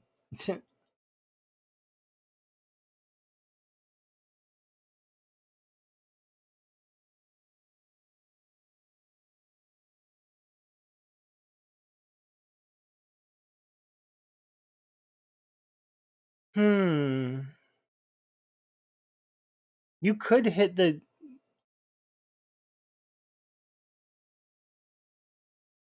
See, if you were going to do that, though, you'd have to make sure you have in your ambulance. You have to be towing something, like have a tow, and fill that tow with ammo as you're passing by the ammo spot. So like here. But the problem is stopping off here is a time sink. And where what other ammo spots are on the way? Like going to the prison, I guess, is in theory a possibility, but I mean, it just is like, and I guess the police station ammo is good. I'm trying to think of other ammo spots that would be along the way.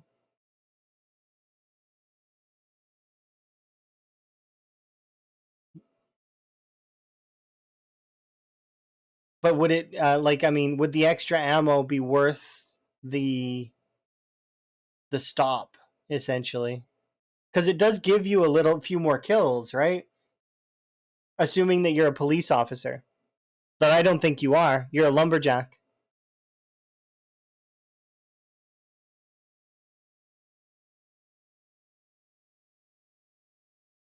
Um, the only viable areas that I could see is it going to the hunting lodge. I guess the mall, but I mean, I'm thinking for future runs. Yeah, I'm just thinking of as well. Like, I mean, if you because you're not wrong. Adding if you're a police officer in future runs and you spawn in Rosewood, you'll spawn in the police station probably, which is right next to the fire station. And if you luck out, you'll get a spawn a police car, or you might get one over here, or you could maybe get an ambulance. Then you would run from here uh, to. I think still running axes still would be best because you can, or actually maybe with the police officer you do long blunt, and then you'd rush the baseball factory or any place that has crowbars. So like you would be rushing from house to house looking for wardrobes that have a crowbar. Or still, that's not as good. It's not a guarantee. You want a guarantee, unless you were looking for a run that does specifically hit that. It's hard. You could literally theory craft on that for hours and hours. I could too. I can see why you're interested. It's tempting. But I've also been theory crafting about doing the Lamprey server, right? So it's been I've been theory crafting quite a bit the last few days.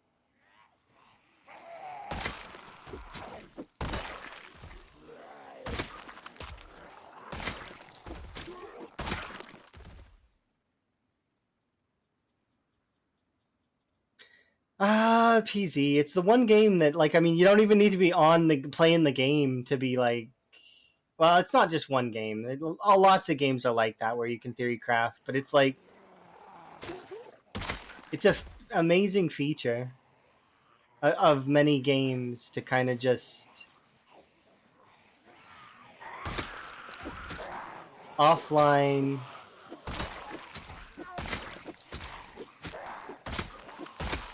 Just chill crafting.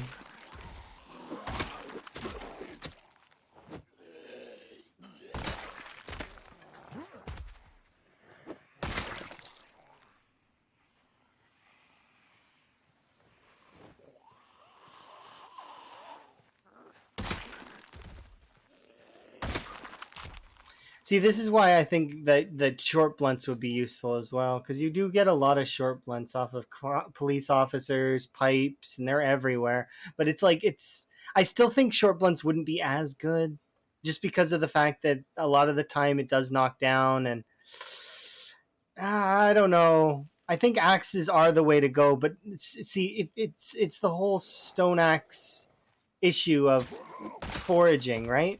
But then again, the fire axe is one of the more durable weapons in the game. It's like the second best in the game for durability.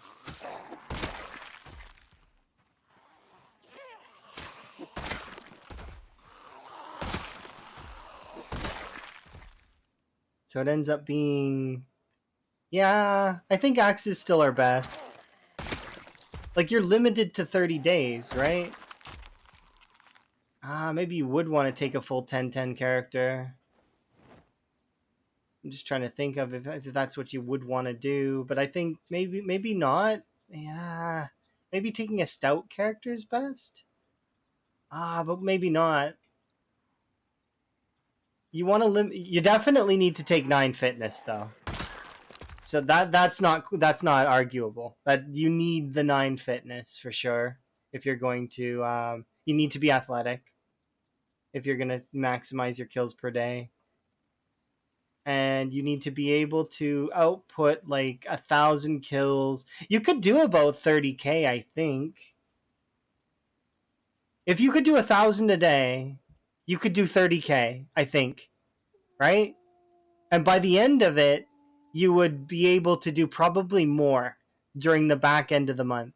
So you probably could push between 1,200 and 1,500 a day on the last, like, you said you could get to level 7 axe by day 5, right? So if you're already at level 7 axe, then you should be able to push those numbers much higher, much quicker. Yeah, 1,000 a day is nuts.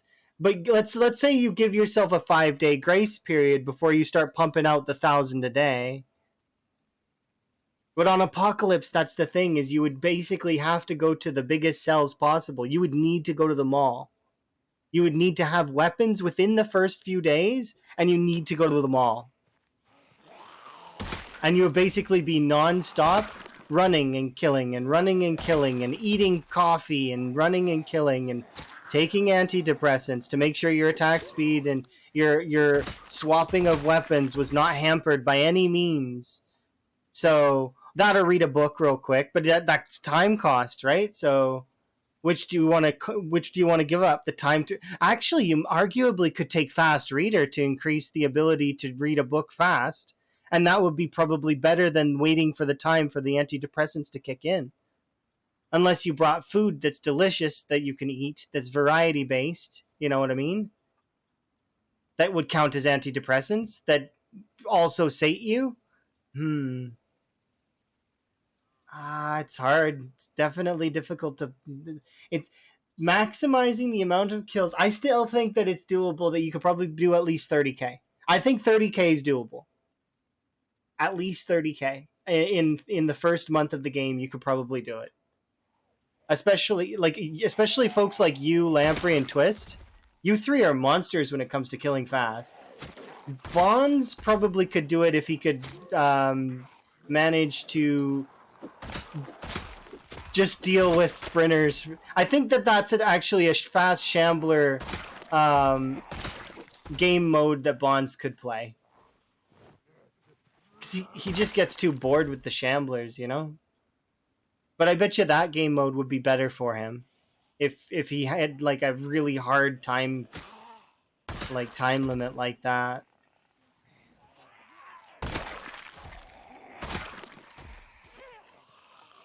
Yeah, you'd need strategies just like chess. It would be doable with almost any of the weapons. I don't know if it'd be doable with spears though. Spears are too slow in terms of their leveling. Even when you have fast learner, it's not enough. Maybe in future builds, if they give spear the ability to have a weapon trait, but for right now, it's not. Yeah, you wouldn't be able to reach it, I don't think, not within the first, like... I mean, you could get close, maybe, but you got to remember the knife costs, right? You'd have to day one. You would be rushing to um, for a spear start. Let's go over the starts for each of these. Axe start, best start would be either Riverside or Rosewood. Why Rosewood? Because of the fire station. Why Riverside? Because Riverside has this factory here and this storage unit. These two things actually make Riverside actually optimal for an axe build. A little bit far away from everything else though, but it doesn't matter because you're going to get a car day one, so it doesn't really matter if you're wasting time driving across the map if you're secure on weapons. That said, I would still do Rosewood. I think Rosewood's best call. You're on par with that. I would do Rosewood Fire Station into if I feel like it's good.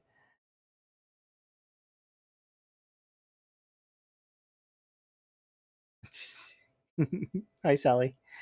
Um, Goodbye frogs.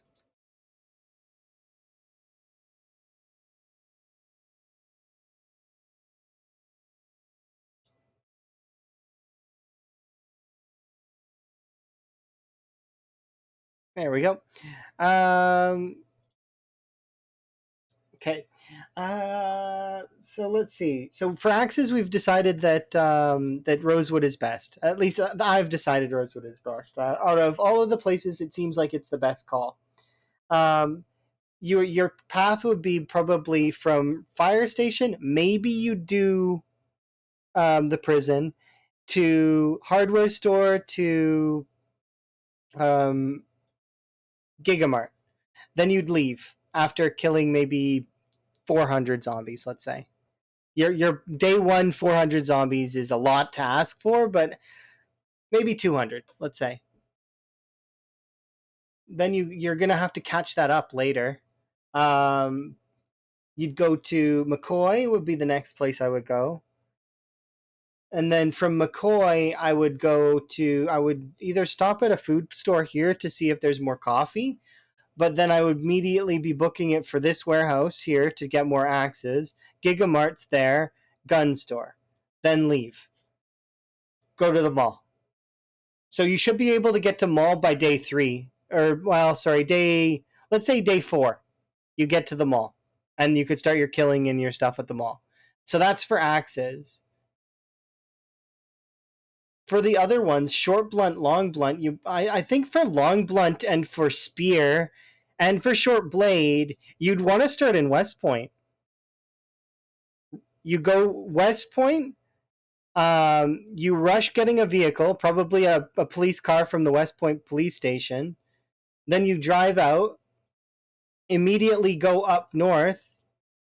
Um, you could either choose. I would probably go for the baseball factory actually, if I were doing long blunt, and then if I was doing short blade or spear, I would go to these tents that are here. There's tons of hunting blades here. You can get hunting knives. That would build your spears up really fast. You'd need like one axe, but I mean that's not a big thing to ask for. So by you'd be able to get at least enough hunting blades to start you on if you were doing spear, but I don't think it would be the wisest choice. Same for long blunt. It would be kind of hard to get all the way to the baseball factory, but wouldn't be impossible. And arguably, you could luck out and get crowbars to start. If you got like 3 crowbars to start on the you'd be basically set to continue because then you could. I know that if you go upstairs in this movie theater, there's lots of different things in that upstairs.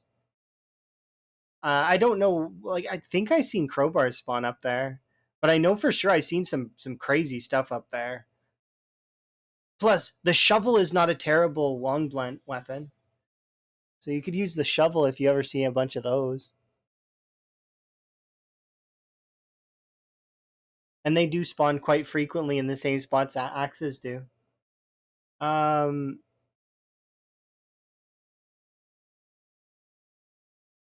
yeah, that's crazy.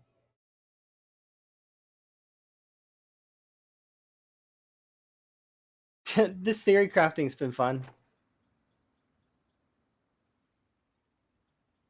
I like theory crafting.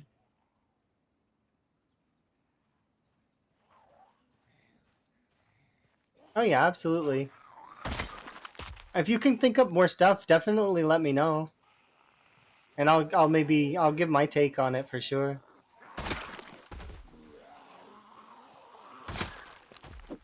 I do think you are right though that axes are best because because you get to start out with such high attack speed and you get a bonus. It's just it's hard to beat that.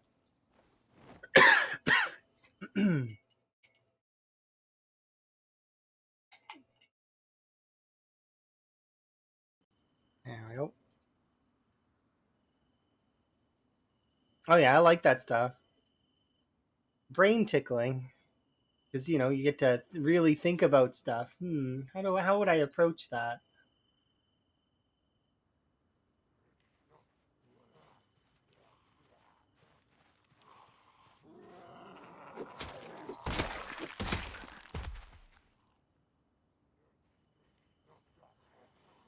If you don't want to, okay, so if you don't want to waste your time with checking McCoy rate immediately, you could always, I don't know, you should take an inventory of McCoy every so often and like go into McCoy and see how good it is, like for you,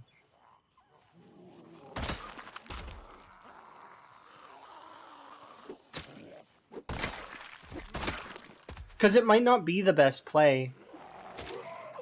It's what I think would be the best play, but it might not be. Who knows? Maybe Riverside secretly is the best play because that storage unit is very good.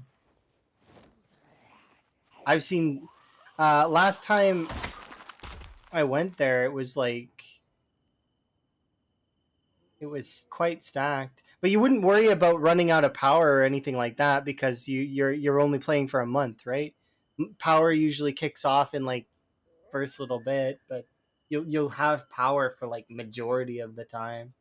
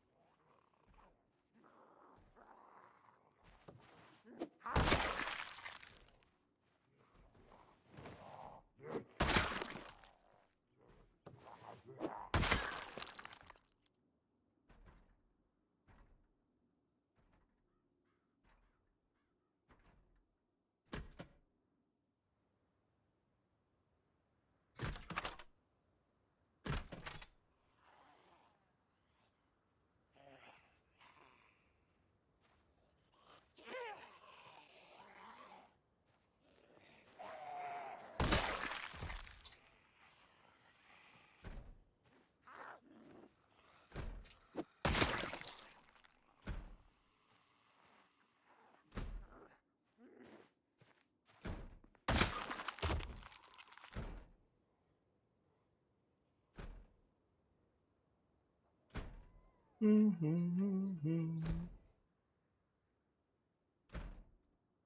we go.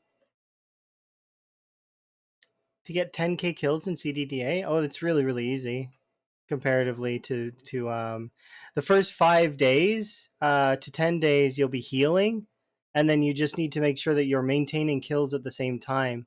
So it'd be take the same sort of strat that Gaz would be doing for his speed thing.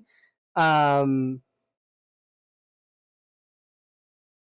Except minus the lures. CDDA has higher pop though, higher pop than Apocalypse. So you would just rush like oh, but food would be an issue. No, it wouldn't. You just raid the raid Dixie or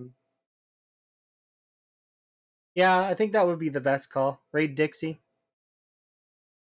CDDA, you start off in Muldra. So raid Dixie immediately. From Dixie, you travel over to McCoy, group up the zombies, take them away from the area, get your weapons out of the McCoy storage lockers, and then just go to town. So in the first, like, at least that's what I would do for if you had the if you were doing the 10K for. So you go lumberjack and.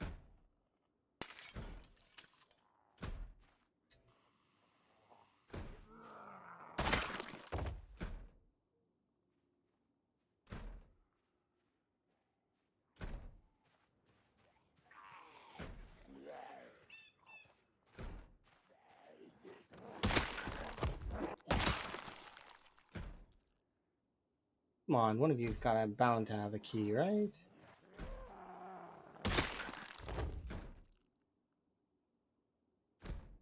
I am not winning the key lottery.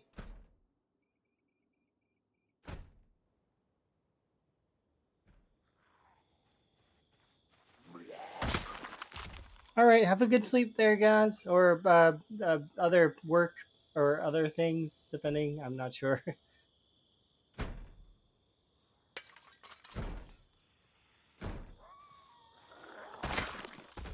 That's fun though. I think lumberjack would be the best call though for CDDA, if you were trying to get 10 kills.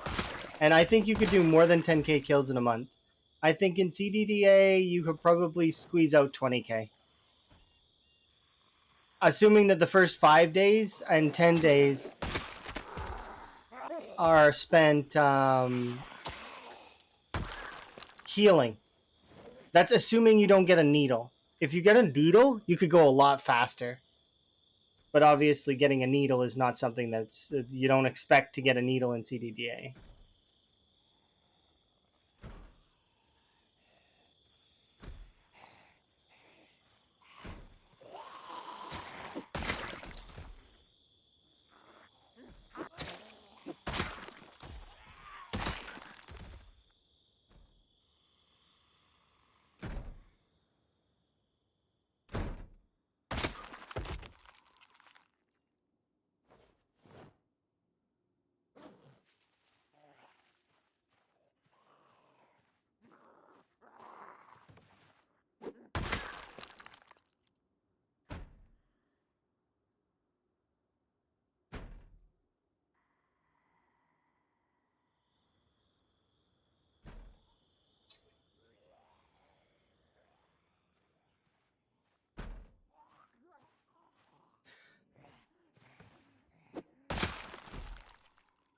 Seriously, no luck at all.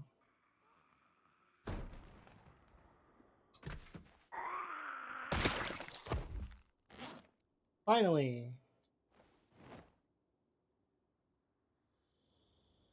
I don't know why I want the keys to this place. I don't really need the keys to this place.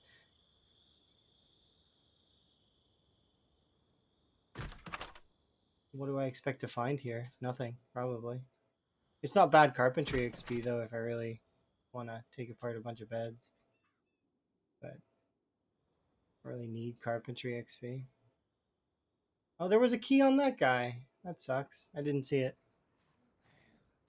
Hopefully you're having a good day, by the way, Sally. Sorry, I was tangented when I received your thing.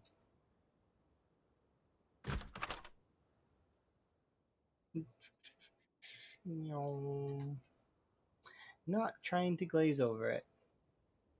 I don't know which cookies I took, but I hope that one of them was sentient.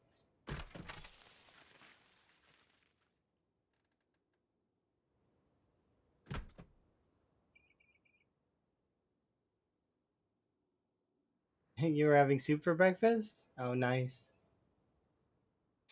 I had probably one of the most unhealthy breakfasts ever. I had pizza and wings for breakfast. Hello. But it was meant to be a sort of not a celebration, but like a hooray! I'm done all the paperwork and all the nonsense that I have to do. I was happy, so I was like celebratory dinner.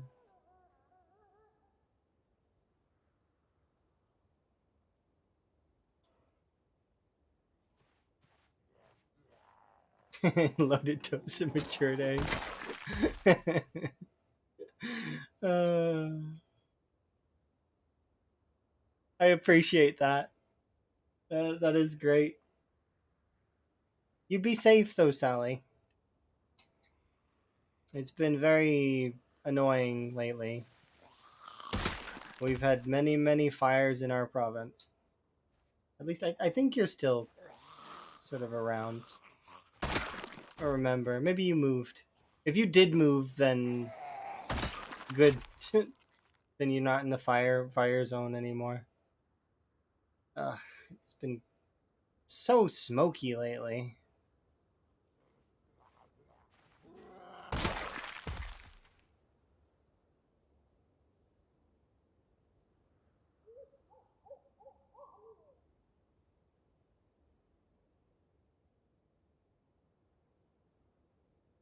In 18 days? Okay, you can do it. I believe in you. You've shown that you've got the know-how. Just the first 10 days, give yourself the 10 days grace.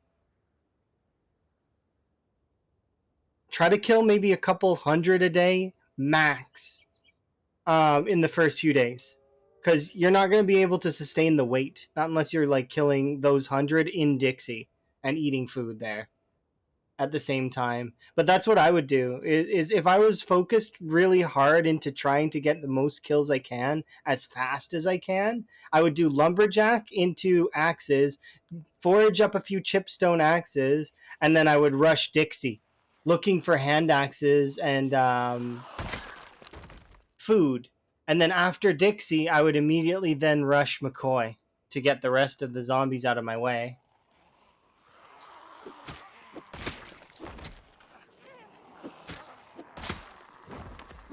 At least that's the route that I would start with. I would try different routes though, obviously. And you should too. Don't limit yourself to what I'm saying. Try different routes. Think outside the box. Maybe you could start with who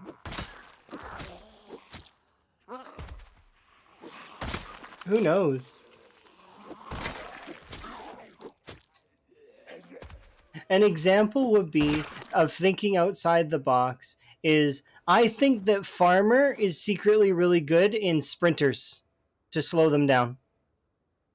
Because you can harvest up hedges and then you can place hedges down and control the sprinter's movement.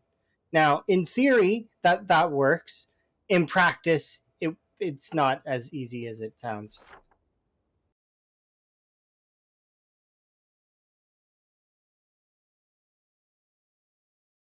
We haven't made very much progress to get over to that foraging book. It's already. Oh no no. CDDA is not times 8 right away. It's times 6 start, and then scales 28 days. I'm pretty sure it's isn't it times 6 start? It might be times 4 start times. I'm pretty sure it's actually it's lower. I think it's times 4 start times 6 peak, if I remember right. And yes, respawns are on, but respawns wouldn't be something you care about so much if you're going for a short term kill run, like they're talking about. They're talking about rushing like as many kills as you can in the first month. So the respawn wouldn't really play into that all that much. Like, kind of, but not really.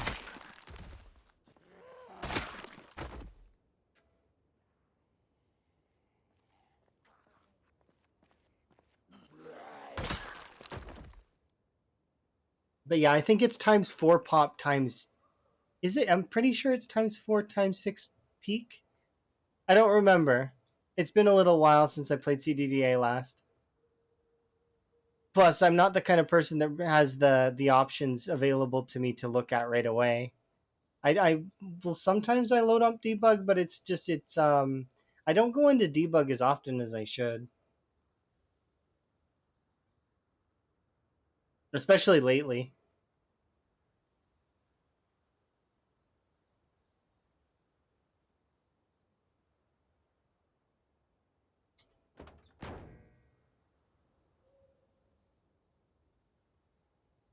I'm just gonna push forward.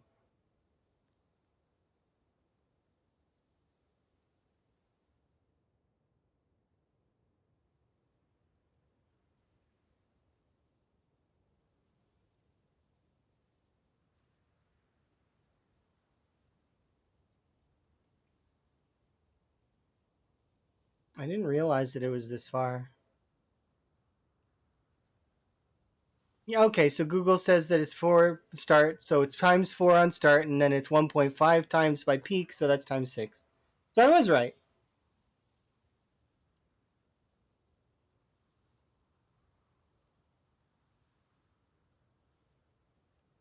But I don't remember, directly, is what I mean. Like I'm pulling from when we did the wall run.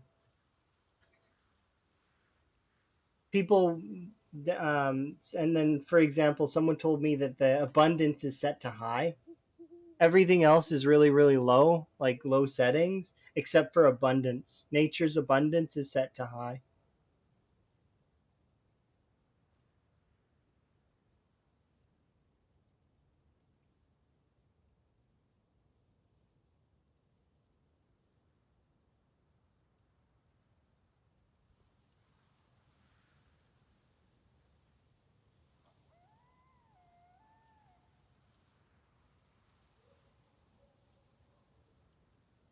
Okay, let's go go go.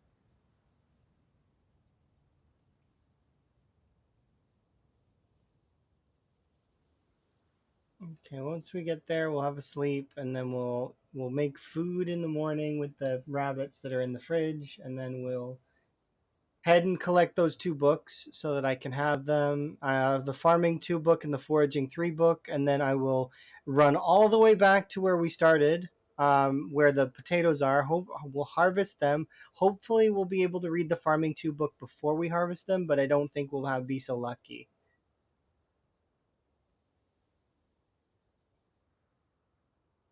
Or no, we it's fine because we need to harvest them anyways in order to get to the ability to read the book. Okay, never mind then.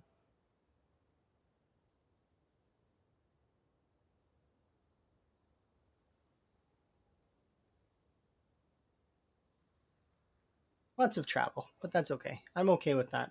Lots of travel without without the benefit of a car. Basically, I've been full sprinting across the map. Well, not really. We've been jogging, but still, like across.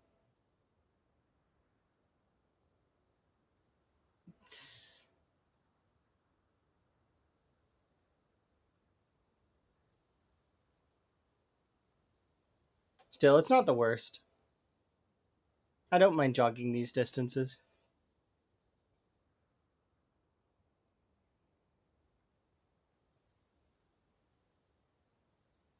I don't actually mind the jog between like going from Riverside to Louisville either. That jog is not too bad. And that's a cross map jog.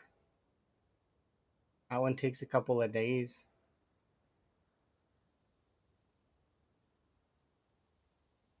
Assuming you're resting proper, of course.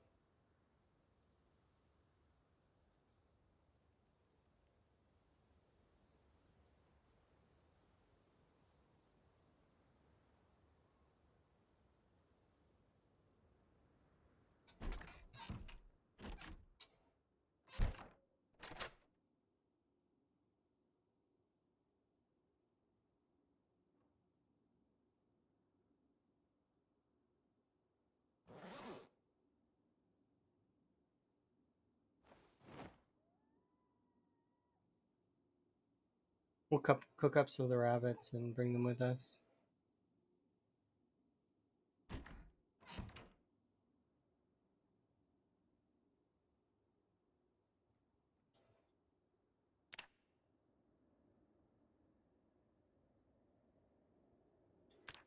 Not bad.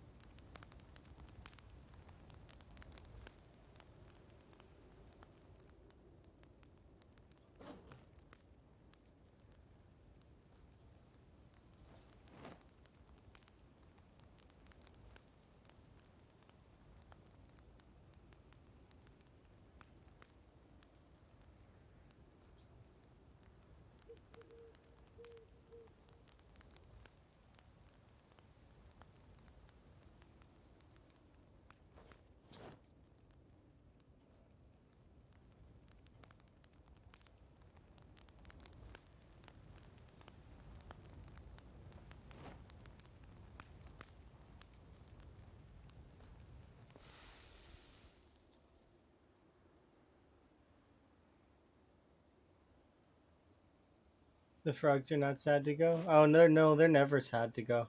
That's the best part about frogs. They're always happy.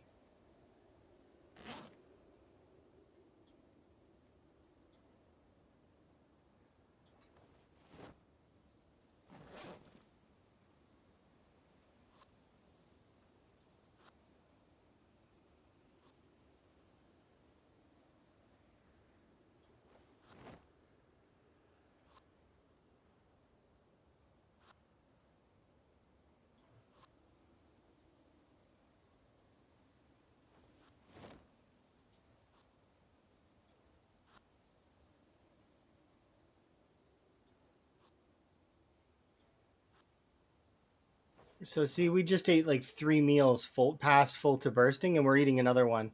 It's because we're still trying to gain weight. Now I won't be able to though. We've got a chevron. So see,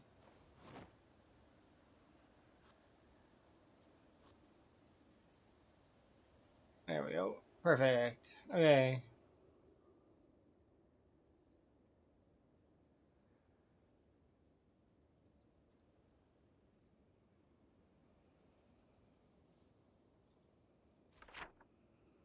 So we want to go from here to there, and maybe even to the West Point mansions. Didn't I moved you like here somewhere? But yeah, so we'll does nutrition? It can, but not really. Like, I mean, the biggest factors that exist in the game that are calories. So you want to have, you want to gain a certain amount of weight and stay between it.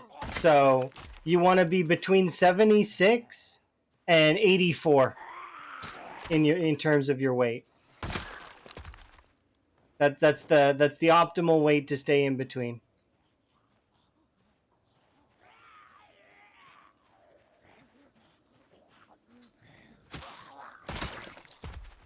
Um, you gain weight by eating caloric rich foods like butter, oil, um,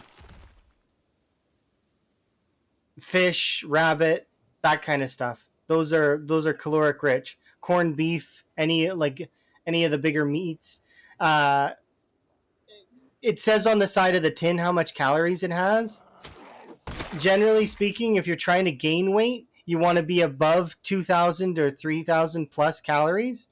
And then if you're trying to lose weight, you want to not eat any calories. So no, not really caloric rich food. So you want to eat like mostly vegetables or berries or mushrooms, so long as you have the herbalist trait and don't eat the poison ones.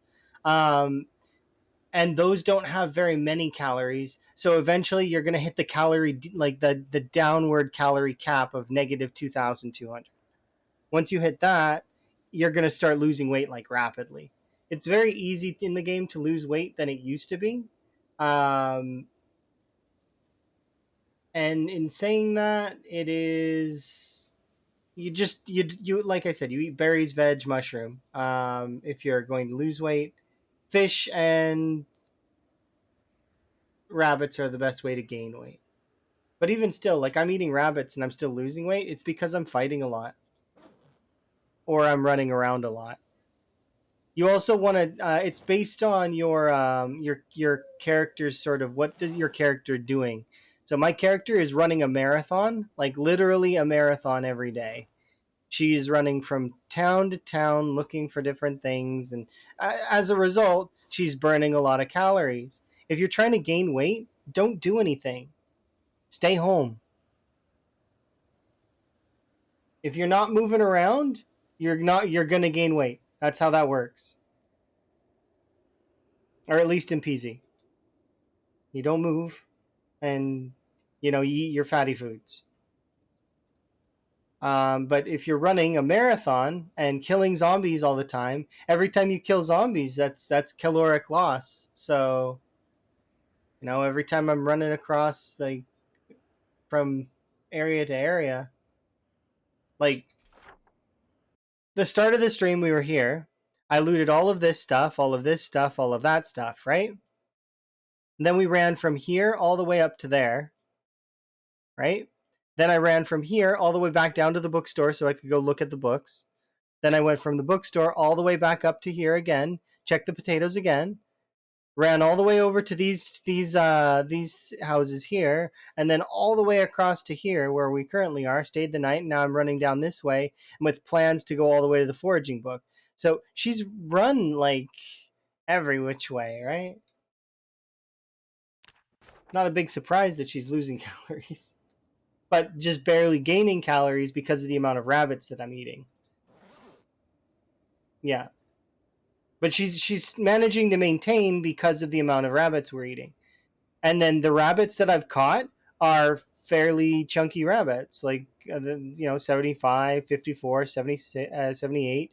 And then this one had to be in the hundreds because I'm still using it.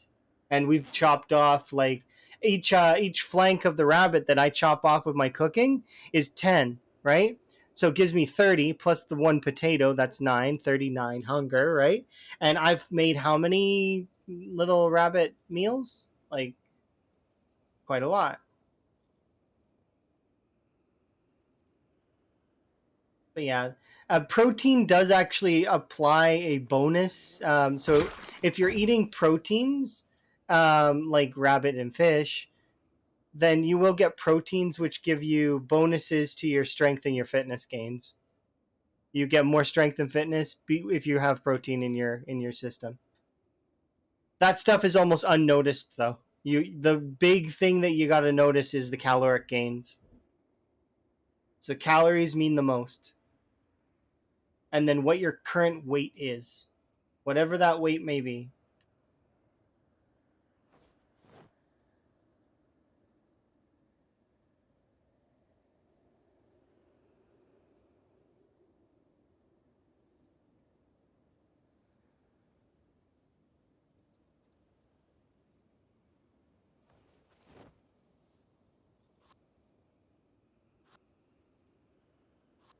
There we go. Just pre-cooking my meals as we walk.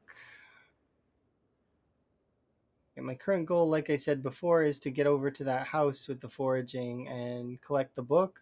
And then my plan from there is to travel up to the West Point Mansions and collect the other book. And then we'll start heading back.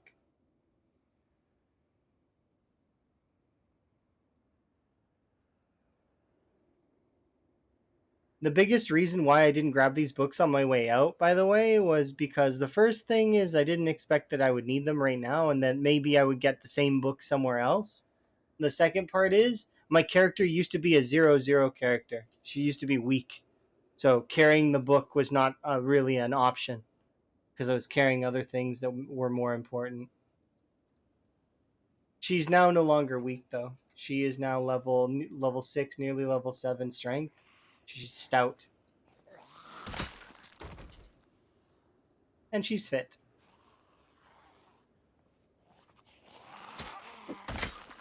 Yeah, that's really the real thing. The weight of the knowledge is heavy. I should put this away as much as I would like to keep it out. What we'll do first is we'll rest.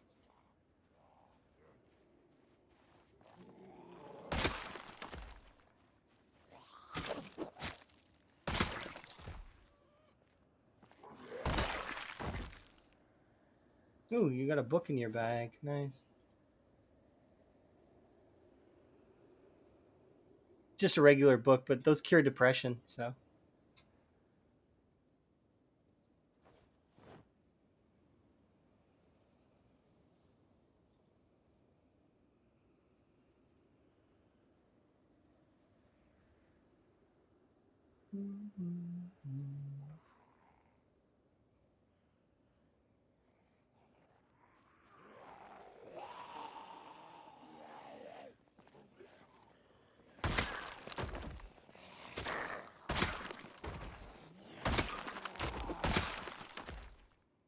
I don't plan to fight every single zombie along the route either, because if I do that, we'll never get there. The zombies that are going to be along the route as well are probably. I don't know how many would have come up by now, but if we stay in this area for a long time and we pull like a couple helicopters here, we'll be looking at quite a few zombies. Yeah, we do want to travel up this way.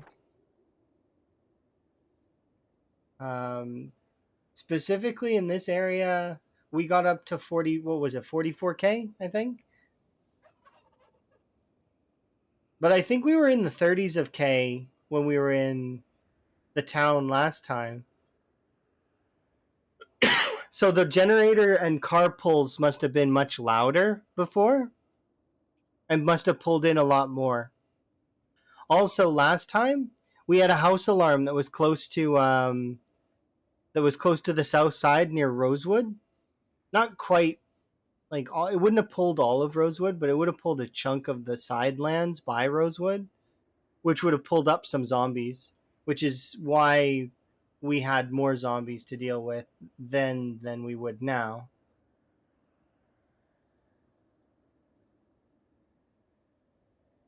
But that said, there's still going to be easily at least 100 to 200,000 zombies in our current area. So between here and West Point.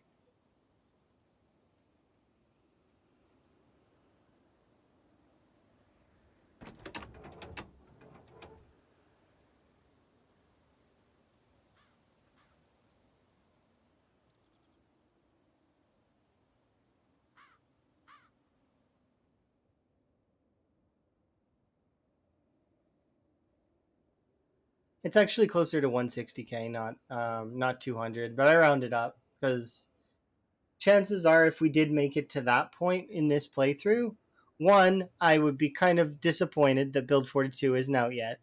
And then the second part is it would mean that I have died on the multiplayer server, which is also kind of sad.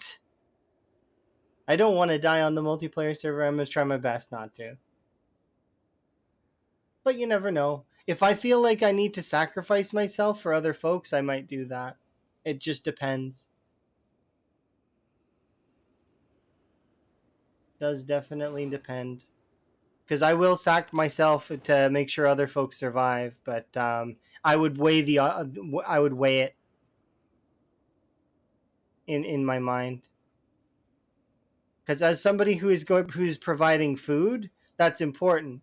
But if there are a lot of people who can provide food, my value goes down, so I don't need to be around as long. Also, the longer we have people alive, the easier food maintenance becomes. So it becomes a lot easier to not and then from there my character would become that's why I wanted to have the tailoring and the doctoring as well, just a little bit, so that I can have a secondary thing that I can do when I'm done being food person.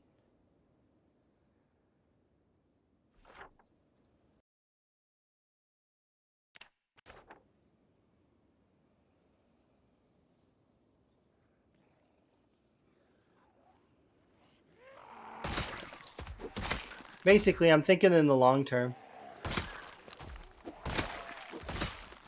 and in the positive light that we will defeat Louisville. Because Louisville is not that hard comparatively to some of the more open areas. It is hard, don't get me wrong. It's definitely not easy. It's just it's not as hard.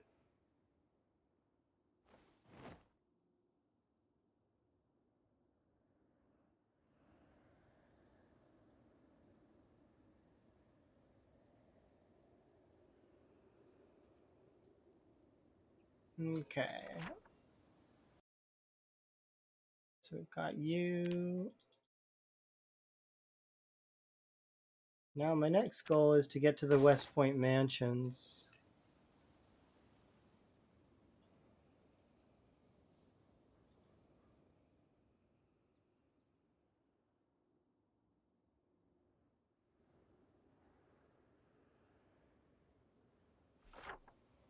Do I want to just cut through the woods, or do I want to? Oh, they're not really woods.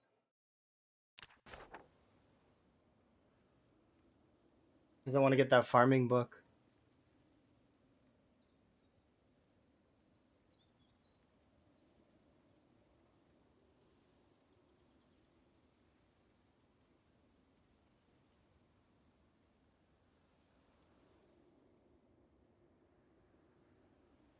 I don't need the farming book, but I mean, I might as well have it, because why not?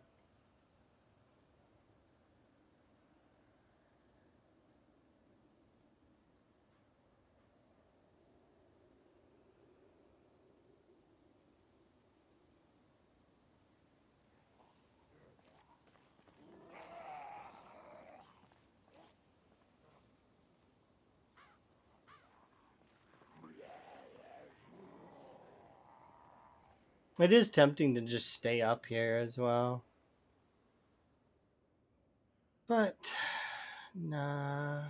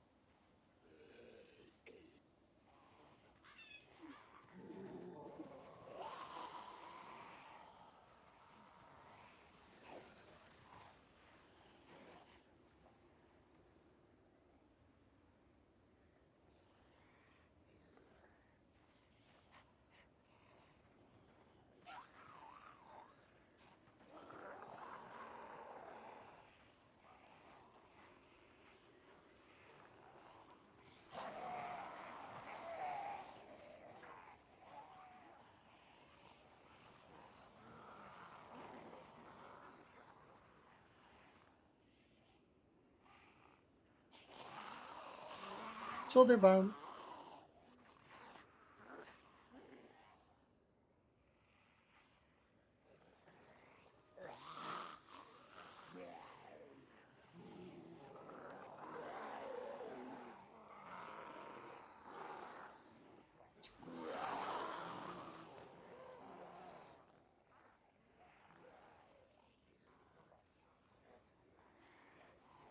This is definitely where I want to be, I think.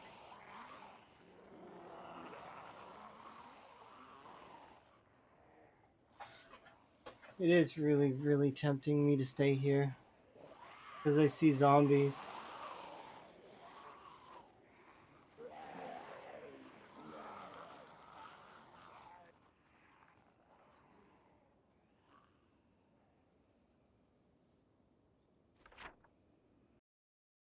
Yeah, I see zombies, and there's like a fair amount of them, and it's so tempting to stay here. This is why it's indecisive. It's indecisive. And I'm like, part of me's like, but we could stay here, you know.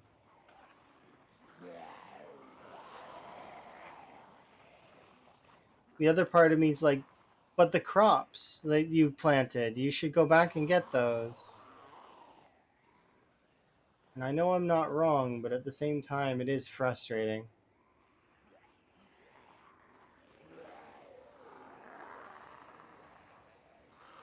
Am I trying to kill a certain amount of zombies? I mean, not really, no.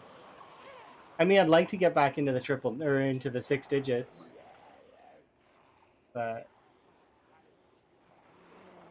it's one of those things that's like it'll happen eventually. I'm not really rushing to do it.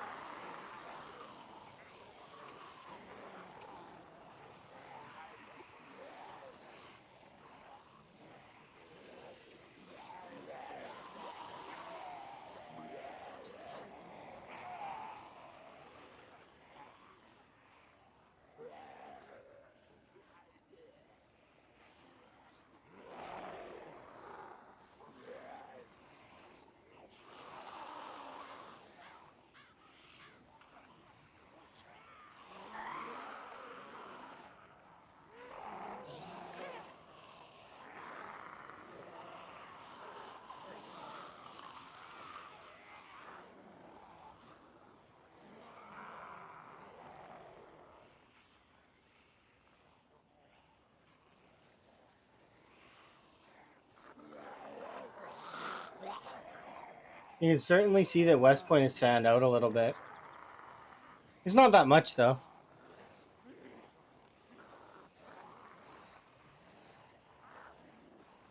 There's only a couple. At least 7.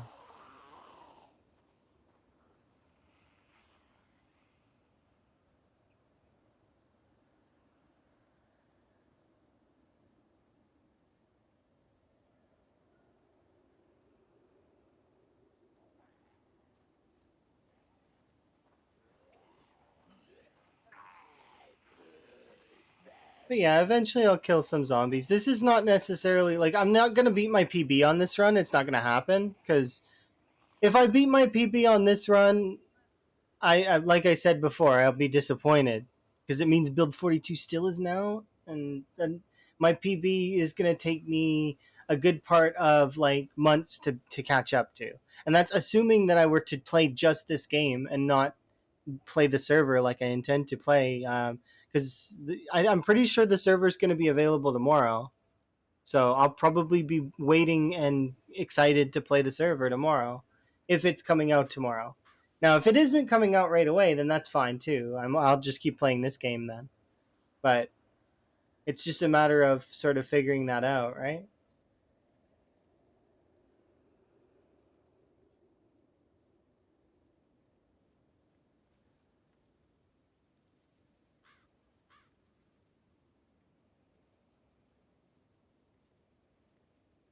It sounds intense. Yeah, I like it. You should come play too.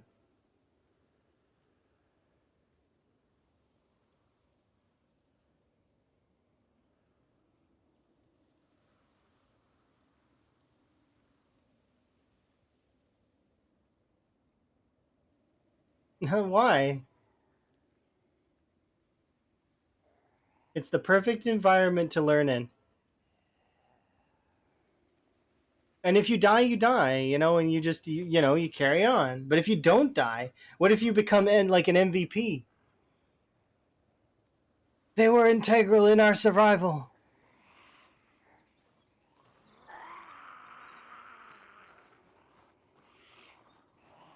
You never know.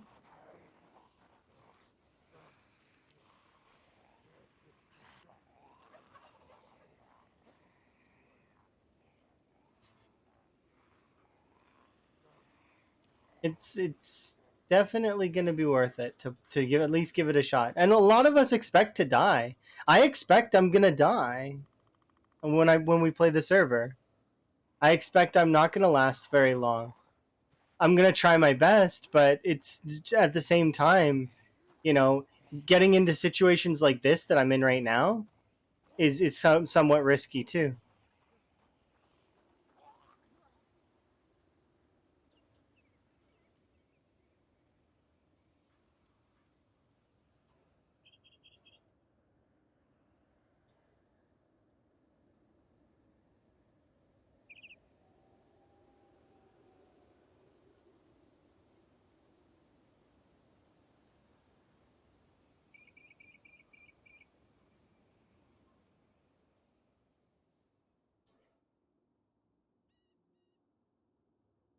Well, if you don't mind dying, then that's not a big deal then.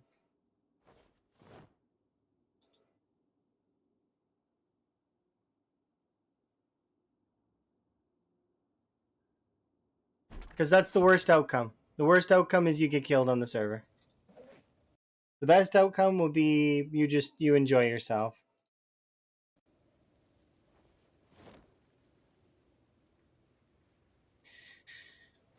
Question is, do I want to go back through the hell gauntlet that is, or do I want to go rope around?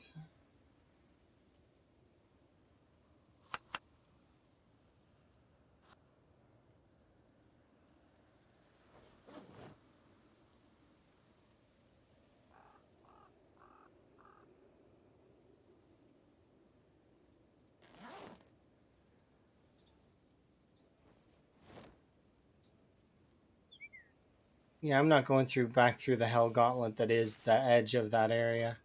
I would rather run along the moderately safe river line. It's not going to be perfectly safe, but it's going to be kind of safe. We got the 2 books though. That's what I was shooting for.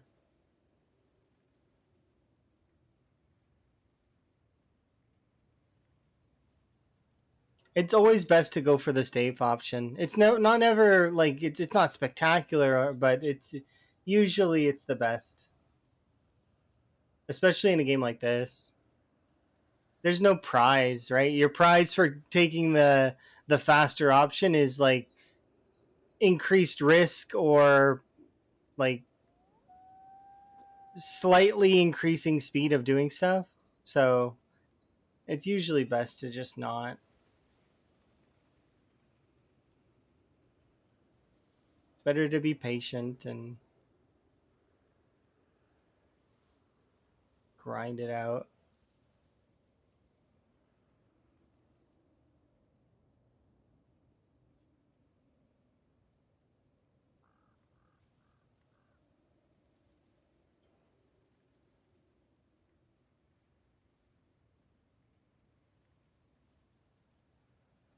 Well, with luck, I'll be able to reach the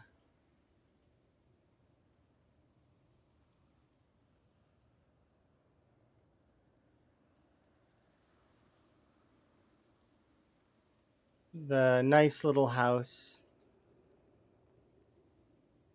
that's over here.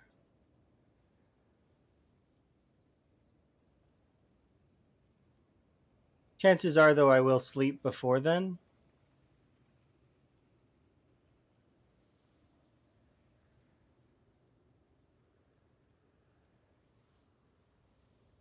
We're gonna sleep over here.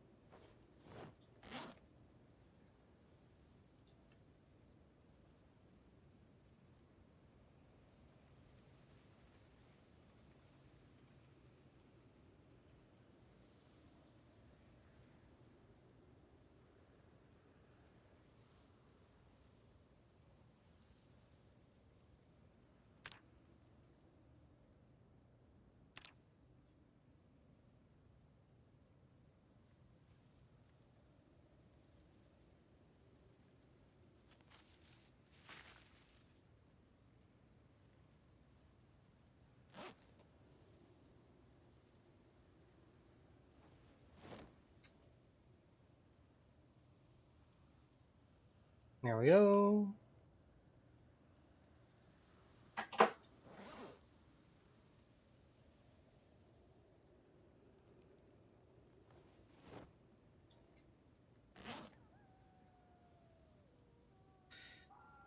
All right. Eat my breakfast and off we go. We're gonna get tired a lot earlier in the day because we slept on a chair, but that's fine.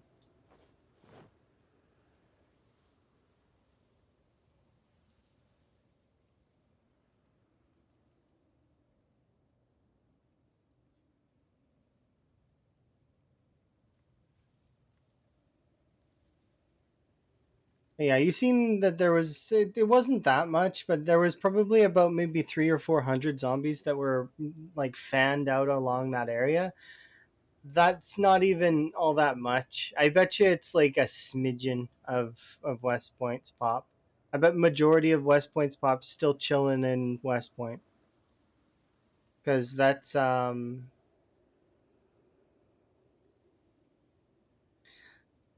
when we died last time. We went into debug to see how like I thought what I thought was how West Point was approaching us, and it turned out that West Point didn't move, and that it was Muldra that was attacking us.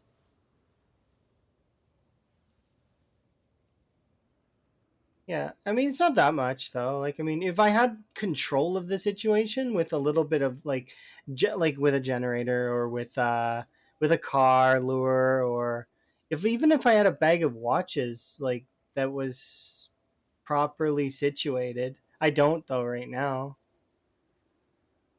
So we just take the scenic route around. I have two bags of watches at the moment. One is in like beside the gas station,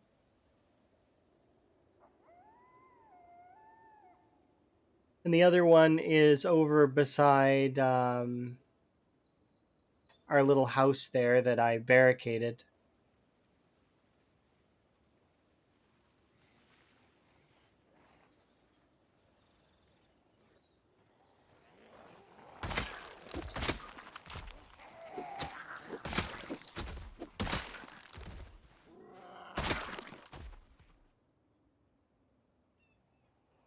Ooh, we're gonna see. I wonder how bad it is over here. Because these are the ones that made it to the river. So there's, in theory, there could be a sizable cluster, maybe?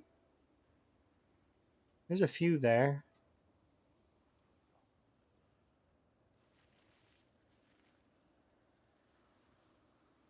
Nah, maybe not.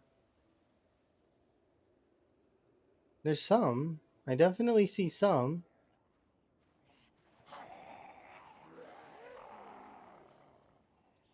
Nah, I think we make it out before we see a lot of them.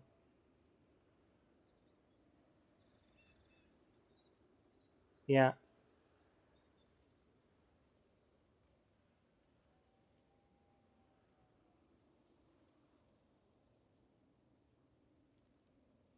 There's some there. This is a bit of a tight confine I don't like.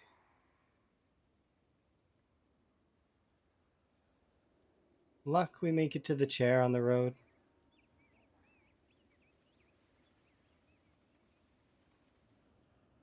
What is this? Oh, that's another watch bag that I started making.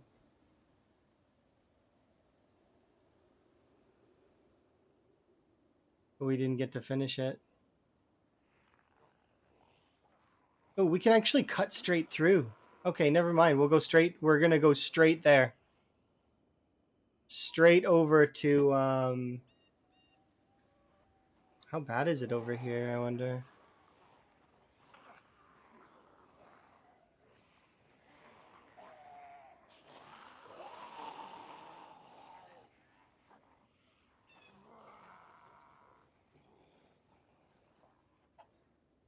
Oh, we had a full rest. We're good.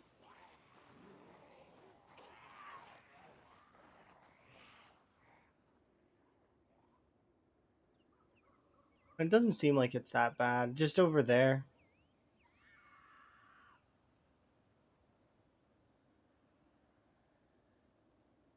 We should have a break.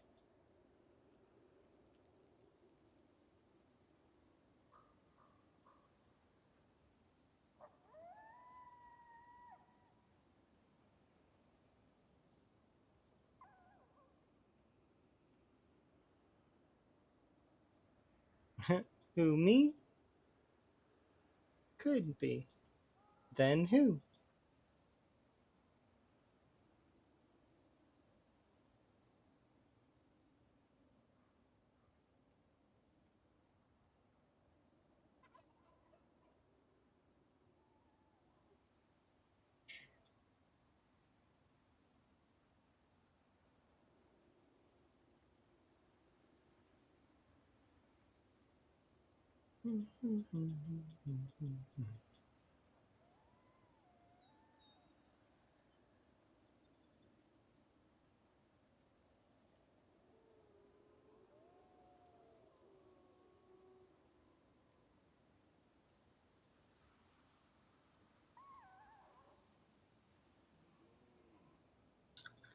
We're almost there.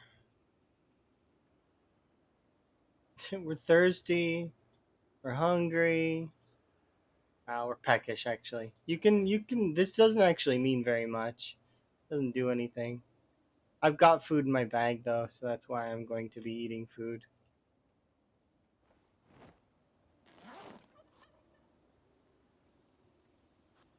Plus, it's stale. I need to make sure that I'm kind of.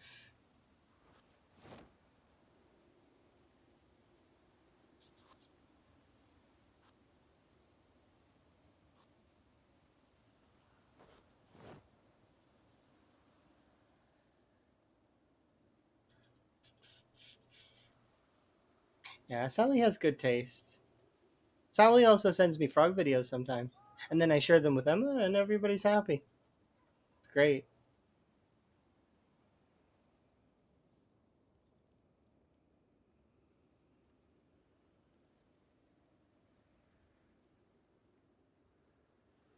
Okay, do I want to travel through the forest here? Oops. The answer is not really. I barely want to travel through the woods over here.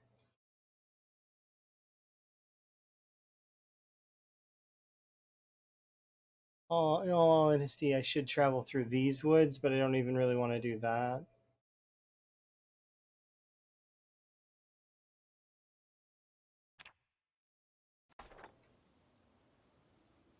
The best way to do this would be to go up here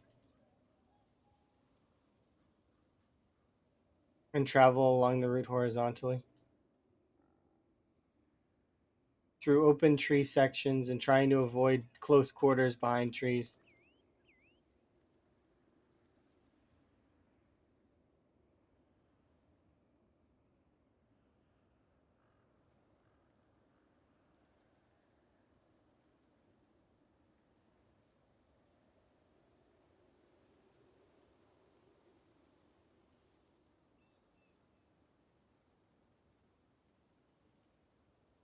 See, if we're going to travel like that, we might as well just be on the road. Because there's no reason to kill my sight lines for no reason.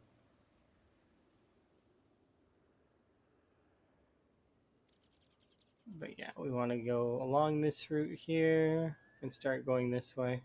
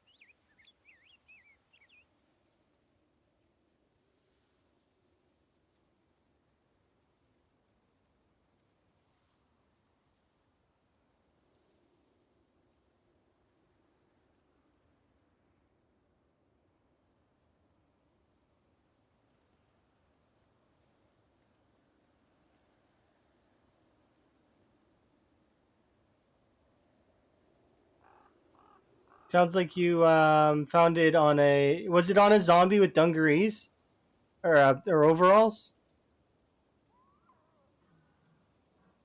There's certain zombies that will drop certain things. So the way that it works is certain zombies have a chance to carry certain items. Police officers have a chance to have pistols and or revolvers or shotguns or police batons. Uh, Firefighters have a chance to have axes or their firefighter gear. Military boots are on those construction zombies. So you'll see that certain items will spawn on certain zombies. Um, Park rangers have a chance to spawn ammo. Survivor zombies exist, and they have a chance to spawn a backpack like the one that you see on me right now. Um,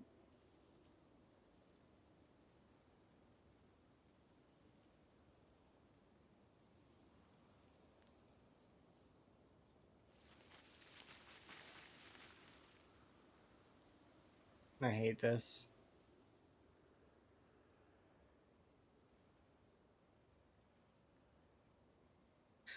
Survivor zombies have a chance to appear on the back roads or in survivor houses, which are you can tell survivor houses usually by them being boarded up. Like yeah, oh, you found an anno. Annos are cool. They're cool lore items.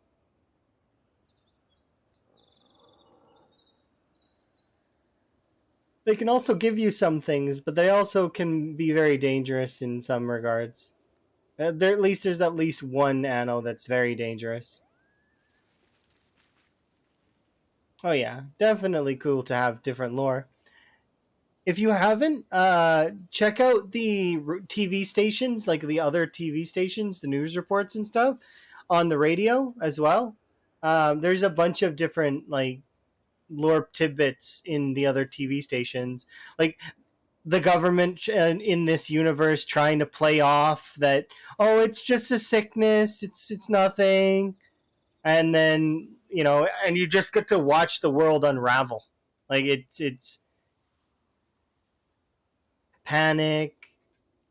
The governor general person saying, you know, there are like it's no longer like the world is basically over, and to you out there that have survived, you're immune to the airborne strain. Do your best. So your character gets to be kind of special in the way that they're immune to the airborne strain, but they're not immune to the other, being torn apart or becoming a zombie via getting bit.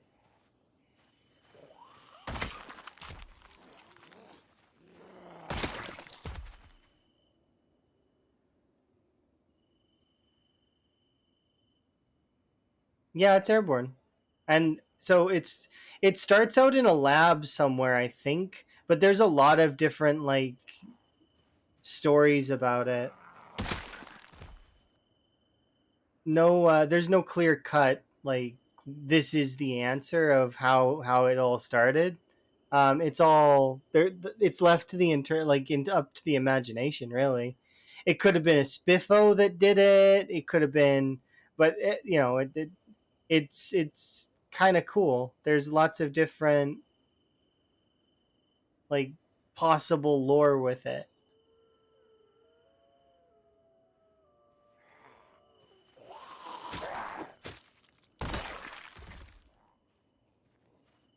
But yeah, what happens is at some point somebody contracts the zombie virus, right? And then it spreads. And from what I'm to understand, um, they set up quarantine, right? And they burned down this town. I think this town got burned down because it was one of the first areas that got infected. That's my own head canon of this area, is that it got burned down because it was one of the first areas that got that had the infection, and then from there, the airborne strain got out and starts taking over part of the world.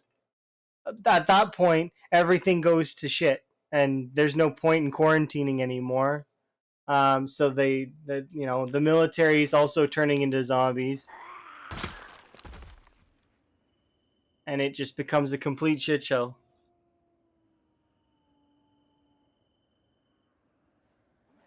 As it would if there was some kind of apocalyptic thing.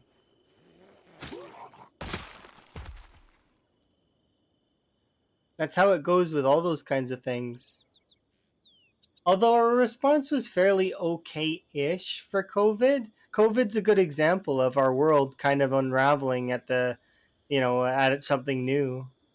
New disease shows up and our world starts to fall apart. We brought it back, obviously, and we were doing okay-ish now. But in saying that, I mean, it can be quite touch and go there.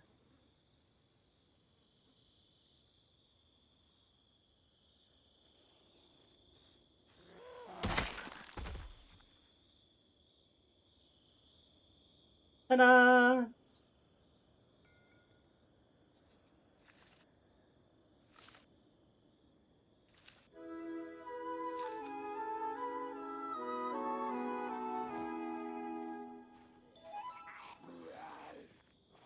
You mind? I'm putting away my potatoes. No, they're my potatoes. Go away. I work hard planting these. And your friends, they stepped on my other ones, and I'm not happy about it. Rude. Rude behavior.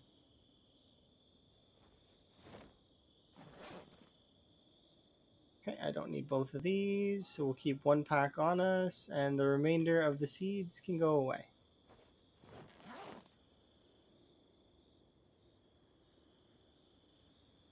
As for you...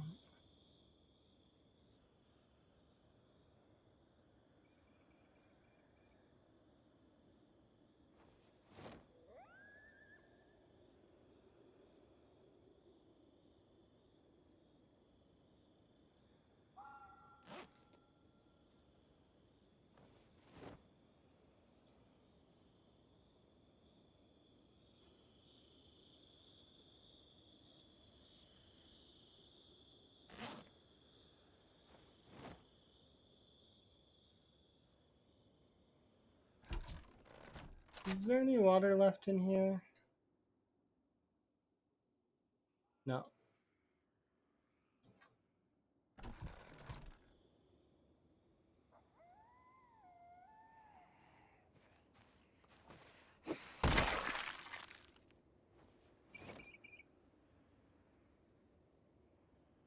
I don't need this right now. You can go, sure, there.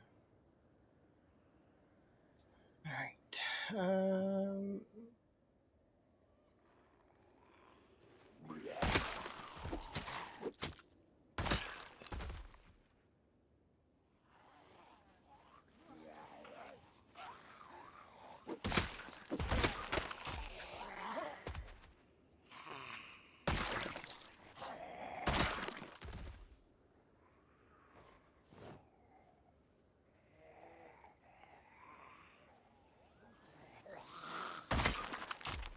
Yeah.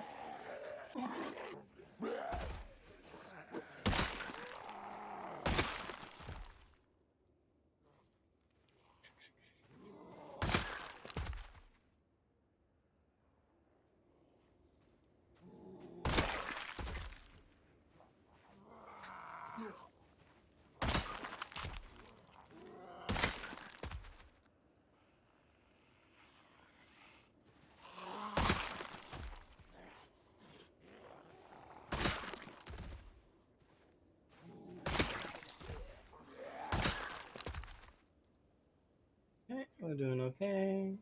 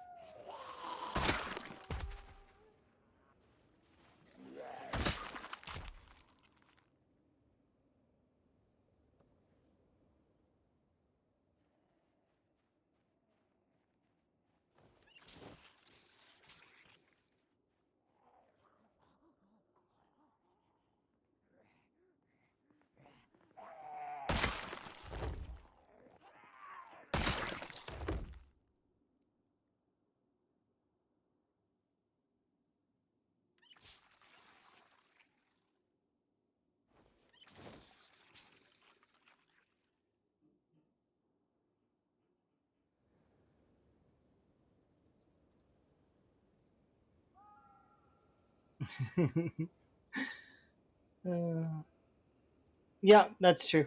It's canon in this universe that the virus just kills off the kids. Unfortunately, like I mean, oh, well, fortunately, kind of because I mean, I wouldn't want kids to exist in this universe because that would suck. But you know, unfortunate because kids have to die.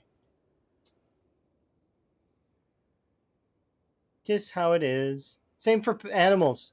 For those that love animals, the Nox virus doesn't affect animals. It only affects humans. So there will be no case in this as far unless you mod it in or somebody mods it in the future. There won't be an I am Legends or you don't ever have to put down your cat or anything like that. It's your animals will be utilized for utility, not for not turn into zombies. They're introducing animals to well to liven the game up a bit. There is not going to be any interactions between the zombies and the animals. If anything, what will happen is the zombies will treat the animals like plants. You know, they'll just walk around them and then they'll be there.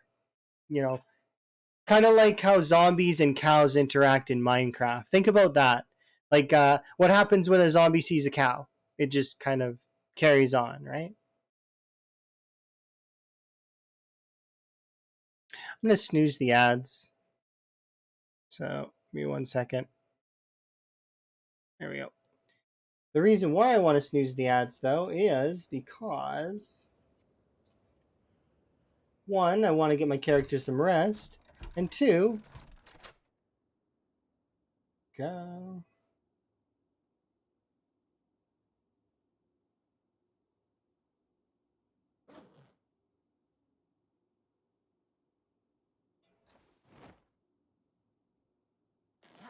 Just gonna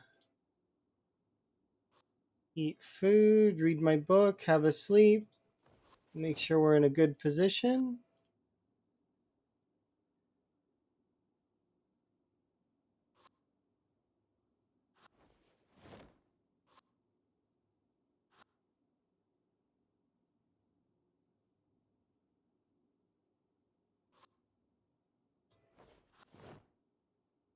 Nice. We're so close to finishing this fishing book.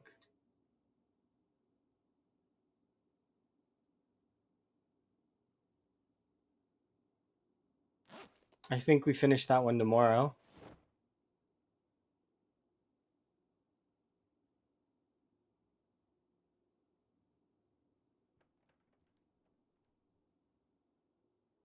Some people think that the zombie viruses are a side, um, are like rabies, but I don't know. I am not a virologist. I don't know.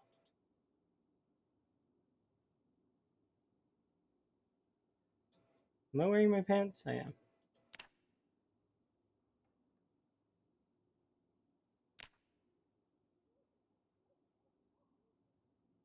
There we go. All right, so let's take a look at what we're going to be doing next. My plan is, now that we've harvested these potatoes, is to ditch this area and we're going to head back down to here. So, and I'm going to make a firm decision with this playthrough next time I do this playthrough, whether we're going to West Point or Muldra. I still am on the fence about it. I might go for McCoy. Like, we might attack McCoy's logging. If we do that, we'll probably be striking it along the main road, which means that I'm going to want to be sleeping in these houses here, which means that then chances are we're going to be pushed back up this road and along this way. There's a lot of open area up here as well that I could utilize. So we might actually lean it up here. So I might sleep in like this house and like lean over to McCoy like that. Or alternatively, we will go to the West Point mansions. You've seen how many zombies were over here. I'll kill all the zombies that were in my way here, and then we will push up towards these houses here and then strike West Point. One or the other. I am gonna be wrapping up now though, because as much as we streamed for an average amount of time, go clear no man's land. Oh my goodness. But yeah, I don't want to just start off on like a 24-hour stream. I want to start off on kind of like a, ease back into it kind of thing. It's been fun though. And we will carry on. Go next time. How it ends. Go. That is a point. Who do I want to host?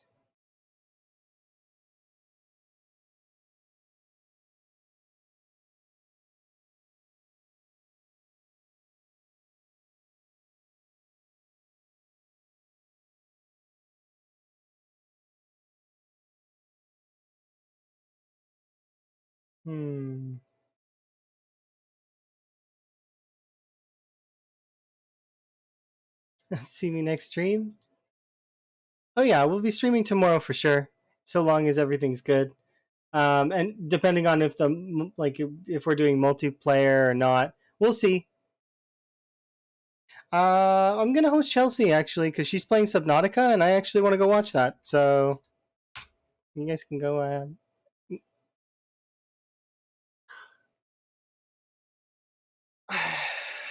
Alrighty, it's been my pleasure as always, everybody. You have yourselves a good one.